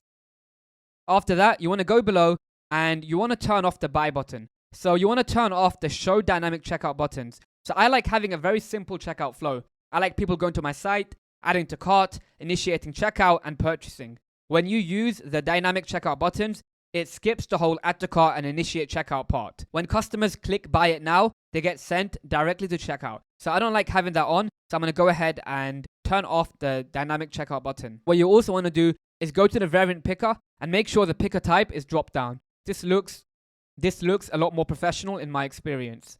Then go back and then click Save. Now the product page has many more elements. If you scroll below, you can see there's, collapsible content here. So you can write about, the product highlights. Now this is the same for every product on your website. So I don't like using it. If you want to have, product description tabs, you can do that with the Vitals app.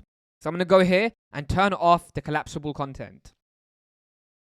And then below you have the rich text, multi-column, images with text, and the email sign up. So I'm going to go ahead and turn all of this off as well. So now, as you can see, we're done with the product page. You have the header, the product images, the product buy button, the product description, and then the footer menu. This isn't the complete product page. We're going to go ahead and add product description tabs, the frequently bought together app, recently viewed app, and product reviews in a separate video. So the next page you want to edit is the collection page. So go here and click collections and click default collection. I keep my collection pages very simple, especially when you only have one collection on your site. So I turn off the slideshow, turn off the image with text, and the email sign up.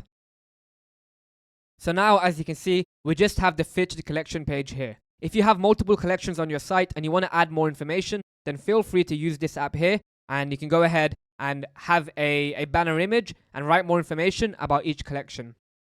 But for now, we're going to turn that off. So the next page you want to edit is the pages page. So go here and click default page. Now there isn't much to change here. I just like to turn off the email sign up. After that's done, you want to edit the cart page. So once again, go up to the menu and click cart. And we're going to go ahead and remove the featured collection and the email sign up. So now, as you can see, we have a very simple cart page. We're going to use the Vitals app in a separate video to add an upsell here on this page. And the final page you want to edit is the checkout page. So go back to the main menu and click checkout. So here we are on the checkout page. There's only two things we need to edit here. So click open checkout settings. And we want to go ahead and upload our logo here to make it look more professional. So go here and click custom image and upload your logo. Now, as you can see, our logo has been uploaded to the checkout. It looks a lot more professional. And then one more thing you want to do is go below and change the button color here to fit our theme. So go below on here and we're going to change the button color to black. And also change the accent color here. So now, as you can see, the checkout is done. Our logo has been uploaded here. And when you scroll below, the button, the accent colors now fit our color scheme. So once that's done, go ahead and click save. Now, one more thing you want to add to your site is a favicon. A favicon is the image that shows next to the title of the page you're on. So to get a favicon, you can go to Google and get a favicon from there. We have a boxing store, so I'm going to go ahead and write fist favicon. And then I'm going to go to icons8.com and I'm going to download a favicon. I'm going to use this favicon here, so click onto the favicon and click download. and then go back to Shopify. And to upload the favicon, you want to go to theme settings, go to favicon, and then click select image and upload your favicon. So now here we are on our actual website. It looks pretty good. And one more thing you want to edit is the powered by Shopify button at the bottom of the website. So to do that, go back to the theme page on your online store, click actions and click edit languages. And then in here, write powered by Shopify. And now you want to go below to where it says powered by Shopify and put a space bar in the text box. And then click save. And now, as you can see, there's no powered by Shopify link at the bottom of our website. Alright guys, in this video, I'm going to show you how to get your Facebook ad account set up. So the first thing you want to do is make sure you're logged into your personal Facebook profile. Now remember, your Facebook account must be legit. You must use your real name, you must use your real date of birth, your location, your photos, and it must be a real Facebook profile. So don't create any fake anonymous accounts. Make sure your Facebook profile is legit. After you've done that, go to business.facebook.com and click create. In here, you want to click create a business account. Go in here and write your business name, your name, and your email address. And once you've done that, your business account should be set up. So here we are in the Meta Business Suite. The Meta Business Suite is where you're going to be running all your Facebook ad operations from.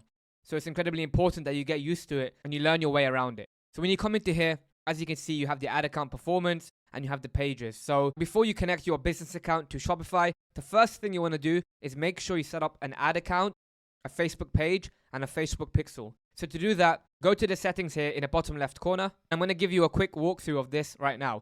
So in here, you have people. If you want to add a secondary admin to your business account, you can go here and click add and get someone added. It's very important to set up an admin in case you get locked out of your Facebook account. If you get locked out or your account gets restricted, you won't be able to run your ads. So it's very important to have a backup admin on your Facebook account. And then next, you want to go into the accounts here. And in here, you can create your Facebook business page. So your Facebook business page is where you're going to be running your ads from. So make sure you create a business page. I've already gone ahead and made one for FightMonk, but to create a new one, click add, click create new page, and create a new page for your brand. After you've done that, you want to make sure you have an ad account.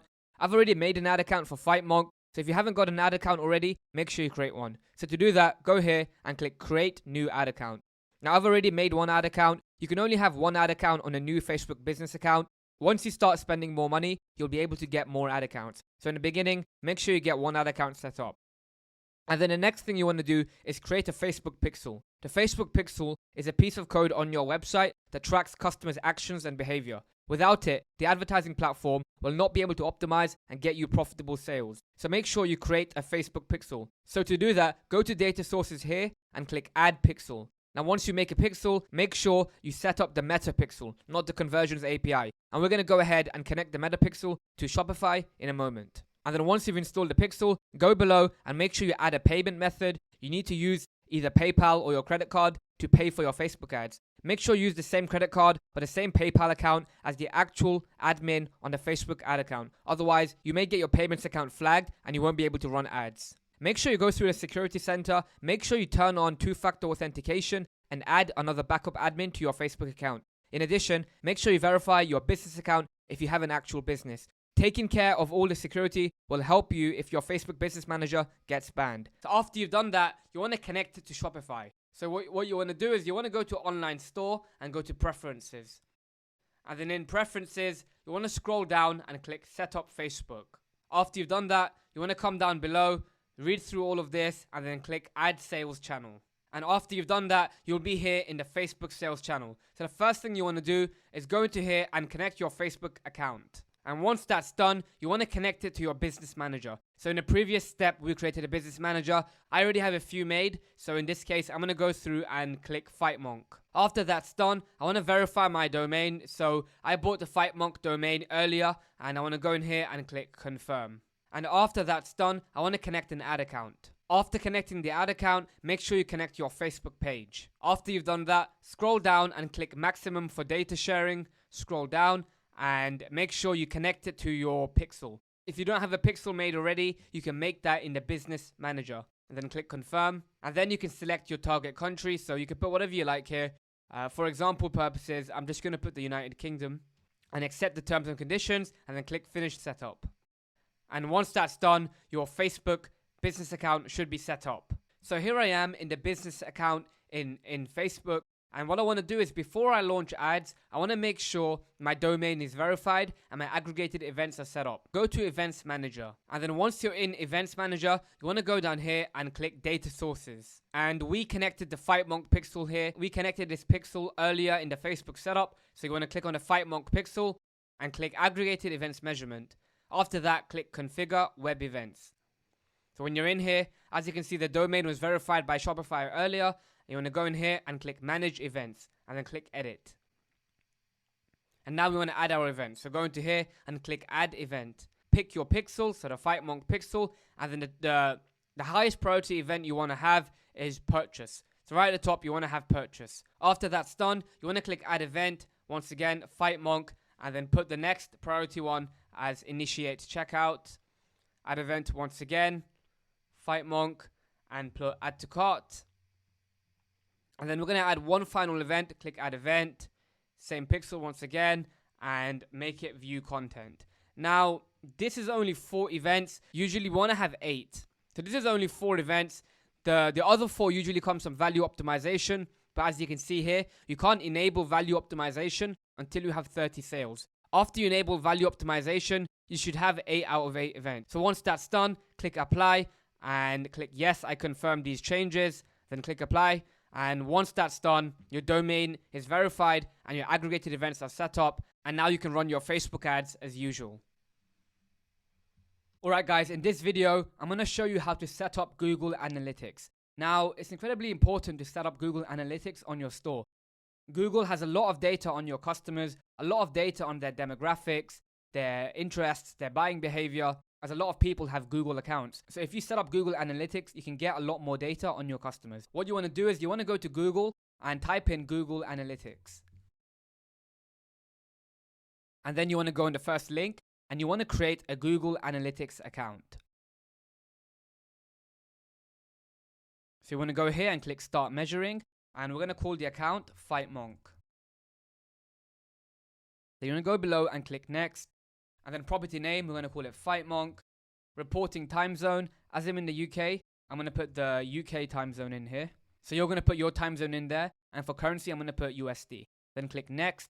Next industry category, I'm just going to put sports and then small business. And, you know, we can just click any of these. So we're going to go ahead and click all of these. It doesn't really matter. And then I'm going to click Create. Then make sure you accept the terms and conditions. And then click Accept.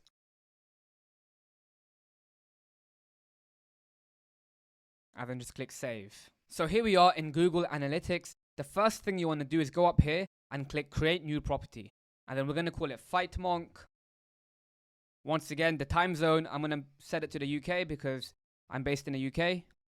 So then you want to click Show Advanced Options. And you want to enable Create a Universal Analytics Property. Then in here, you want to put your website URL. I'm going to put fightmonk.com. And then you want to click Create a Universal Analytics Property Only. And then click Next. And then once again, we're going to put our category, sports, small business, and then we're just going to click Create. And now all you want to do is you want to go ahead and copy and paste this tracking ID. Go to your Shopify store, go to Online Store, and go to Preferences. And then you're going to go down here and copy and paste your Google Analytics code into here and click Save. And once you've done that, click Use Enhanced E-commerce. So next, what you want to do is you want to come back to Google Analytics, go to the admin settings, scroll down to e-commerce settings here, click that, and then click Enable Enhanced E-commerce. And once you've done that, just click Save, and Google Analytics is now set up. So now if you go to our store, so fightmonk.com, and we go to the homepage on Google Analytics, it's active right now. It shows that I'm active, so now we know that our Google Analytics has been fully set up. Alright guys, in this video, I want to show you how to set up your TikTok business account and your pixel. So the first thing you want to do is go to Google and search up TikTok Ads Manager. And then you want to click the first link down here and you want to sign up for an account on TikTok. Now this is going to be a business account on TikTok. So when you're on the TikTok Ads Manager, you want to go up here and click sign up now. And then you want to enter your email address. We're going to put fightmonkstore@gmail.com. And then we're going to create a password.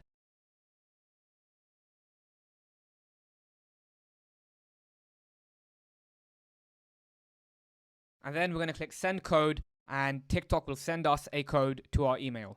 As you can see, TikTok have emailed us a verification code. Go ahead and copy and paste this into the verification code. Then click sign up. So now we want to put our business information in. So for industry, we're going to go ahead and click e-commerce, and we're going to put in other.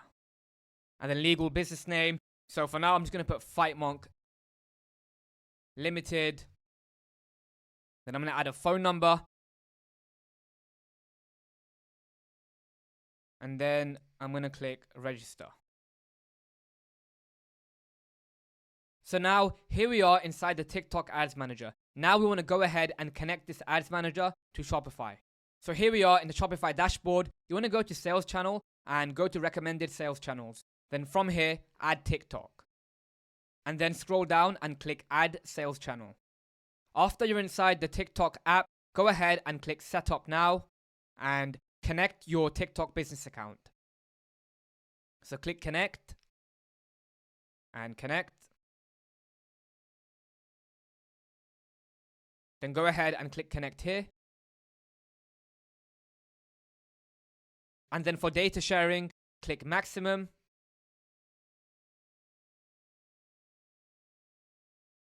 And then click Confirm. And then click Finish Setup.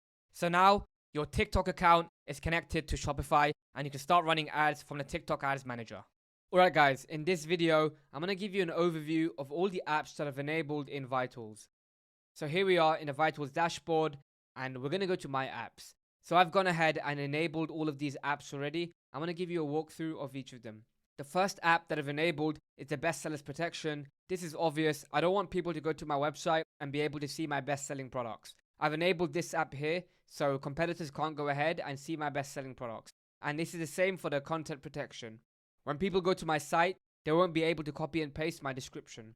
Next, you have the currency converter. This app is incredibly important if you want to sell in multiple countries. So I'm going to go inside the app right now and set it up.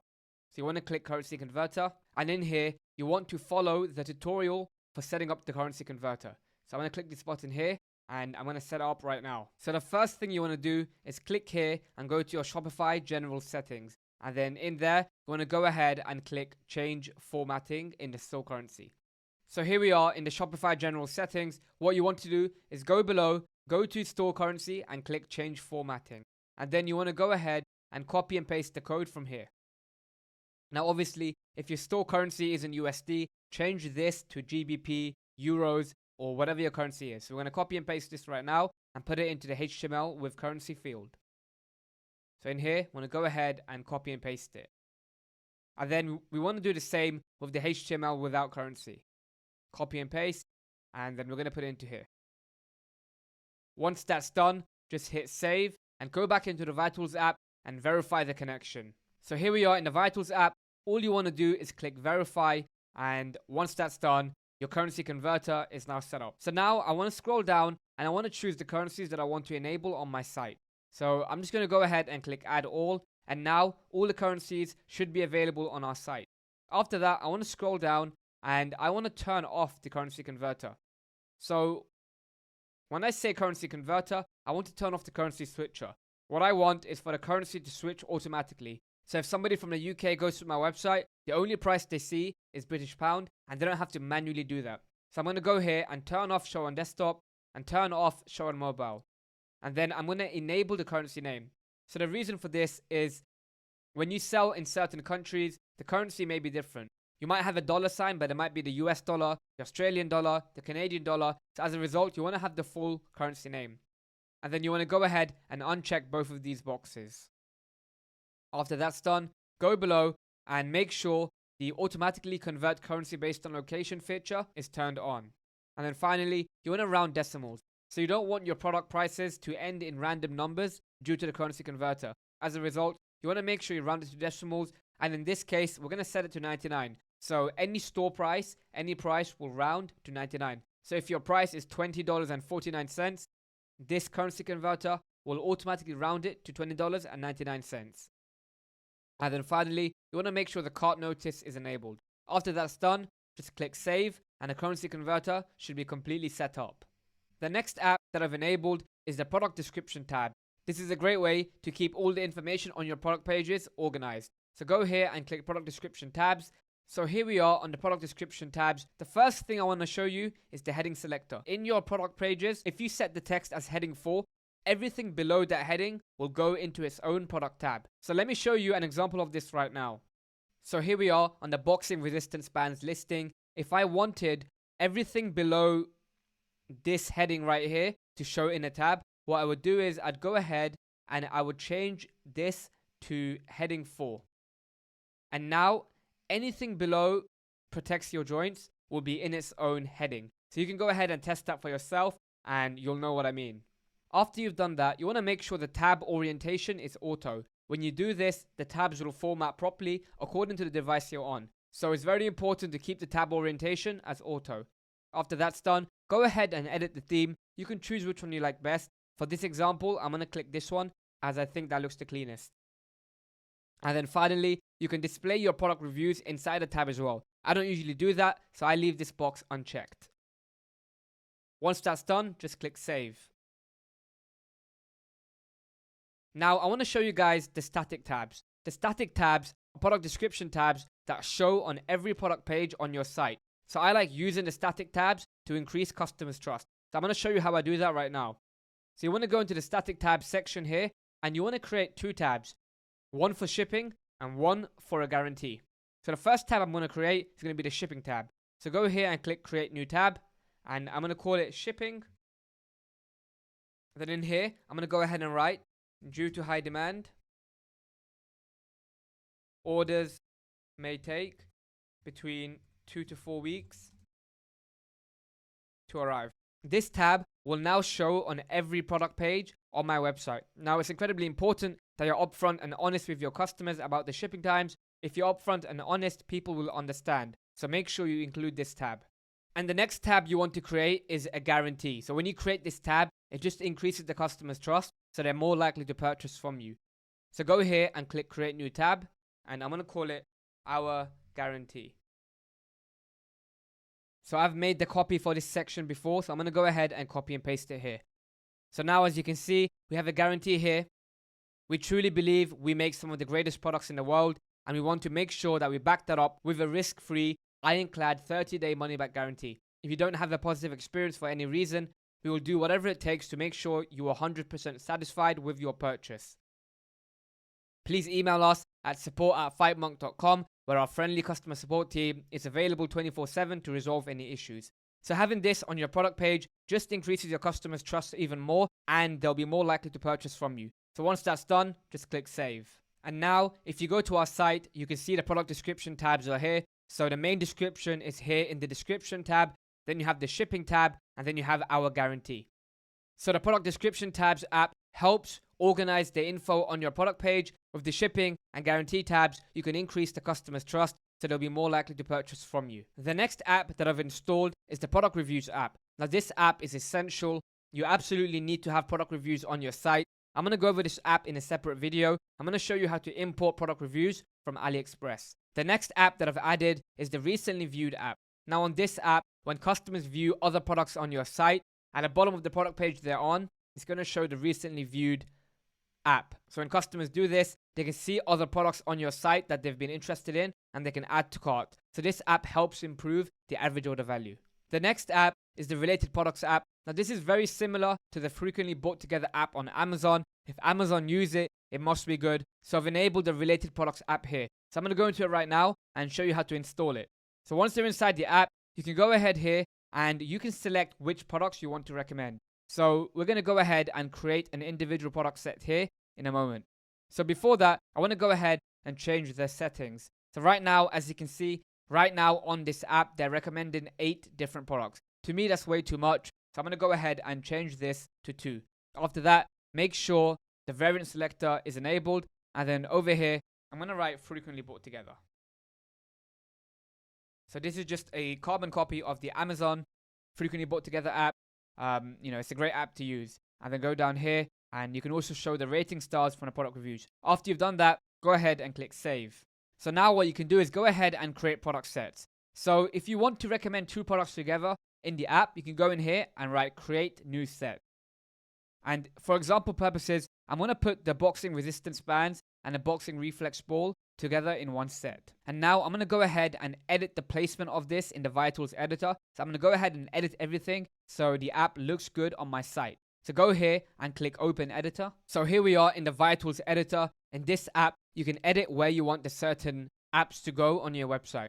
So as you can see, we have our product page here, and I'm going to keep it very simple. I'm going to put our frequently bought together app above the product description. So I want this above the product description. So after customers see the add to cart button, I want them to be able to add other products there. So I'm going to put it underneath the add to cart button. So I'm going to go here and click add to cart button and put this below the add to cart button. So now when you go below the add to cart button, it will show the frequently bought together upsell. Next, I want to go ahead and move the recently viewed app above the product reviews app. So right now we have the buy button, we have the related products upsell, we have the product description, and then you have product reviews and recently viewed. So I want to move the recently viewed above the product reviews. So I'm going to go here and click recently viewed, and then I'm going to click above. And now you have the recently viewed section above the product reviews. And once that's done, just click save. So here we are on our product page. As you can see, the frequently bought together app is now underneath the add to cart button. Then if you scroll down, you have the product description, and then you have the recently viewed app, followed by the product reviews. So once you add some product reviews, this will all be filled in. The next app is the scroll to top button. This is a very simple app. When people have scrolled down your product page, with one click, they can be put at the top of the product page again. So we're going to go into here, and we're going to keep the default theme, and I'm going to go ahead and change the button color to black to fit my website theme. So go in here, change the button color, and then click save. So now when somebody is at the bottom of my product page, if they want to go to the top without having to scroll up, they can click this one button and they'll be put at the top. Next, you have the upsell builder. In the upsell builder, there are 5 different types of upsells you can have to increase the average order value on your site. So I'm going to go into it right now, and I'm going to show you the volume discounts app. So the volume discounts offer lets customers know that if they buy multiple products, they get a discount on each individual item. So I'm going to go into here right now, and I'm going to show it to you right now. So as you can see, you have the buy more, save more. So if customers buy 2, 3, 4 products, they can get a percentage off each individual product. So I'm going to go ahead and set this up right now. So I'm going to set it to every time they buy a new product, they get an extra 10% discount. So in here, if they buy 1 product, they get no discount. If they buy 2, they get 10% off. If they buy 3, they get 20% off. And if they buy 4, they get 30% off. Once that's done, just click save. And now I'm going to change the theme of how that looks, because I don't think this looks very professional. So I'm going to go below and change the theme. So go in here and click change layout, and I'm going to go ahead and change it to layout 6. I think that looks a lot more professional. And then once that's done, I'm going to click save, and this upsell is built. Now if you go back to the offer here and you click create discount offer, you can see there's product bundles, volume discounts, buy X get Y, spending goal, and gift. So you can go ahead and play around with each of these offers. These offers can really help increase your average order value, so you can spend more money on ads and be profitable.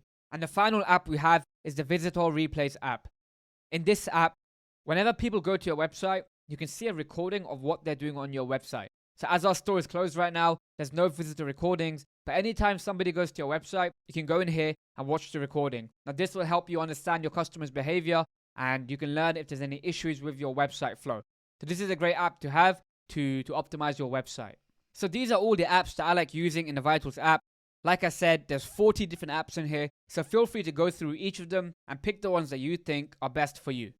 Alright guys, in this video, I'm going to show you how to add reviews to your product pages. So it's incredibly important to have reviews on your Shopify store, as it increases the social proof on your store. When customers are interested in purchasing from you, they want to know that other people have had a good experience before, so having reviews on your site will improve your conversion rate. So to import reviews to your site, we want to go ahead and use the Vitals app. Now I installed this app in a recent video. If you haven't installed it yet, make sure you go back to that video and get the app installed. So we're going to go here to the app section, and we're going to click on the Vitals app. So here we are on the Vitals app. The first thing you want to do is go to My App and go to the Product Reviews app. And now we'll be put on the Product Reviews dashboard. So the first thing you want to do is go to Import Reviews for new products. And for this example, we're going to be adding reviews for the boxing reflex ball. Now you want to add reviews for all the products on your site, but for the main product you're going to be advertising, make sure you spend a lot more time adding more reviews and going into more detail regarding each of them. So go here and click boxing reflex ball. And then once you've done that, you want to go to AliExpress and find a product listing that has a lot of reviews. So here we are on AliExpress. This is the listing we're going to use to import reviews. As you can see, for the boxing reflex ball, we have nearly 7,000 orders and over 2,500 reviews. So this is a great listing for adding reviews.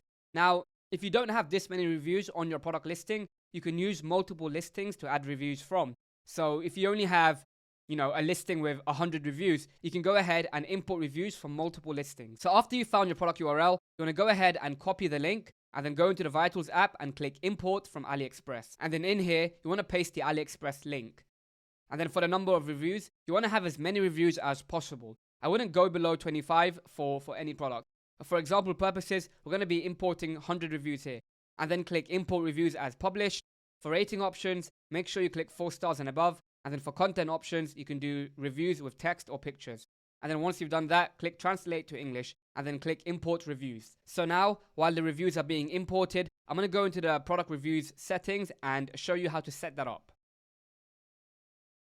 So here we are in the product review settings. In here, you can go through the settings and see how you want the app to be configured for your store. So we're going to leave the reviews layout, and for the sort order, you want to put photos first. Photo reviews are the most powerful reviews out there because customers want to see what they're buying. So make sure you add photo reviews to the top. And then you can leave the product reviews header. In here, you can choose how many reviews you want to feature on your product page before customers have to scroll down and view more. And then below, for the number of columns on mobile, you want to put 1 column, as it's much easier for customers to read 1 review at a time than having to read 2 at the same time. Then you want to make sure you don't auto-publish new reviews. So before any reviews get posted, you want to approve it on your store. And then once you've done that, uncheck show the reviews box for products with 0 reviews. If you don't have any reviews on your product page, you don't want to have the tab showing with 0 reviews. And then once you've done that, you can go below and edit the review card settings. So you can change the color of the stars here. I'm going to turn off the review dates and I'm going to leave the show full names. And then go below and you can also edit the form background color and so on. So all of these options here, I'm going to leave them. And once you've done that, you want to go ahead and click save. And now I'm going to go back to the product listing to edit the reviews. So go back to the product tab here. And here, as you can see, 100 reviews have been imported for the boxing reflex ball. So we want to go into the reviews right now and we want to start editing them.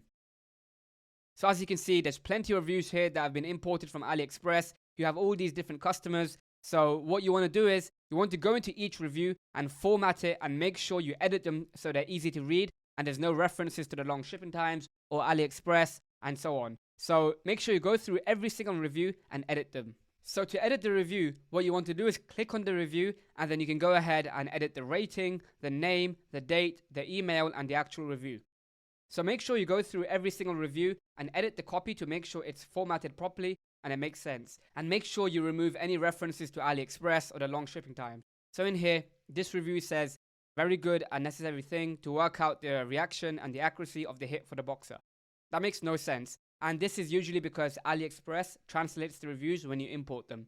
So you can go ahead and just reword this. So I'm going to write, it helps to improve my accuracy when throwing punches. So go through every single review, edit them and make sure it makes total sense. And then what's also very important is you want to go into each photo, make sure you remove all the bad photos from the listing. So in here, he has only 1 photo, so you can click save and leave this one here. But if we go below and click into a different photo, you want to remove any photos that show packaging, or you want to remove any low quality images. So in here, you have 2 images of the same thing. So just go ahead and delete one of them and then click save. And then we're going to do it for the next one. This just shows 1 image. I'm going to go into here, 1 image once again. Sometimes they have like 5-6 images on the review. You want to make sure you keep only 1. So I'm just going to go through them right now and try to find one that has multiple images. So this review, for example, they have 4 different images. You don't need all 4 of them. So we're going to remove this one here and we're going to remove these 2 as well. And then once you're done, just click save. And then you want to keep on doing that for every single review. So go through the reviews, make sure all the images are high quality and all the reviews make sense. Before you publish the reviews officially on your store, make sure you go through every single review, reword it, edit the names, edit the photos, and make sure it looks professional. In addition, for this product, as you can see, we have a 5-star rating. Now that doesn't look very legit. So what you want to do is as well, you want to make sure you add some 3-star reviews, some 2-star reviews, so you can crash the review rating a bit. You don't want to have a full 5-star review. A good number to shoot for is 4.6 or 4.7 out of 5. So for example, you can click into this review here and you can change the rating to 3 stars. So make sure you edit the reviews and make it look as legit as possible. So here we are on our boxing reflex ball product page. As you can see, the reviews are now showing underneath the product name. And then if you scroll below, all of the reviews are put here in this section. So all the photo reviews come first as we put that setting. So make sure you go through all of the reviews and edit them. So this example here, 24-day delivery. This ball is dense, soft, 20 grams. I like it. Thank you, seller. I recommend the seller. That doesn't make sense, right? What seller? You're buying from a brand. So this obviously makes sense for AliExpress, but for your website, you want to go through and edit each individual review so it makes sense. Alright guys, in this video, I'm going to show you how to install Klaviyo on your Shopify store. So Klaviyo is the software that we use for email marketing on our store. To install Klaviyo, you want to go to the Shopify App Store and download it. So go here to the app section and go to recommended apps. And then go below and go to the Shopify App Store. And when you're in the Shopify App Store, go ahead and write Klaviyo. So here's the Klaviyo app. You want to go ahead and click the app and install the app. So go here and click add app. And then go below and click install app. So now we need to go ahead and create a Klaviyo account. So we're going to make an account with our FightMonk Gmail account. So go ahead and create a password. And then click continue. And right now, Klaviyo is connecting to Shopify. So the first thing you want to do is add your sender information. Our brand is called FightMonk, so our sender name will be FightMonk and our email address will be the professional email that we created. It's going to be support@fightmonk.com. And then click continue. And for the business goal, you can write earn more revenue. It doesn't really matter. And then you want to go to your Gmail account and activate the account. So here's the email from Klaviyo. You want to go below and click confirm email. So here we are in the Klaviyo dashboard. I'm going to give you a quick walkthrough of the dashboard and then I'm going to go ahead and set up our abandonment cart flow. So here we are on the dashboard. On here you can see the objectives, you can see the performance of your email campaigns, you can see the lists and segments, and you can see the activity feed. So the dashboard is a great place to get insights on your Klaviyo data. And then you have the campaigns. So the campaign is when you send an email blast to subscribers. So you have to manually send the campaign from here. So when you start sending, Black Friday sales or Christmas sales, you can do that from the campaign section. Next, you have the flows. We're going to go ahead and set up the abandonment cart flow in a moment. The flows are emails that send automatically based on a certain condition. So if somebody abandons cart, the email flow, the abandoned cart email flow will email them automatically. Campaigns are manual emails and flows are automated emails. After that, you have the email templates. So in here, you can see all of the default templates that Klaviyo have, and you can edit them to fit your brand. After that, you have the sign up forms. So in here, if you want to create a lead form, you can do that in the sign up form section. And then you have the SMS conversation section. We're going to use a separate app for SMS marketing. So we don't use the SMS conversations section. Next, you have the list and segments. This is where you can see your email list. So when you start having a list of customers, you can go in here and you can see the size of your list. As you can see, you have repeat buyers, churn risks, win-back opportunities, your newsletter, new subscribers, and many more.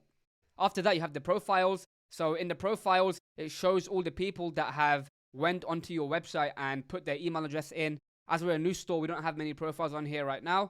And then you have the analytics.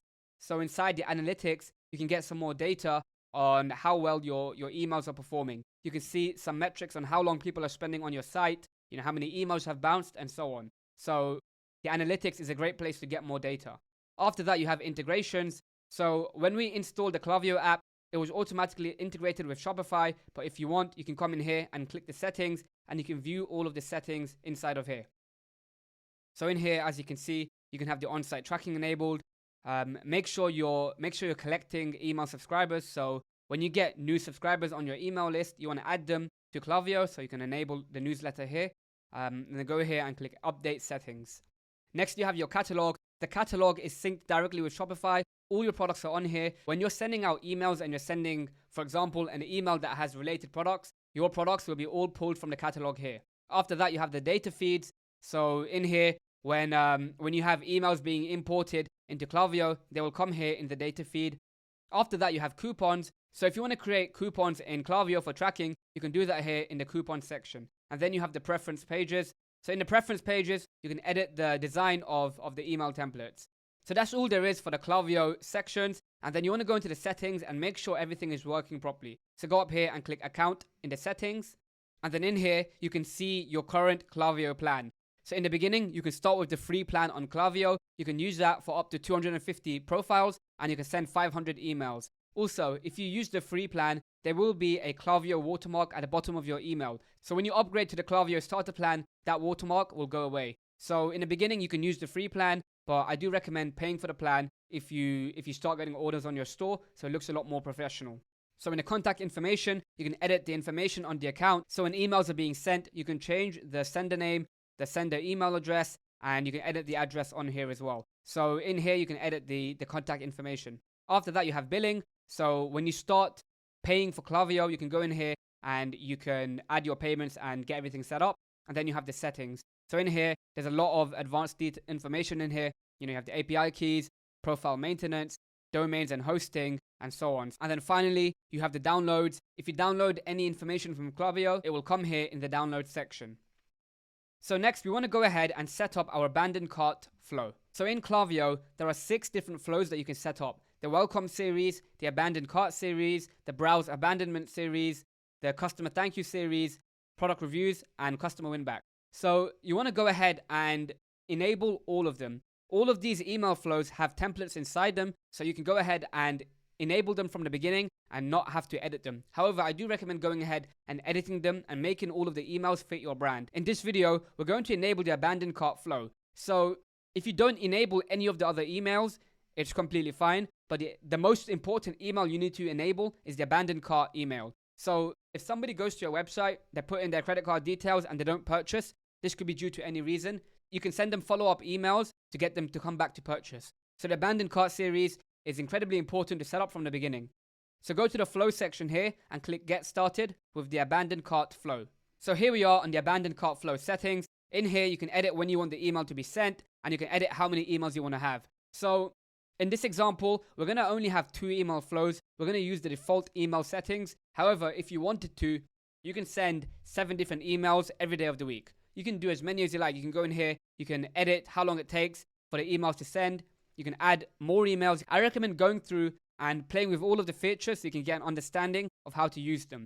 So like I said, you can set up long abandoned cart flows. You can set up flows that go on every single day of the week. However, for example purposes, we're going to use the default flow. So the first thing you want to do is make sure you enable both of the flows. So go here and click live. And now when somebody abandons cart, these emails will be sending. So we're going to change the time condition here. I like doing 1 hour for the first email, and then I send the second email after 24 hours. Now every brand is different. You can go ahead and edit these. You can do 1 email after the first hour, and then a second email after 12 hours, then a third email a day later. In the first email, you can just give them a reminder. In the second email, you can offer them a discount code or free shipping or so on. So there's a million ways to do this. So for the first email, I'm going to go into here and I'm going to click edit to show you the email and show you how to edit each individual email. So when you click the email, you can edit the subject line, the preview text, the sender name, and the sender email address. And once you've gone through all of this, go here and click edit email. So here we are in the Klaviyo email editor. There's a lot of options here that you can add to your emails. You can add text, you can add images, you can add social links. There are so much features that you can add here onto your emails. I think this email flow looks good right now, but one thing I do want to add is I want to add our logo to the top of the email so it looks a lot more professional. So go here and put the image in and then go ahead and import your logo. So I've already imported it here before. So go here and click select.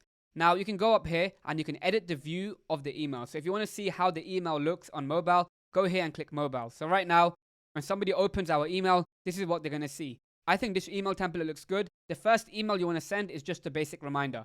And the second email and third email can be a discount code. So we're going to go ahead and click save and return. And now this email has been fully set up. So now I want to go ahead and edit the second email. So go down here and click edit. And then we're going to edit the subject line. I'm going to change this to, we have a gift for you. So that just, invokes some curiosity in customers. So when customers see this email, they're going to want to open the email to find out what the gift is. And we're going to give them a discount code on their purchase. So once you put the subject line in, go ahead and click edit email. And once again, the first thing you want to do is go ahead and add your logo. So drag the image in, click browse and import your logo. And then what I want to do is I want to add a discount code to the copy here. So I'm going to go here and write get 10% off your order with coupon code save 10. Expires in 24 hours. So add a little bit of urgency so you can incentivize customers to purchase earlier. And then I'm going to go ahead and make the coupon code bold. I'm going to underline it, and I'm also going to add a highlighter. So now this stands out a lot more. Just click save and then go to the mobile view. And this is how the email looks right now when somebody receives the email. And then click save and return. Now, obviously, if you've added the discount code to your email, make sure you go back into Shopify and create the discount. So right now, I'm going to go ahead and do that. So here we are in the Shopify dashboard. Go to the discount section here and click create discount. And we want to do an amount off order discount. So go into here and the discount code is going to be save 10. And then you want to put a percentage here. So 10% off. And then click save. So now when somebody inputs the save 10 discount code into their checkout, they're going to automatically get 10% off of their order. So now our emails are set up. All you want to do is go up here and click update action statuses and then click live. And then click update statuses. And now our abandoned cart email flow is ready to go. So to test it, what you want to do is you want to go to your website, put all your credit card information into your checkout and then leave the checkout. And then once you abandon cart, you should start receiving the emails. So here we are on the flows page. As you can see, our abandoned cart email flow is ready to send. Now, if you go below, you can also go ahead and enable the welcome series, browse abandonment emails, customer thank you, product reviews, and customer win back. So I do recommend going ahead and enabling all of these templates. Go into them, edit them, make sure it fits your brand, change the copy out, and enable them. So make sure you go into Klaviyo, play around with all the settings, and get all of your emails enabled. Alright guys, in this video, I'm going to show you how to install SMS Bump on your Shopify store. So SMS Bump is the app we use for SMS and text marketing. So go into the app section here and go to recommended apps and go to the Shopify App Store. And then go ahead and search for SMS Bump. So here it is. You want to click onto the app and then click add app.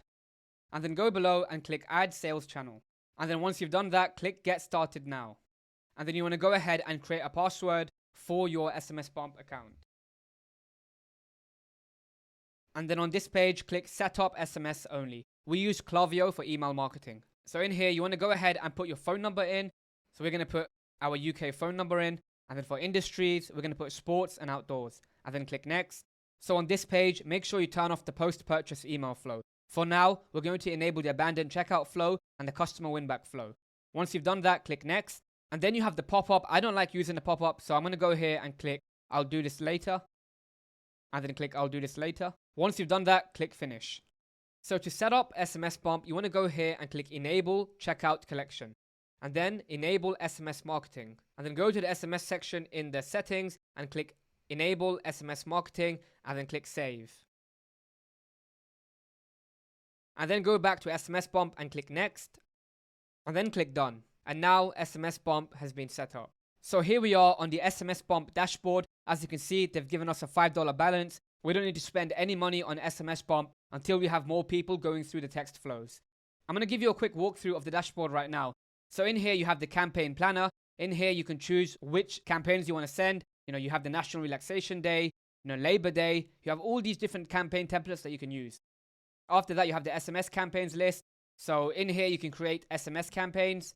So you create campaign, pending messages, scheduled campaigns, and drafts. So you can create an SMS campaign from here. Next, you have the email campaigns and the email templates. We're not going to use this. We're going to be doing all our email marketing from Klaviyo.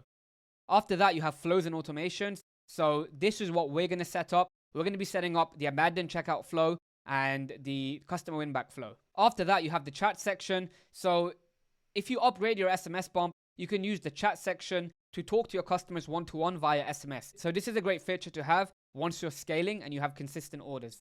Next, you have the lists and segment. So in here, your text marketing list will show, as you can see, text marketing list, potential buyers, active buyers, repeat buyers, and many more. So you can go in here and see all of your contacts. And then you have the subscribers. So in here, you have a list of all of your SMS subscribers. You can collect subscribers using a pop-up or from the checkout flow. And then finally, you have the analytics. So in here, you can analyze all of your data. You can see the total revenue, total spend, the ROI, the total orders, and many more. So this is a great place to get more data on how well your SMS campaigns are performing. After that, you have integrations. So if you want to connect your SMS bump to other apps such as Klaviyo and Recharge, you can do that here in the integration settings. And then after that, you have the app settings. So I'm going to give you a quick walkthrough of the app settings right now. So here we are in the app settings. When texts get sent from your account, they will go here from the SMS bump sender.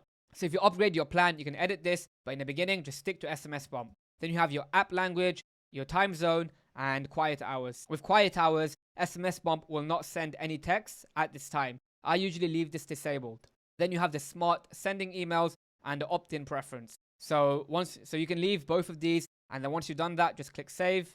Next, you have the country limitations. So in here, you can set the settings to not send SMS to certain countries. Now, this is due to the pricing. In certain countries, it might cost a lot more to send a text.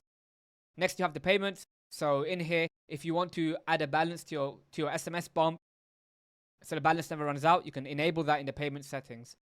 After that, you have the preferences. So in here, you can change the phone number you get for admin notifications. You can change the short URL. When customers receive a discount, you can change the discount prefix and smart encoding. Next, you have your contact card. You don't need to touch any of this. After that, you have the email settings. We don't do any email marketing from SMS bump, so you can ignore that. Then you have attribution. So in here, you can edit the attribution window. And then finally, you have the notifications. So you can receive notifications to your email address regarding performance and so on through the notification section. So that's all there is to the SMS bump settings. So what I want to do right now is show you the flows that we set up with SMS bump. So go here, go to the flows section. So right now, I'm going to go ahead and show you the abandoned checkout flow. So go here and click edit.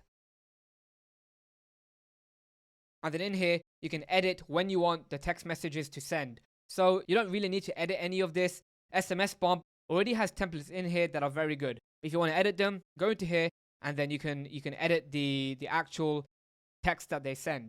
So there's a lot of conditions here. So if you want to see the actual SMS messages that get sent, go here and click on the actual SMS and then you can see the text that gets sent out. So hello, first name. We noticed that there were some items left in the shopping cart. If you're ready to complete your order, your cart is waiting here.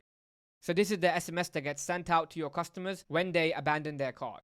So after the first SMS is sent out, if your customers still do not buy, after 24 hours, SMS bump sends another text, and in this text, they send a 10% discount code. So special treat, an item from your cart is almost sold out, get 10% off instantly, shop here. Then as you can see, they make a discount code on Shopify. So as you can see, SMS bump have already set up the text message flows. They're pretty good, so there's no need to edit them. If you want to, feel free to do so, but we're going to leave that right now. So go ahead and click save, and it will put us back on the flows page. And then I'm going to show you the customer win back flow. So this is the customer win back flow. If somebody has not purchased from you for X amount of time, you can go ahead and send them this text message. So if you click the message, you can see, hi, we noticed it has been a while since your last order. Get 10% off your next purchase when shopping from our website. And then you can choose how many days you want this to send. So go here to the trigger, and we're going to send this after 60 days. So if a customer has not purchased from you in 60 days, this text message will automatically be sent to them. Once you've done that, just click save. And now our SMS bump text flows have been set up. Now obviously spend the time to go through all of these flows. You can enable all of them if you like. So go into them, get familiar with the app. SMS marketing is a great way to increase your lifetime value from customers, to get customers to buy again. SMS bump is the greatest app for SMS marketing. So go through the app, get to know it, and enable it on your Shopify store. Alright guys, in this video, I'm going to show you how to fulfill an order with DSs. Now the whole point of the DSs app is to automate the ordering process from AliExpress. You don't want to manually go in and input every customer's details into AliExpress every time they purchase. So you want to use the DSs app to automate this. So here we are on the order page. As you can see, we have an order for the boxing reflex ball. So we want to go ahead and order this right now on DS's. So the first thing you need to do is make sure you have the DS's Chrome extension installed. You can install this from the DS's app or the Chrome App Store. So once you've done that, go here and click open in DS's. Now as you can see, we're here on the DS's app. We have an open order right now and we can go ahead and place the order through here. Now as for shipping method, make sure you always use AliExpress standard shipping or selection shipping. The shipping cost for this item is $2.42 and the estimated delivery time to the UK is 21 days. Now in my experience, AliExpress standard shipping takes between 2 to 4 weeks to most Western countries. So you can use that in the beginning and always make sure you have tracking information enabled. So once you've done that, click OK and then click order. And then on this page, you can check the shipping information. When you have a lot of orders, you can go through here and make sure the shipping settings are set up properly. And then go ahead and click confirm. And DS's is now placing the order on AliExpress. Once this is done, we have to go to AliExpress and put our payment information in and place the order. So as you can see, the order has now been placed on AliExpress. The final thing we need to do is go ahead and make the payment so the order gets processed. So go here and click make payment and then click make payment. So then here we are on AliExpress and all you have to do now is just click pay now, put in your card details in and the order will be paid for. And then once the order has been shipped by AliExpress, the tracking number will update in DS's and the order will be fulfilled in Shopify. Okay, in this video, I'm going to teach you Facebook advertising and how to get traffic to your website. So first, I'm going to go into why Facebook ads and why it's the most powerful advertising platform on the planet. Then I'm going to teach you how to source creative, which is the actual advertisement for your product. Then I'm going to show you how to set up your ads manager, the actual ad strategy, and how to analyze your results. So first, why Facebook ads? With over 2 billion users on Facebook and Instagram, it is the largest advertising platform in the world. Everybody is on Facebook and Instagram. Your customer is on the platform and you need to be in front of them. Next, it is the most powerful advertising algorithm in history, which means you can have high conversion rates. So a good conversion rate for an e-commerce business is usually 2 to 3%. With Facebook ads, I've seen conversion rates upwards of 5, 6, 7%. And the reason for that is because they just have more data than any other company in the world. Most websites have a Facebook pixel installed, and what this allows Facebook to do is to track what people are doing on every website. It can see when somebody's adding to cart, when somebody's purchasing, when somebody's viewing a certain product. And even after the Apple iOS 14 updates, Facebook still has a lot of data. Next, it's scalable. You can build a 7 to 8 figure business just by using Facebook ads. Like when you have 2 billion users, you can reach as many people as possible. And yes, it's definitely good to diversify your traffic sources. It's good to have Facebook ads, Instagram influencers, TikTok, Google, SEO, email marketing, but Facebook is still the most powerful platform. And in the beginning, it should be your entire focus. Get Facebook off the ground first, and then you can look into influencer marketing, TikTok ads, SEO, email marketing, blogging. There's many ways to get traffic, but Facebook will always be the most scalable and the most effective. Next, how to source creative. Now, creative is the most important variable for Facebook ad success in 2022. Previously, you could hack your way with bidding strategies, with targeting, but nowadays, Facebook has so much data that it knows who to target based on your creative. So your creative, your actual advertisement is the most important part. And remember, a good creative can only come from a winning product. You can't polish shit. You need to have a good product first, and then you can create a good creative. There's 2 ways to source creative. Number 1, you can film your own, and number 2, you can buy it online. So to film your own creative, what you have to do is first order samples. Go to AliExpress, order your product. It may take 2 to 4 weeks to arrive, and after that, you need to have at least some basic photography and videography skills. And if you don't have it yourself, you can ask a few friends. You might know a few people that are skilled in this discipline. But yeah, that's how you do it if you want to film your own creative. I don't really recommend it. I recommend buying creative. It's much more effective, and it's better to spend money on getting it right than just trying to figure out yourself. The next way to do it is to send products to influencers. This requires a lot of outreach on Instagram and TikTok. You want to go on Instagram, search up hashtags, and then DM influencers that fit your target market. and ask them, hey, if we send you a free product, could you send us a video? But honestly, I don't recommend this because sometimes, you're going to end up sending products and just getting nothing back. So I don't recommend this method. The method I recommend is buying your creative online from websites such as Fiverr, Billo, Viral Ecom Ads, Winning Ads Media, Bands Off Ads, and more. These guys have experience. They've made many videos. They're skilled in this manner. So I believe it's much better to just go online, get creatives made. It won't cost you more than $100, and it should be delivered within 3 to 5 days. You don't have to wait 2 to 4 weeks for delivery, and you don't have to have any skills in photography and videography. So now I'm going to show you a few examples of the websites where you can get video ads made. So first, you have Fiverr. Fiverr is an amazing marketplace.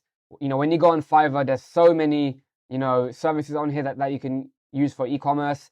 And yeah, so you just go on Fiverr, type dropshipping video ads. As you can see here, there's almost 8,000 services available. There's a lot of competition on Fiverr, which means you get great prices and you get, high quality work. As you can see here, $40, $5, $15, $40. You have 5-star reviews. You have, 1,000+ reviews here. There's a lot of competition.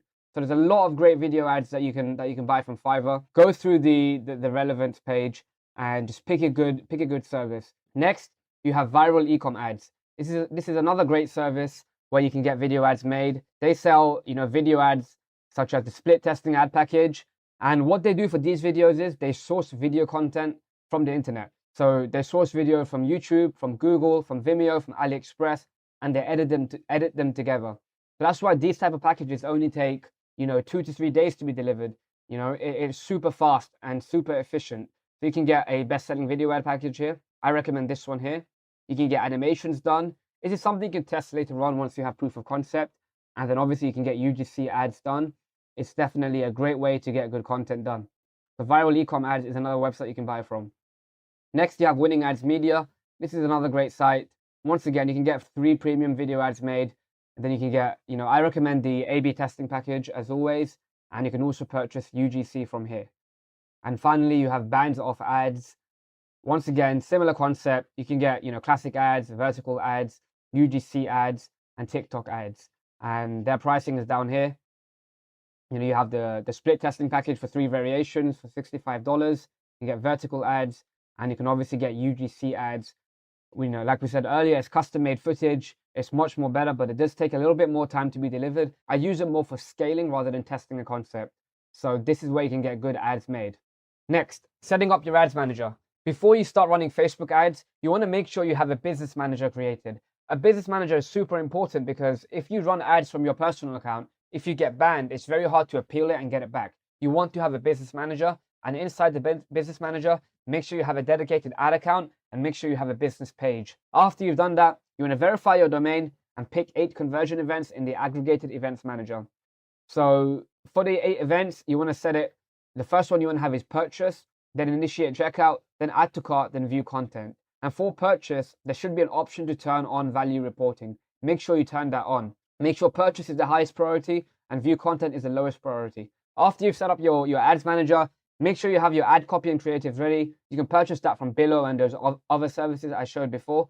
And yeah, that's all you need.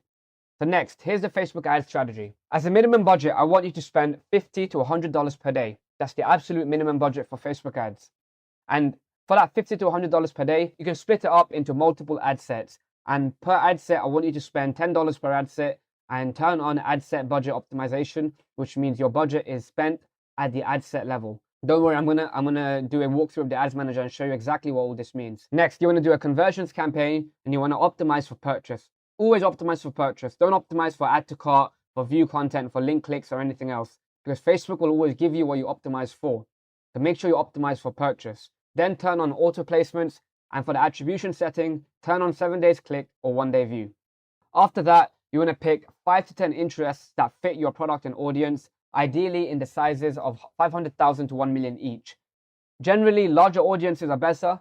They tend to be cheaper and they're much more scalable. So if you can, try and get a larger audience than a smaller one. In terms of interest ideas, the first thing you can do are general keywords. So if you have a boxing brand, a keyword could be boxing, right? Next, you want to put in a few brands. So these will be, companies that are related to your niche. So, let's say you're selling makeup, you can put Kylie Cosmetics. Next, you have magazines and TV shows. And after that, you have public figures and celebrities.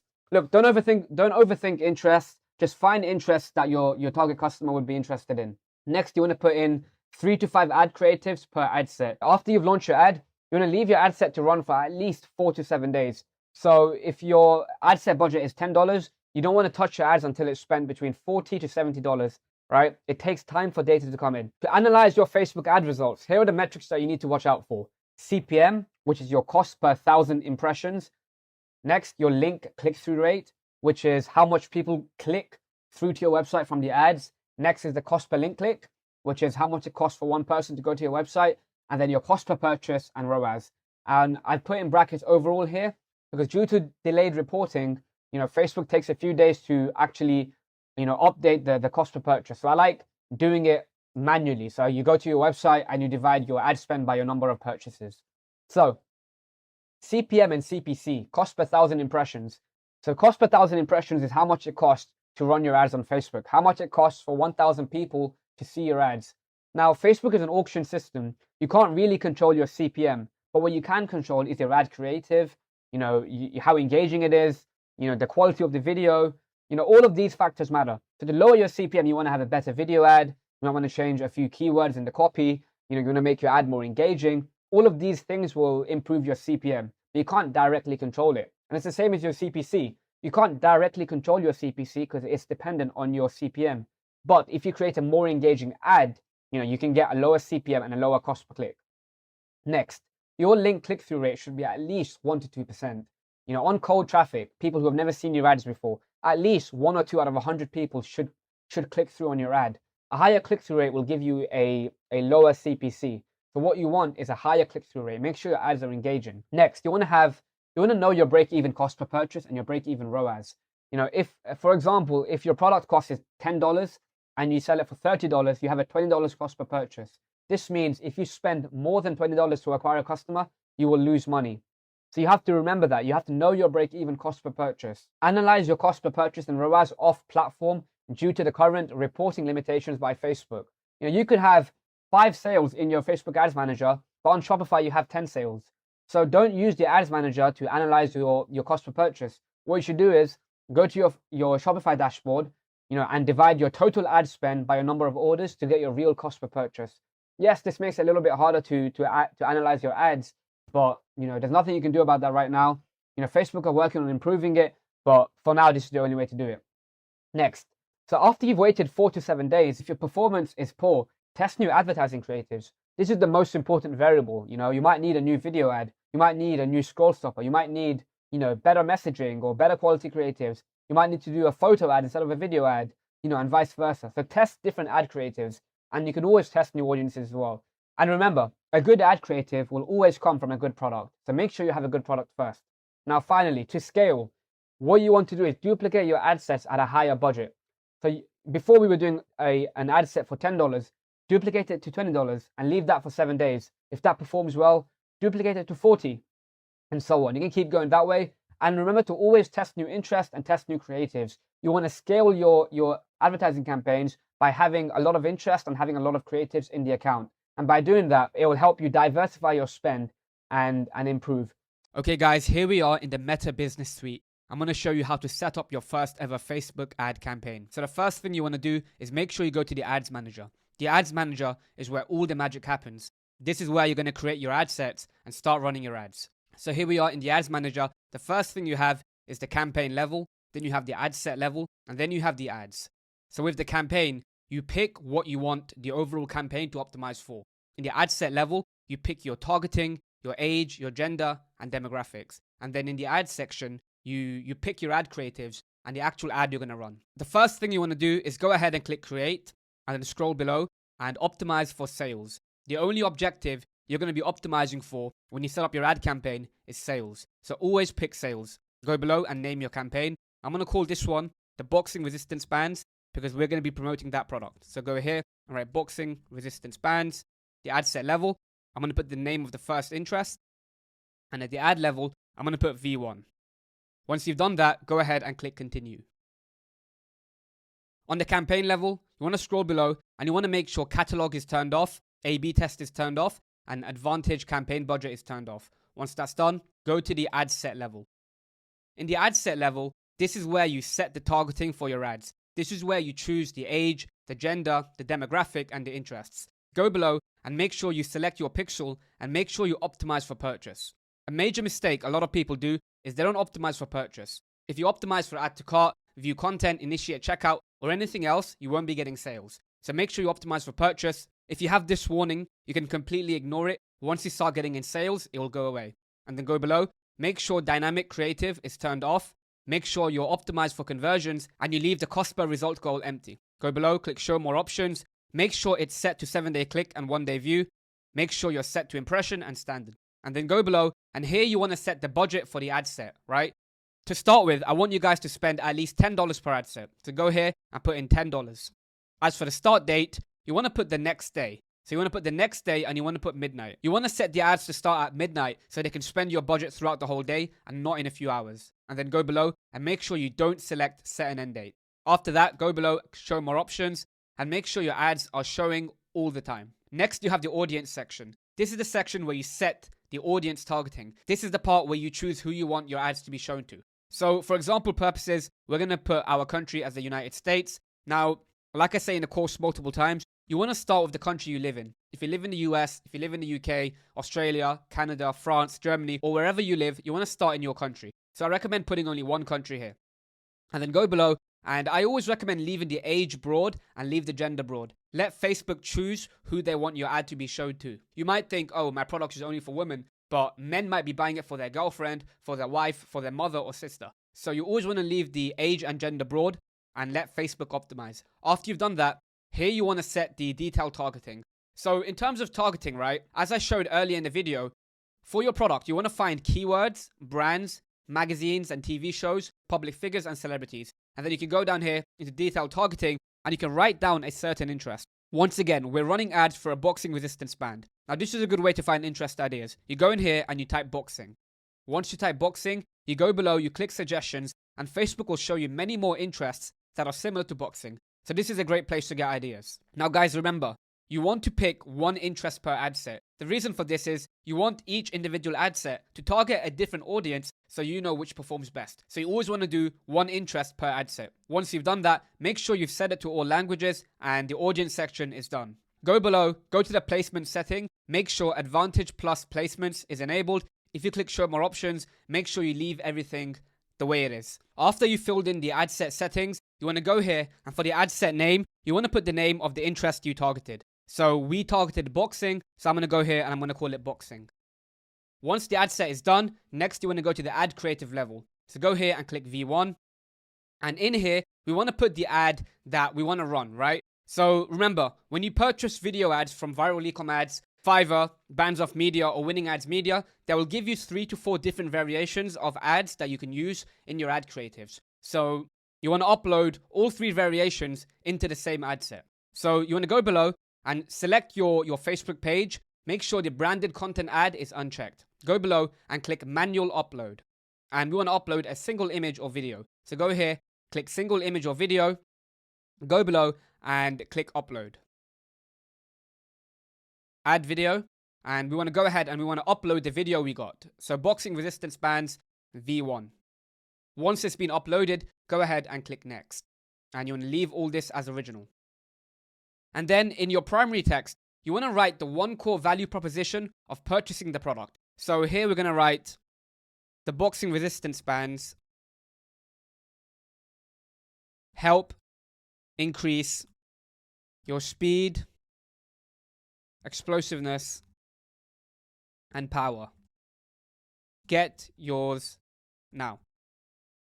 So you always want to put the one core value proposition of purchasing the product. Leave the primary text short, don't make it too long, and just be benefit focused. After that, you want to go below and set the heading. So we're just going to call the heading Boxing Resistance Band. And then in here, you can put an offer, you can put the name of the product. If you have free shipping, 50% off, you can write that here as well. And I'm going to put 50% off today only. Once you put the description in, make sure you go below. And for the call to action, make it shop now. So find shop now and then go below. And go to the website destination. you want to put the product page of the product you're promoting. Don't put the home page. Don't put anything else here. So in this video, we're going to be promoting the boxing resistant bands. So go to your product listing and copy and paste it and put it into the website URL. Once that's done, the ad is created. If you go below, and this is our ad here. As you can see, the page, the primary text, the video ad, the headline, description, and call to action. And that's all you need to set your first Facebook ad. Once you've done that, you want to exit out of it and you want to duplicate this ad. You want to duplicate the ad and create the other two variations. So go here and click duplicate. So you want to go to the other ads and call it V2 and V3. And in here, you want to upload the other variations of your ads. So V2, I'm going to go below once again and I'm going to click edit media, change video, and I'm going to upload the second variation of this ad creative. And then click next, click done. And then once again, I'm going to go to V3 and I'm going to add in the third variation of this ad creative. Click add video, click upload, and here's the third variation. So once again, you want to have at least 3 to 4 different variations of your ad creative so Facebook can test and find the best performing one. So once that's done, we're done here at the ad level. Now what I want you guys to do is, once you've made all of your ads, I want you to hit publish and do nothing until all of the ads get approved. Now the reason for this is, if for any reason your ads are not compliant and your ads get rejected, if you create multiple ad sets, your whole ad account will get banned. So once you've created this first ad set, publish it and make sure it gets approved before creating more. If your ads are fully approved, once that's done, you're going to go back to the ad set level and you want to duplicate the ad set 4 more times. In each duplicate, you want to have a different interest. So we're going to pick different interests from here. The first one I'm going to do is kickboxing. So I'm going to go here and put kickboxing. Then I'm going to copy and paste this. And I'm going to go below to the interest section and remove boxing and only put in kickboxing. Then click kickboxing and this one's done. Once that's done, I'm going to go to the next one. And in here, I'm going to write Everlast. Everlast boxing. Go up top and I'm going to call it Everlast. For the next ad set, I'm going to do Showtime Boxing. Once again, you need to make sure you research all of the interests, spend the time to go on Facebook, study your customer, and make sure you pick the right interests. So Showtime Boxing, I'm going to go below, I'm going to copy and paste Showtime Boxing. And then for the final one, I'm going to do Mike Tyson.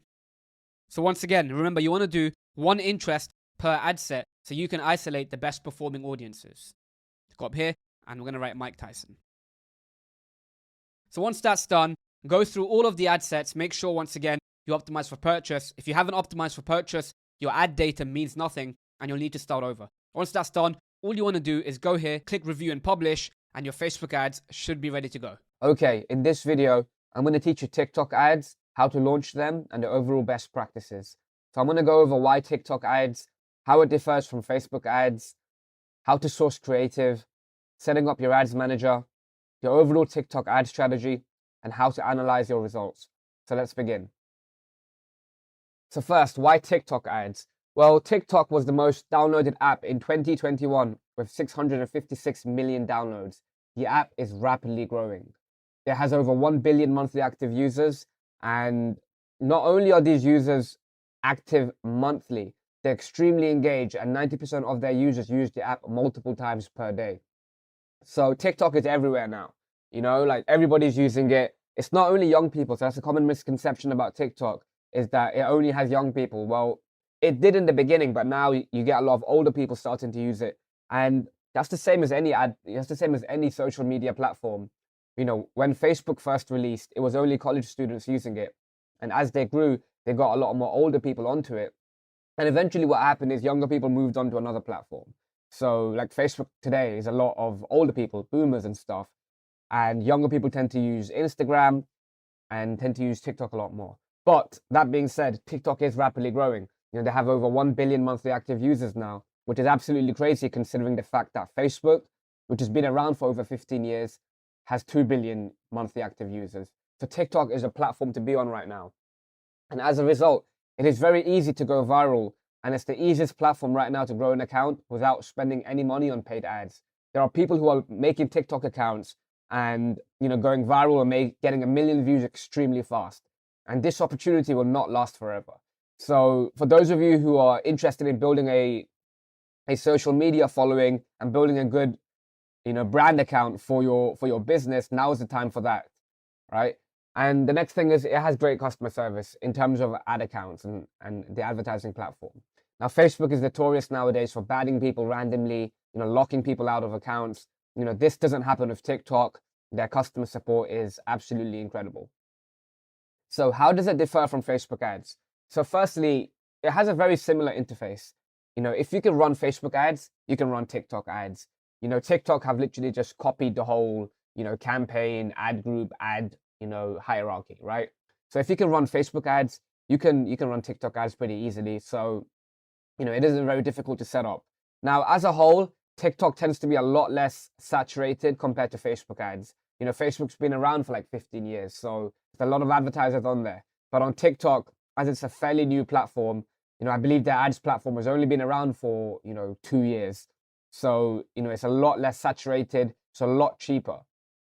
But as a result, the conversion rates tend to be a lot lower. So the thing about Facebook is they have so much data on their users, which is why, you're able to get very high conversion rates on Facebook. Whereas on TikTok and other ad platforms, you don't get the same conversion rate. However, the costs are a lot cheaper. You might be paying 2, 3, 4 times less per click on TikTok compared to Facebook ads. Next, it requires a higher minimum daily budget. And this is on the ad group level.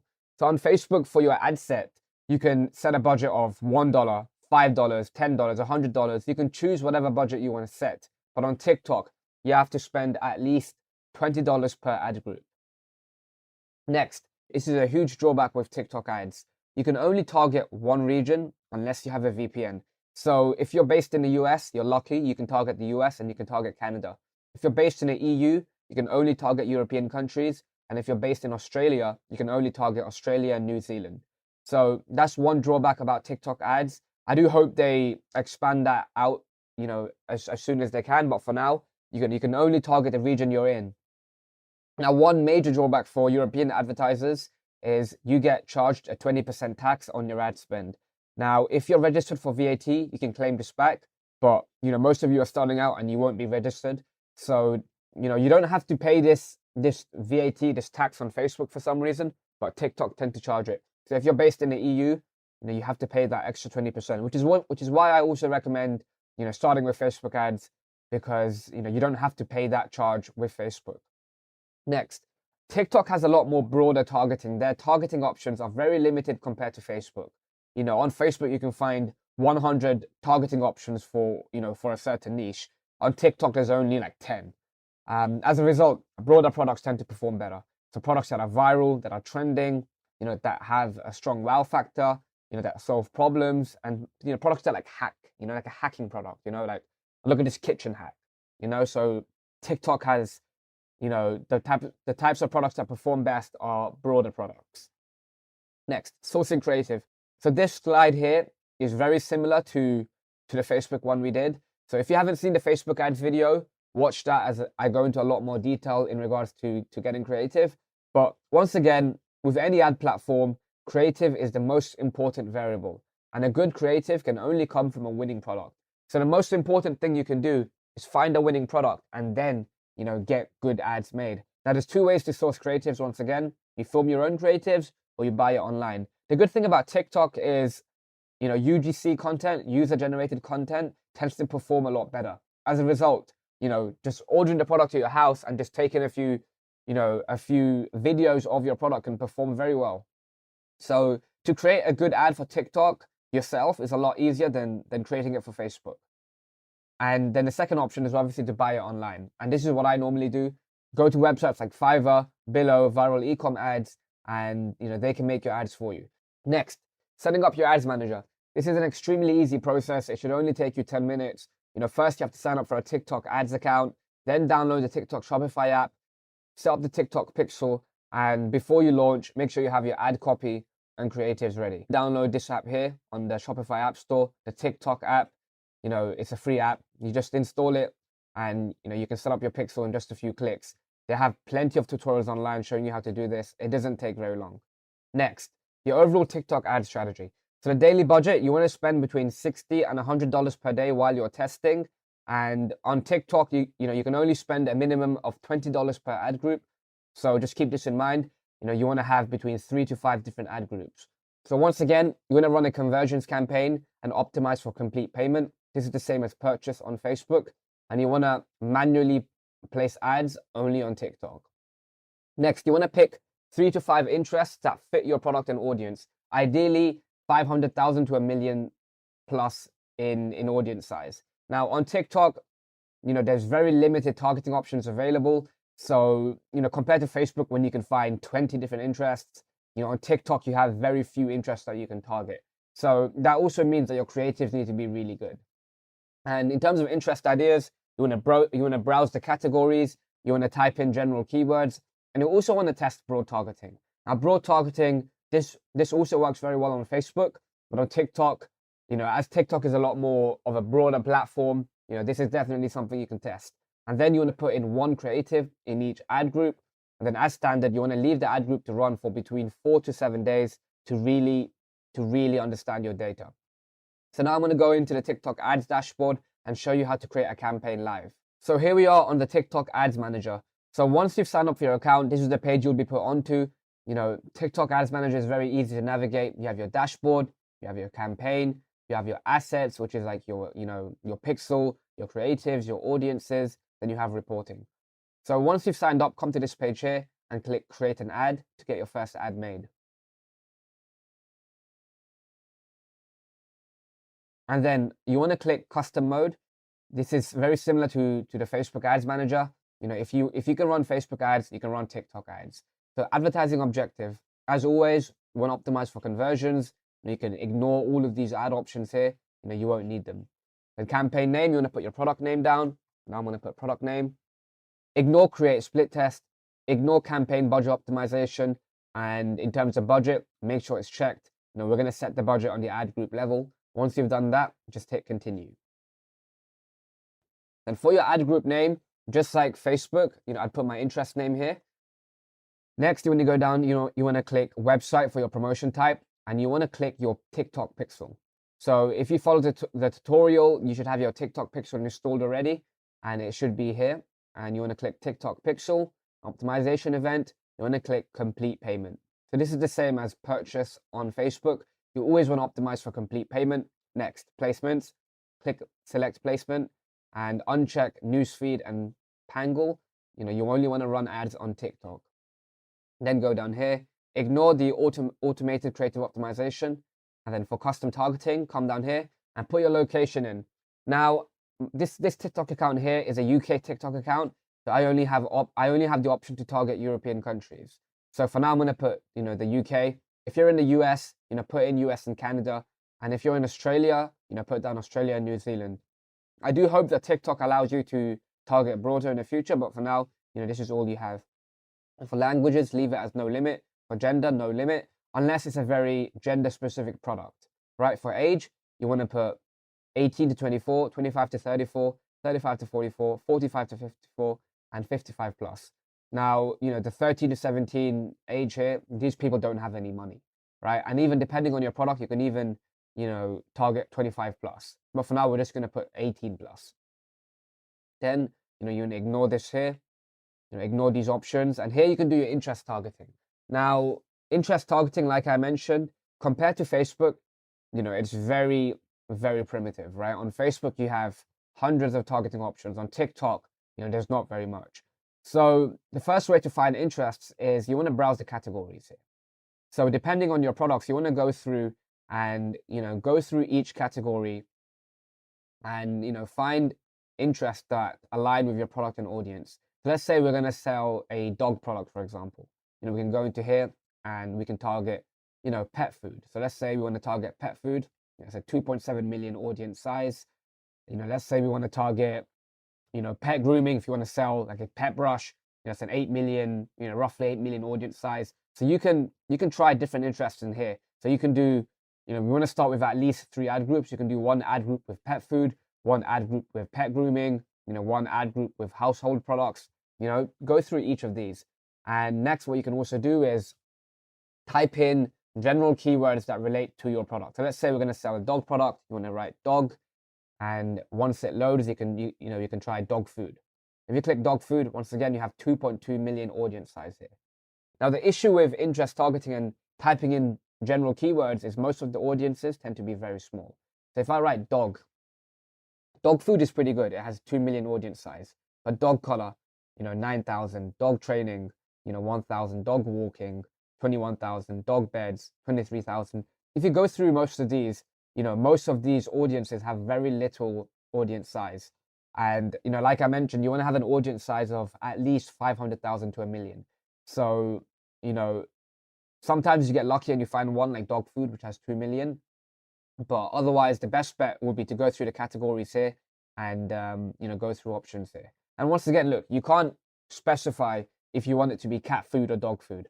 So the issue with TikTok, once again, is the targeting is a lot more broader. But once again, the algorithm will scan your video. The algorithm will scan your website, your landing page, and look at the keywords on your ads. So it should still be able to target your ads to the right people. But just be aware of that. So let's say we're going to do pet food, right? We're going to do pet food. And what I would do is I would name the ad group pet food. So I know that I'm targeting pet food. Then you can also do, UK, 18 plus. You can also, name it like that as well. But I just tend to do just the interest name. Okay. Once that's done, you come down here. For device, you can leave all these options. For targeting expansion, I usually, keep it off. Then for daily budget, you want to spend at least $20 or £20 per day. The minimum per ad group is 20. So, you don't have a choice. You can spend more, but 20 is the absolute minimum. And the scheduling, you want to set it for the next day. So make sure you set it for the next day at midnight to ensure that your ads can spend properly throughout the entire day. Next, you want to go down here. Make sure you optimize for conversions. As always, you always want to optimize for purchases and conversions, and you can start with lowest cost in the beginning. Once you're done here, just hit next. And this is where you make your creative. So let's say we're going to do the resistance bands, right? Put the name of the product here, resistance bands V1. Come down here, and in the ad details, this is where you make your ad. So you want to click upload and upload your ad. I've already uploaded it here, so I'm going to click from library and confirm it. Make sure when you make your ad that you have the right dimensions. If you're filming it on your phone, you have to use the vertical camera. If you're buying it from Fiverr, from viral ecom ads and these different websites, when you buy it, make sure you get the TikTok package, so they know to give you the right file format. So once your ad is uploaded, you want to go down here to text. Now, compared to Facebook, the text and TikTok ads, it can be very simple. There isn't a lot of space anyway. So let's say, for the resistance bands, improve your punching power with these bands. So you have 100 characters that you can use, but as you can see, it does cut off. So let's say I wanted to keep writing, 50% off. As you can see here, it cuts off. So, keep your ad copy short. Most people won't even read it. So, the most important thing for a TikTok ad is the actual video. Now, once you've done that, you want to come down, ignore these options, go to destination page, click website, click standard URL, make sure it's set to shop now. And then for your URL, put down your product page. So this will be the actual product page that your product is on. And once you put that down, just put google.com for now. Okay, https google.com. And then you want to click this box here, so you can actually, agree to the advertising terms. And once you're done, come down here and just click submit, and that will be your first TikTok ad. So once your first ad is launched, it should show here in the campaign section. It's not showing for me because I didn't submit the ad. But as you can see, it's very similar to Facebook, whereas you have your campaign, you have your ad group, which is usually the ad set on Facebook, and you have your ad. Now, once you've launched, you should have one campaign, one ad group, and one ad. What you want to do is there should be an option here to duplicate your ad group. You want to duplicate your ad group 3 to 5 times and test a different interest in each ad group. And once you've done that, leave your ads running for a few days so you can see which ad group performs best. In this video, I'm going to teach you how to use TikTok to start a dropshipping business. So first, why TikTok? You can start dropshipping with little to no money with TikTok. There's no advertising budget required. It's a good way for beginners to get in the dropshipping game without taking any risk. So traditionally, to get into dropshipping, you want to create a store, you want to import winning products, and then you want to start advertising to get customers onto your website. And with advertising, you want to usually spend at least $50 per day.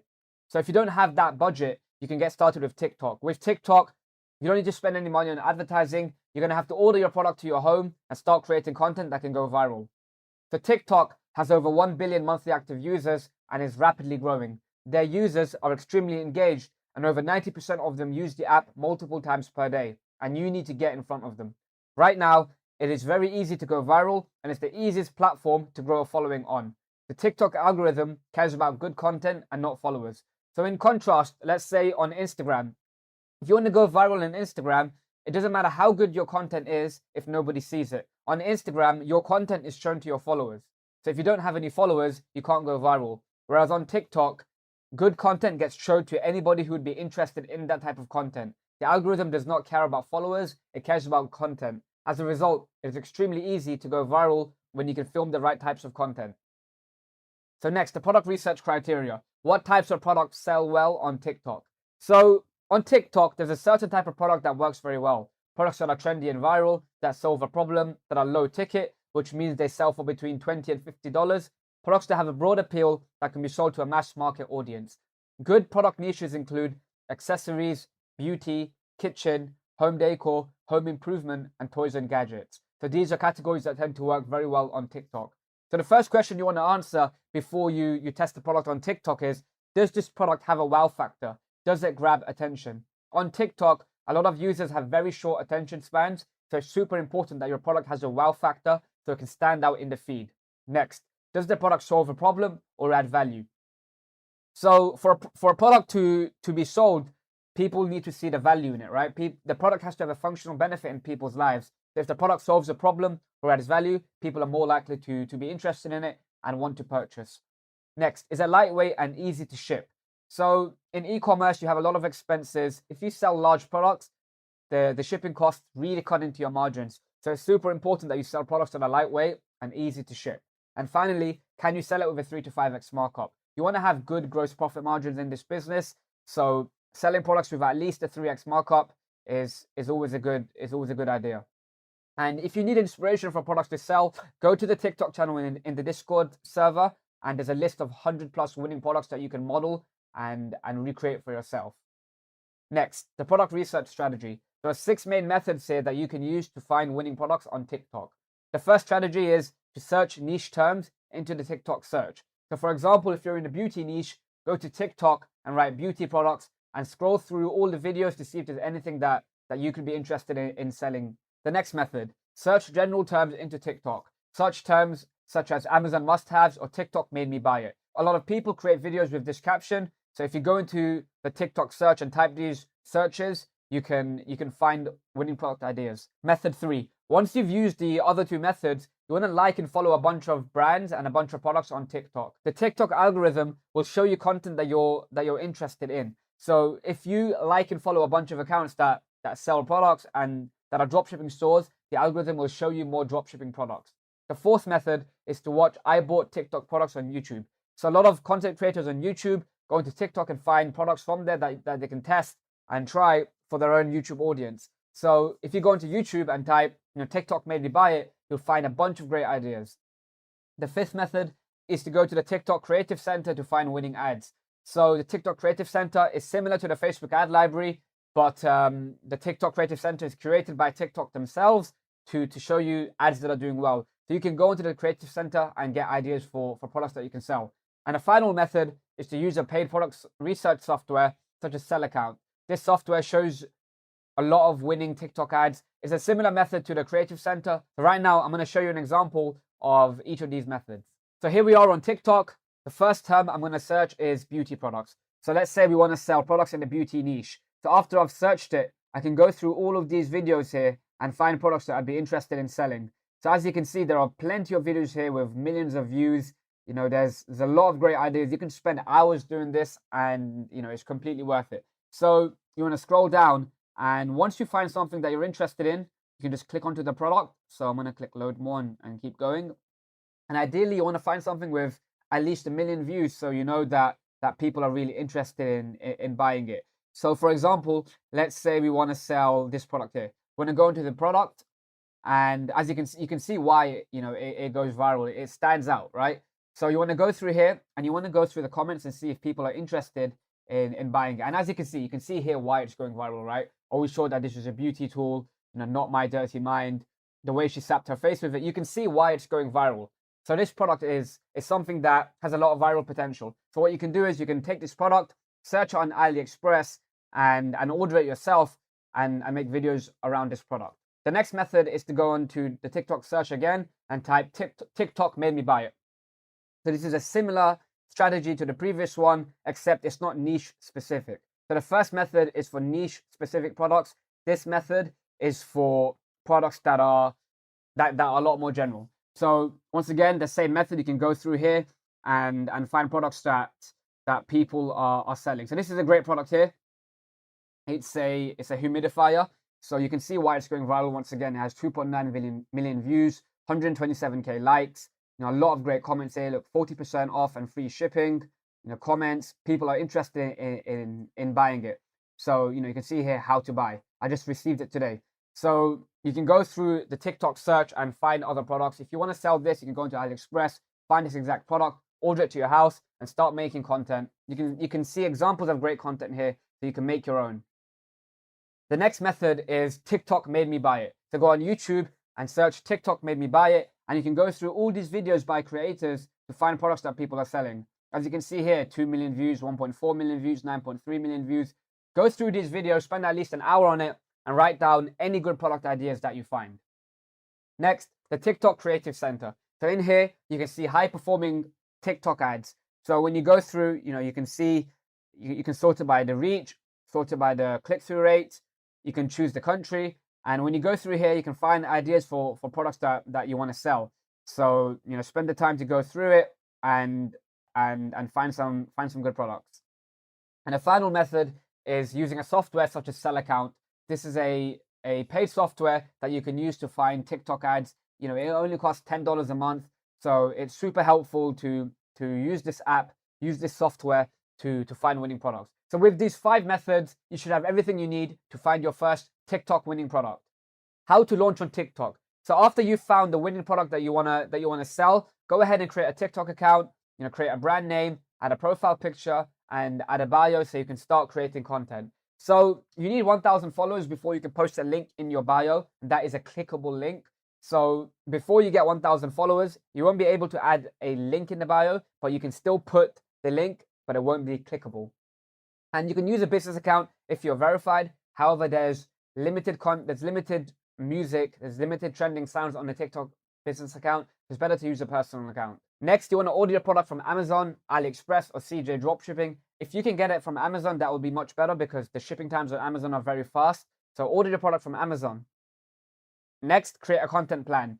So you want to do the research and create a plan for the content that you want to create. Go through competitors, find out the videos that competitors are creating, create a content plan, write down multiple hooks, multiple scripts, multiple scenes, create as many ideas as you can for content.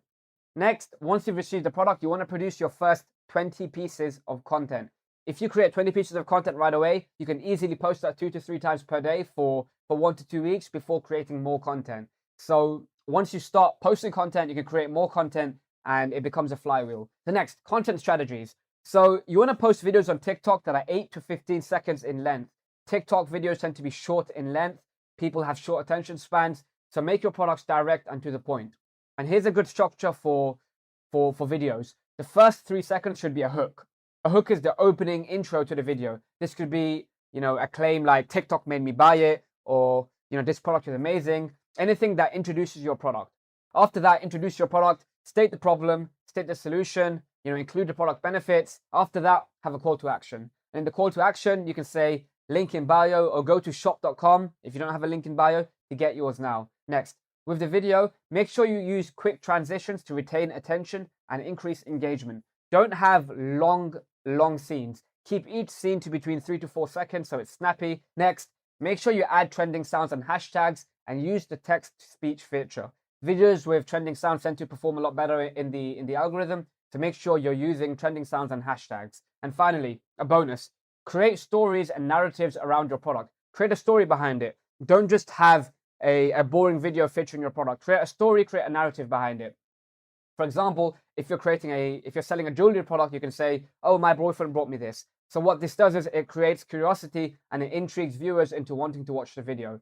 So if you can create a story, a narrative around your product, the videos will perform a lot better. Next, video types. So the best way to get inspiration for content is to study your competitors. When you study your competitors, you can find inspiration. You can figure out what types of content is working. And on TikTok, you can see the engagement. You can see how many views a video has. You can see the comments. You can see the likes. So if you go through and find winning creatives from your competitors, it's easy for you to recreate them. And next, the types of content you can make, unboxing videos, videos of the product in use, create a story, customer testimonials, reactions, and trends. So there's plenty of video types that you can create. The key thing is to study your competitors as much as possible so you can find what works for them. It's a lot easier to model success than to be creative and create everything yourself. Next, the best practices for videos. Once again, find content ideas by studying your competitors and modeling success.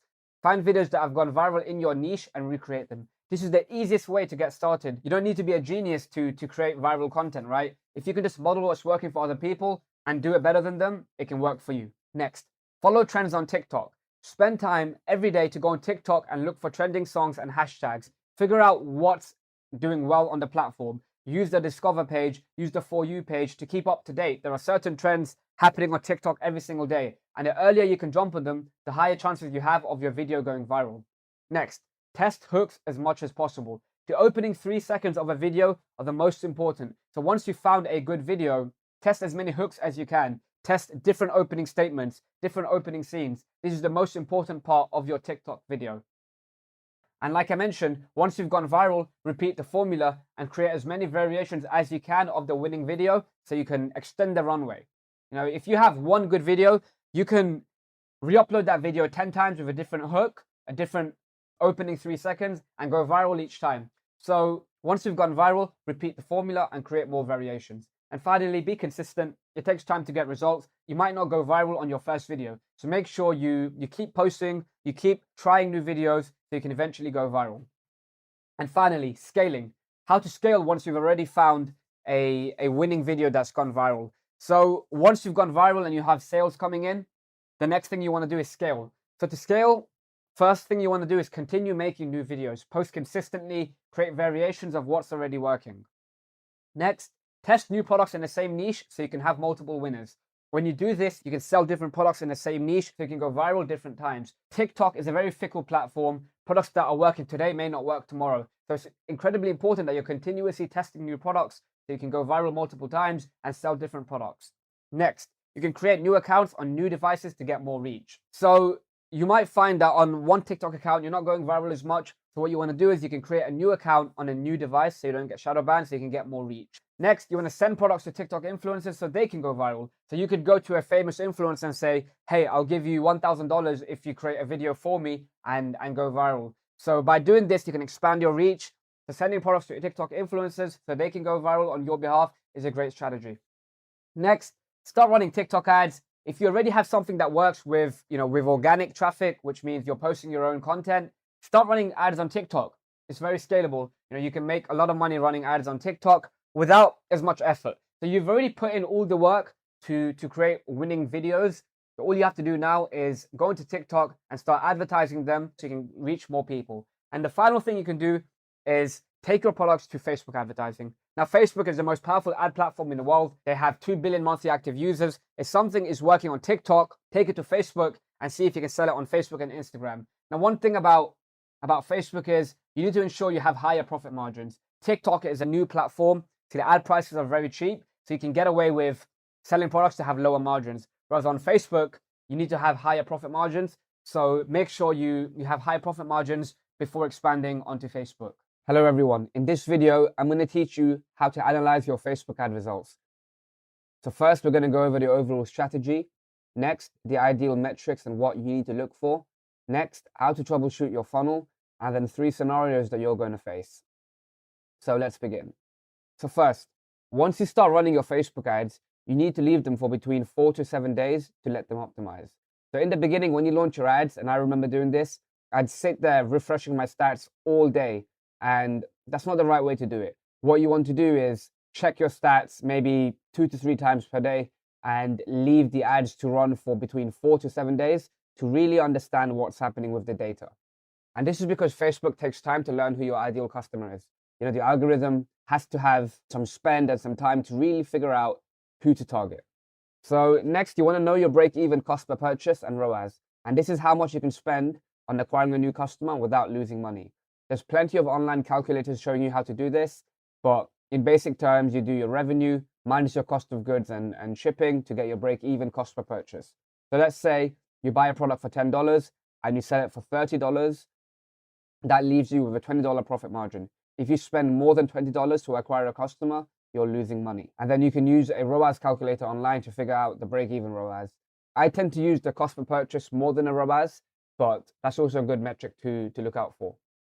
Next, the key metrics you need to analyze when you're running your Facebook ads are the link cost per click, the link click-through rate, and the cost per purchase and ROAS overall.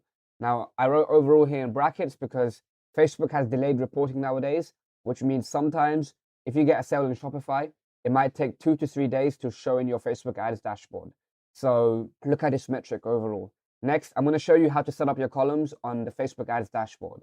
So here we are in the ads manager. What you want to do is come here to columns and click customize columns. And you can see here, I've already got everything set up, but all you have to do is type in, each of these, and it'll come up for you. The first is obviously going to be the campaign name. This is, the name of the campaign. Next will be delivery. This just tells you if your ad set or your ad is active, in review, or scheduled. Next, you have the budget, which is how much you're spending every single day. Then you have purchases, which is how many purchases you've had. Next, you have reach, which is how many people have seen your ads at least once. So reach is different to impressions, right? The reach is how many unique people have seen your ad, whereas impressions is how many times your ad has been seen overall. You could have a reach of 1 and have 2 impressions, which means 1 unique person has seen your ad 2 times. Then you have your cost per purchase, which is obviously how much you spend to acquire a new customer. And then you have amount spent, which is your budget spent so far in a day. And then you have purchases conversion value, which is the value of all the purchases you've had. So if you've had 2 sales at $20 each, the purchases conversion value would be $40. And then you have your schedule, which is when your ad is running. After that, you have your frequency, which is how many times your ads have been seen by each individual person.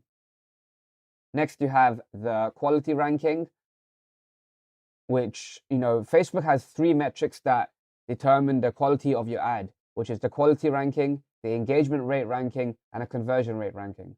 So the quality ranking is talking about the ad's perceived quality. And let's say somebody clicks on the ad, how long they stay on your website. That helps your quality ranking. Then you have the engagement rate ranking, which is how engaging your ad is, the likes, the shares, the comments, how long people view the ad. So that's the engagement rate ranking. And then the conversion rate ranking. So this is how many people click through to your website and purchase. This is also a very important metric. So these 3 metrics, quality ranking, engagement rate ranking, and conversion rate ranking, help boost your ads. If you have good rankings here, your ad should be cheaper. After that, you have the CPM, which is the cost per 1,000 impressions. How much it costs for you to reach 1,000 views on Facebook for your particular ad. Now, the CPM is different for every niche, for every country. So in the US, it might cost you $20 to show your ad to 1,000 people. But in the UK, it might cost you $10, right? And the CPM is also different according to, the campaign type you're running. A purchases campaign will always have a higher CPM than a traffic campaign, right?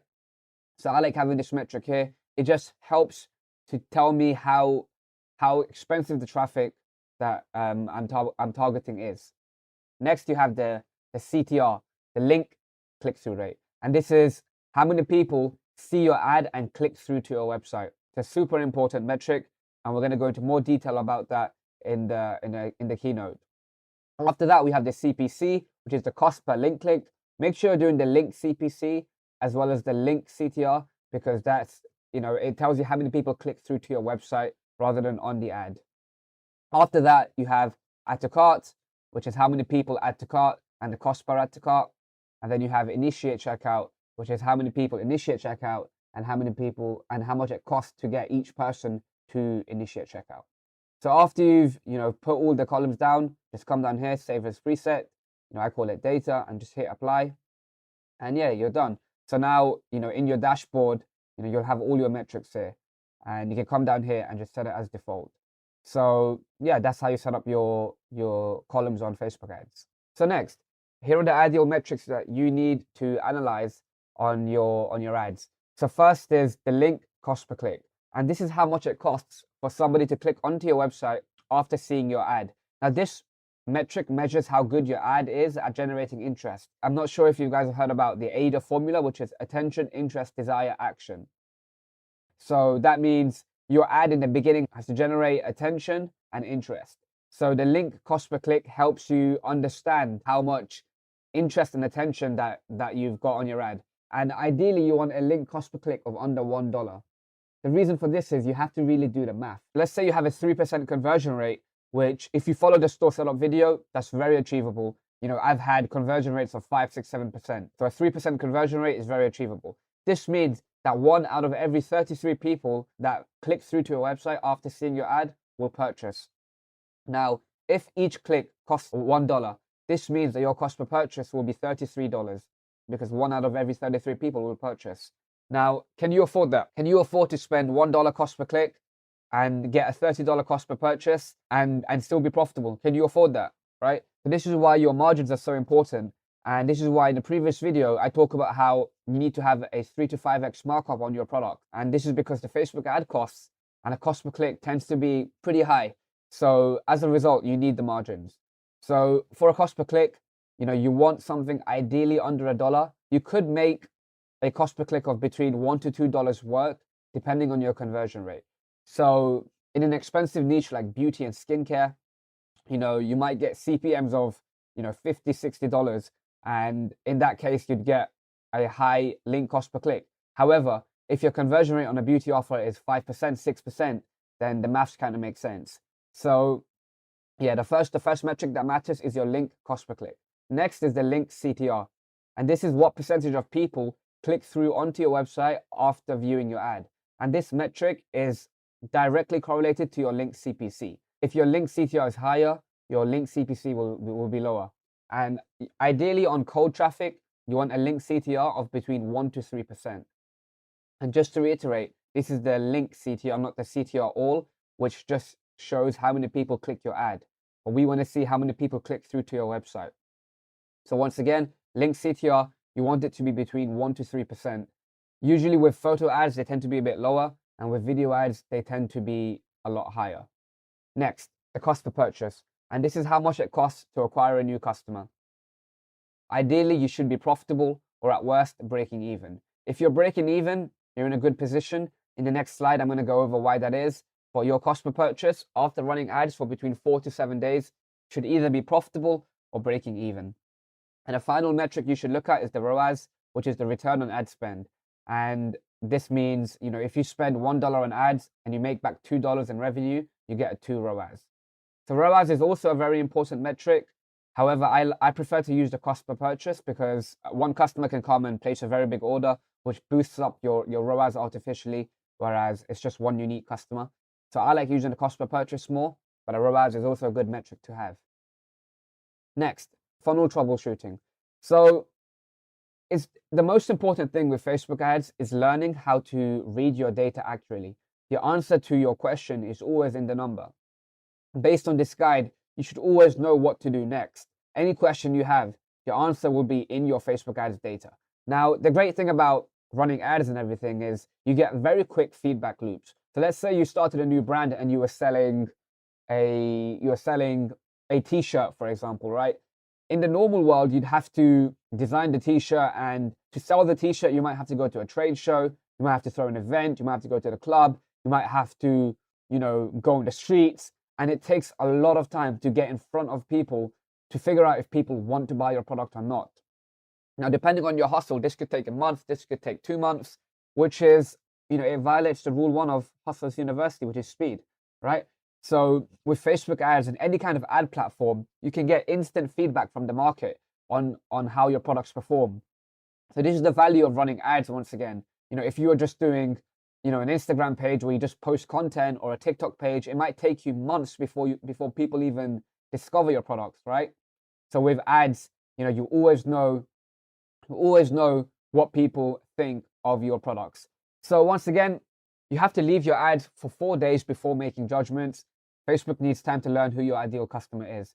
And the only exception here is, let's say you've started running ads and the results are absolutely terrible, right? We have the ideal metrics back here, which is a link CPC of under $1, a link CTR of 1 to 3%, and a break-even cost per purchase, or profitable cost per purchase.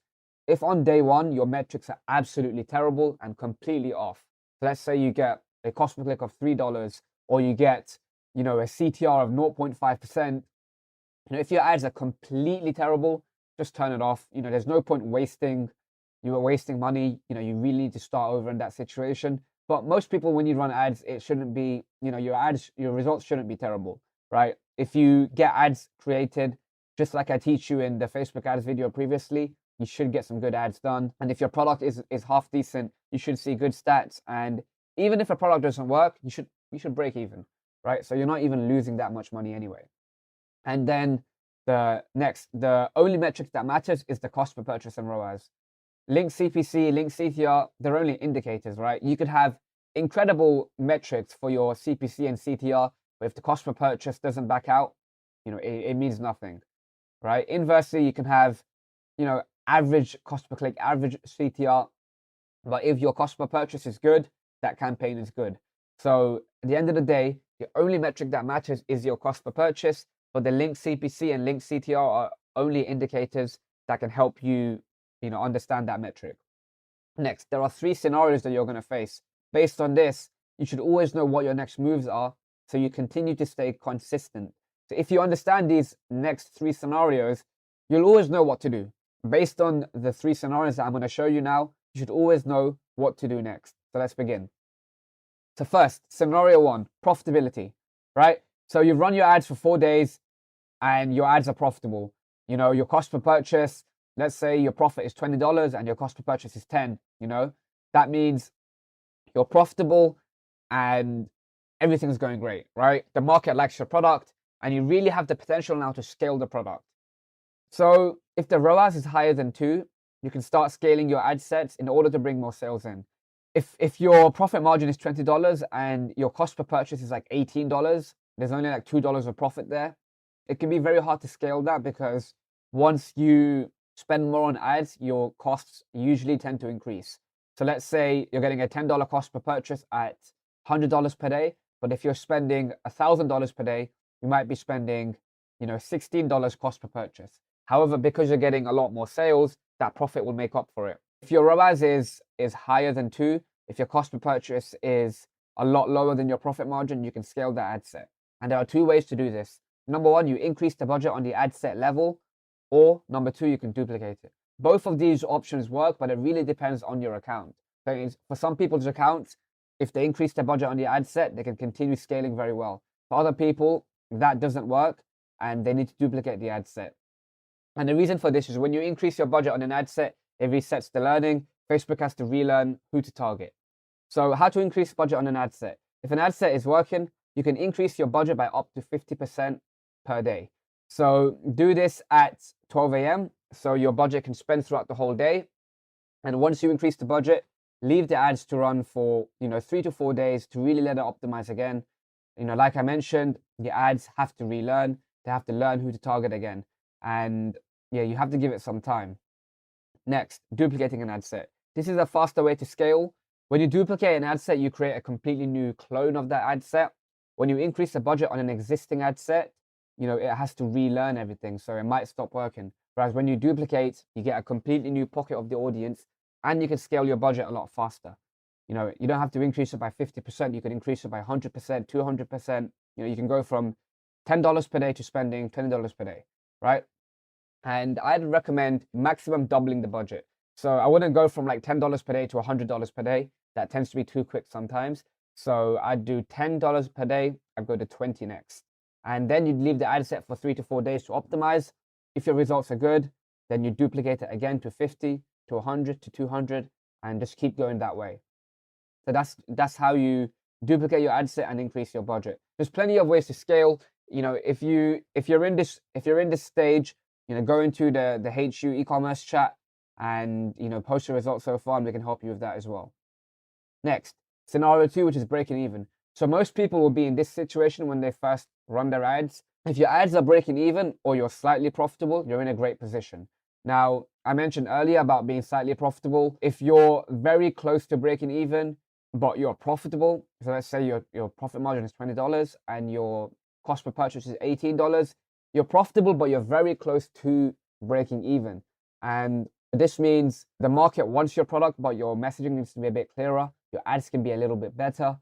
And you don't really want to scale until you have something which is more profitable. And as I mentioned before, your ROAS will decrease as you scale. When you spend more on ads, it's natural, right? In the beginning, your Facebook ads will reach very targeted people, which is why your costs will be very, very low. However, as you scale out, you have to reach people who are less likely to purchase, which is why your ROAS will decrease. If you're breaking even or slightly profitable, you need to test new creatives and new audiences. The most important thing is to test new creatives. To test your creatives, you can test a new thumbnail. You can test so this is for a video ad. So in a video ad, you can test a new thumbnail, or you can test a different hook, a different opening scene, a different variation. And sometimes just by changing the thumbnail or the opening scene, your ROAS can completely change, right? Just think about it. You have 1,000 impressions. From 1,000 impressions, you know, if the first 3 seconds of a video is pretty bad, you might get 500 people viewing the video for the first 3 seconds. But if your 3-second opening is very good, you might get 800 people viewing it, right? And that's almost 50% more people have seen your video, have gone through the first 3 seconds, which means your cost per click can go down. If you're breaking even, test new creatives, test a new thumbnail, a new opening scene. If you're doing photo ads, test a new variation of that. And the key here is to test an iteration, because your products or your ads are breaking even, right? They're working, but they need to be clearer. So don't go ahead and completely change everything. Take what's working already and just optimize it to make it better. Next, you can test new audiences. Now, the best way to do this is when you've run your ads for 47 days, each interest will perform differently. So each ad set will have a different interest. So you might get one interest that has 5 sales and one interest that has 1 sale, right? What you want to do is turn off the ad set with 1 sale and duplicate the interest ad set with 5 sales and click the suggestions tab, so you can see interests that are very similar to that interest. And that means you should see better performance. If you're duplicating a winning ad set and taking a similar interest, your performance should be good on that interest. However, like I mentioned earlier, nowadays your creative testing matters so much more than audience testing. So your main focus should be on new creatives. Now, once you've done this, you also want to improve your website to increase the conversion rate. You know, if you have a 2% conversion rate, this means 1 from every 50 people are buying your product. Well, if you improve your website and you increase your conversion rate to 3%, this means 1 in 33 people are going to buy your products. And this means 17 clicks it would take 17 more clicks previously to get a sale. Now you don't need to spend an extra 17 clicks to get sales, right? So if you improve the conversion rate, that should bring down your cost per purchase. Now, the best way to do this is to have higher quality product photos, have high quality product reviews, you know, a fast site speed, better product descriptions. Just go into your website, go through it on your phone, and just see how you can improve it, right? And if you need extra feedback on this, go into the HU reviews chat, post your website up, and we'll help you improve your website from there. Next, losing money. So if after 4 days your ads are losing money, you might need to start over with a new product, and don't get emotionally attached. Just start over with a new product, right? Now, if you're close to breaking even, within 20%, you can test new ad creatives and audiences, right? Refer to scenario 2. So let's say you spent $100 in ads and you've made back $120 in revenue. However, your product cost was $40. So your total loss was $20. However, you know, you're very close to profitable, right? If you make a few changes to your ad creative, to your targeting, to your website that can instantly flip to being profitable. So if you're very close to making money or breaking even, test new creatives, test new audiences. However, if you're just completely far off, if you spent $100 on ads and you've made back $50 in sales, and so you've lost $50 on the initial ads and then your product cost as well, right? If you're just very far away from making money, move on with a new product. Don't get emotionally attached. That's one issue I've seen with a lot of people in my 4 years of e-commerce. A lot of people get very attached to certain products that they've got 2-3 sales and it's not really working for them, but they're emotionally attached to the product because they've made sales, and they stick to that product for a long time. They might keep running it for a month, 2 months, 3 months. It doesn't work. They spend a lot of money on ads. They lose money. They make new creatives. It doesn't work. And all this time they get burnt out, all because they were attached to a product that was never going to work, right? So if your results are very far from successful, if you're not even close to breaking even, just move on. Test a new product. This is a numbers game.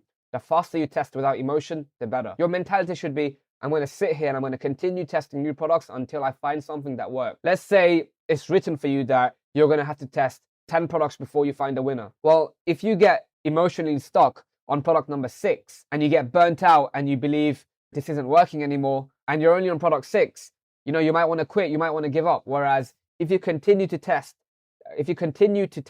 when you got to product 10, which was going to be a super winner for you, you'd be successful, right? So don't get attached to your product and brand concepts too much.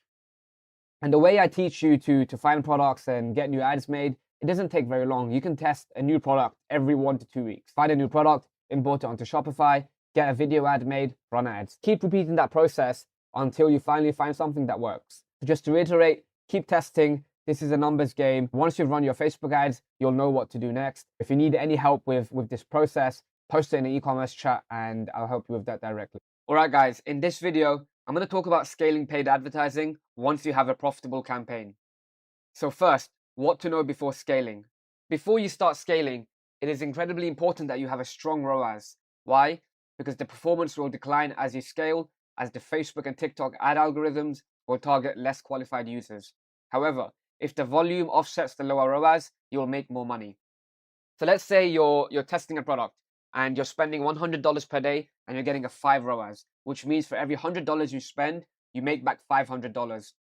However, once you start scaling, that return on ROAS will come down. You might go from making a 5 ROAS at $100 per day ad spend to making a 3 ROAS at $500 per day ad spend. However, as you're getting more volume in, if that volume offsets the lower ROAS, you will make more money. Now, the reason for this is because once you start running ads at a low budget, Facebook will show your ads to the most qualified buyers, to the people who are most likely to purchase. However, once you start scaling, Facebook will have to show your ad to less qualified buyers in order to scale. As a result, the performance will decline and your ROAS will go down. So before you start scaling, you need to have a very strong ROAS. Next, not all products scale. Some products cap out at $500 to $1,000 per day, just because the market for the product is too small. Now, this is an issue you might face in smaller European countries. So if you're in the US, most products can scale a lot bigger. But if you're in, for example, if you're in Sweden, the markets are a lot smaller, so your products may cap out a lot faster. And the reason for this is because not enough people are in market to purchase right now. The audience just isn't there. So when you're running paid ads on Facebook and you're optimizing for conversions, for purchase, Facebook is targeting people who are most likely to purchase right now. So there's only a set amount of those people every single day. So what happens is once you start spending more money and you reach that cap, any more money you spend will no longer be profitable. So not all products scale. Some products just cap out at $500 to $1,000. If you do get to that range and you can no longer scale, you might need to test a new product or test a new offer on your product to try and reach more people. Next, make sure the backend systems are fully set up. Make sure you have good customer service, a good product, and a good customer experience. When you're scaling, Facebook will start sending customer feedback surveys to your customers. And if you get poor customer feedback, Facebook will ban your ad account. So you need to make sure that you have very good customer service. Make sure you reply to every email within 12 hours. If you don't want to do this yourself, hire a VA.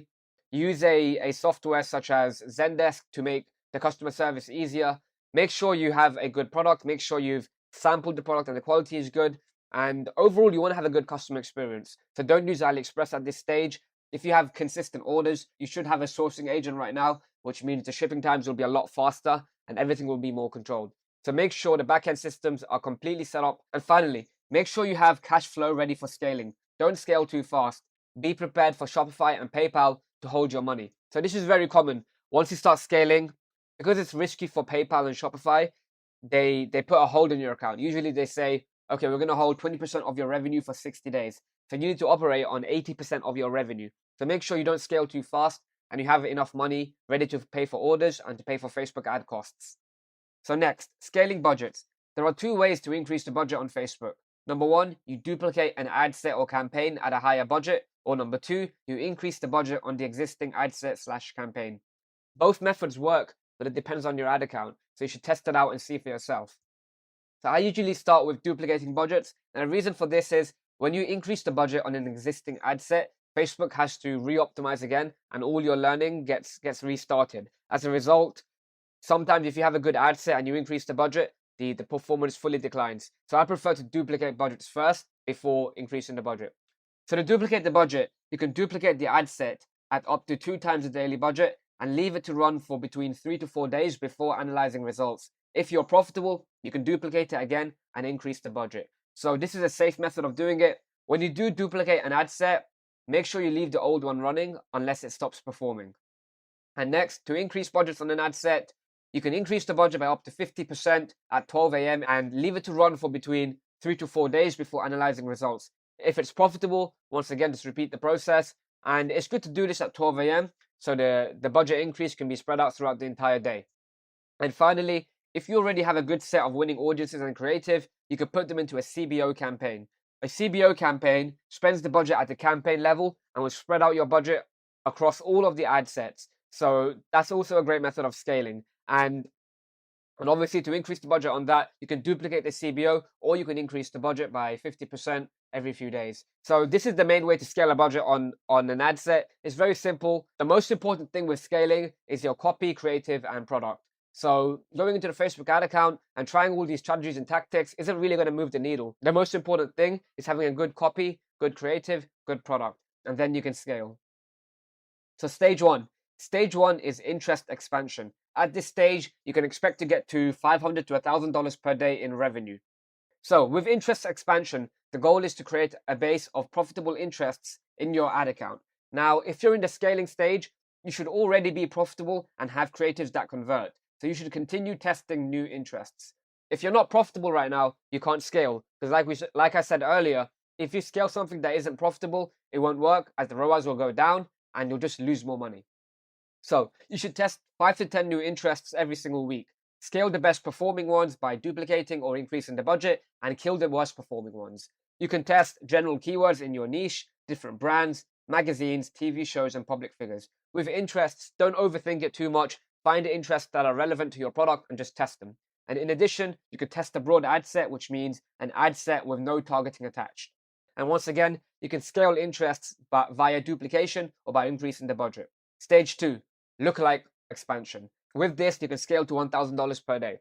So at this stage, you want to create a base of profitable lookalike audiences in your ad account. A lookalike audience is an audience of people who share similar characteristics with your existing users. So, for example, if you give Facebook a list of 300 people that have purchased, Facebook will use their data to find similar customers to those 300 that you gave. So a lookalike audience is a very powerful way of scaling. Now, to use a lookalike audience, you want to have between 300 to 500 events. You can start doing them at 100 events. However, I found in my experience that isn't enough data for Facebook to really optimize. So start doing this when you have 300 to 500 events. And these are the lookalikes that you can test. View content, add to cart, initiate checkout, purchase email list, which is an export of your purchases, and your email list, which is just an export of your email list. And next, test these sizes at 1% lookalike, 3% lookalike, 5% lookalike, and 10% lookalike. When you're creating the lookalike audiences in Facebook, you can choose the size. And if you're in a smaller country, go broader. So if you're in Netherlands, for example, a 1% lookalike may be too small. You might want to test a 10% lookalike just to start with. And once again, you can scale these via duplication or by increasing the budget. Next, stage 3, broad expansion. And with this, you can infinitely scale.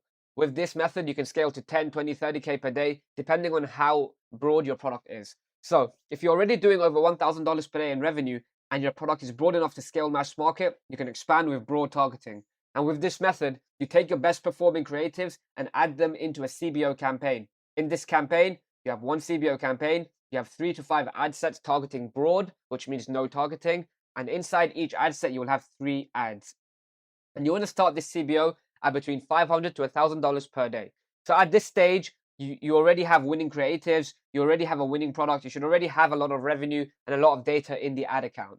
Now, once again, at the ad set level, you're targeting broad. There's no targeting, there's no interest, there's nothing in there. You're just leaving it completely broad for the Facebook algorithm to optimize.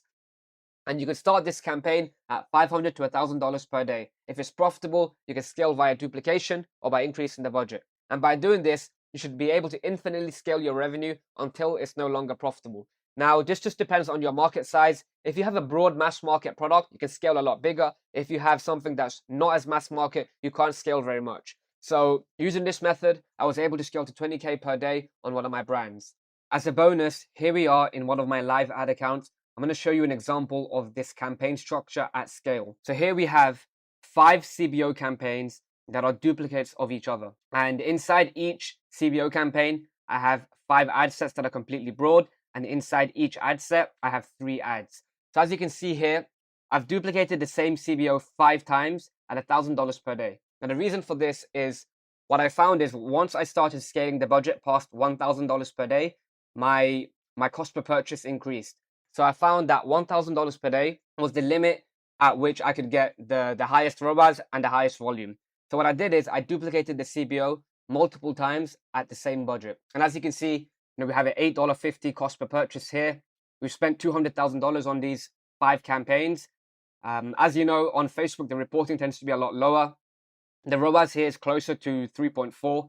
And, so that's around $200,000 spent for around $650,000 in revenue. We have an 80% gross margin here. If you take off around 5% for payment processing fees, you have a profit here of around $250,000.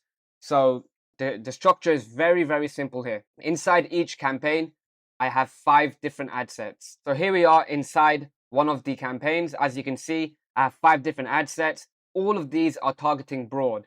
Every single ad set in here is a duplicate of the other one. And inside the settings, everything is left broad. So here we are inside the ad set settings. As you can see, the audience size is 2.6 billion to 3 billion people. I've left it completely broad. I'm going completely worldwide. The location here is worldwide. Ages, I've left it completely broad. All genders, all interests, behaviors, demographics. There's nothing in here. There's no exclusions. Set it to all languages, automatic placements, and 1-day click. So as you can see, there's no settings inside here. I've left it completely broad and I've left it to Facebook to optimize.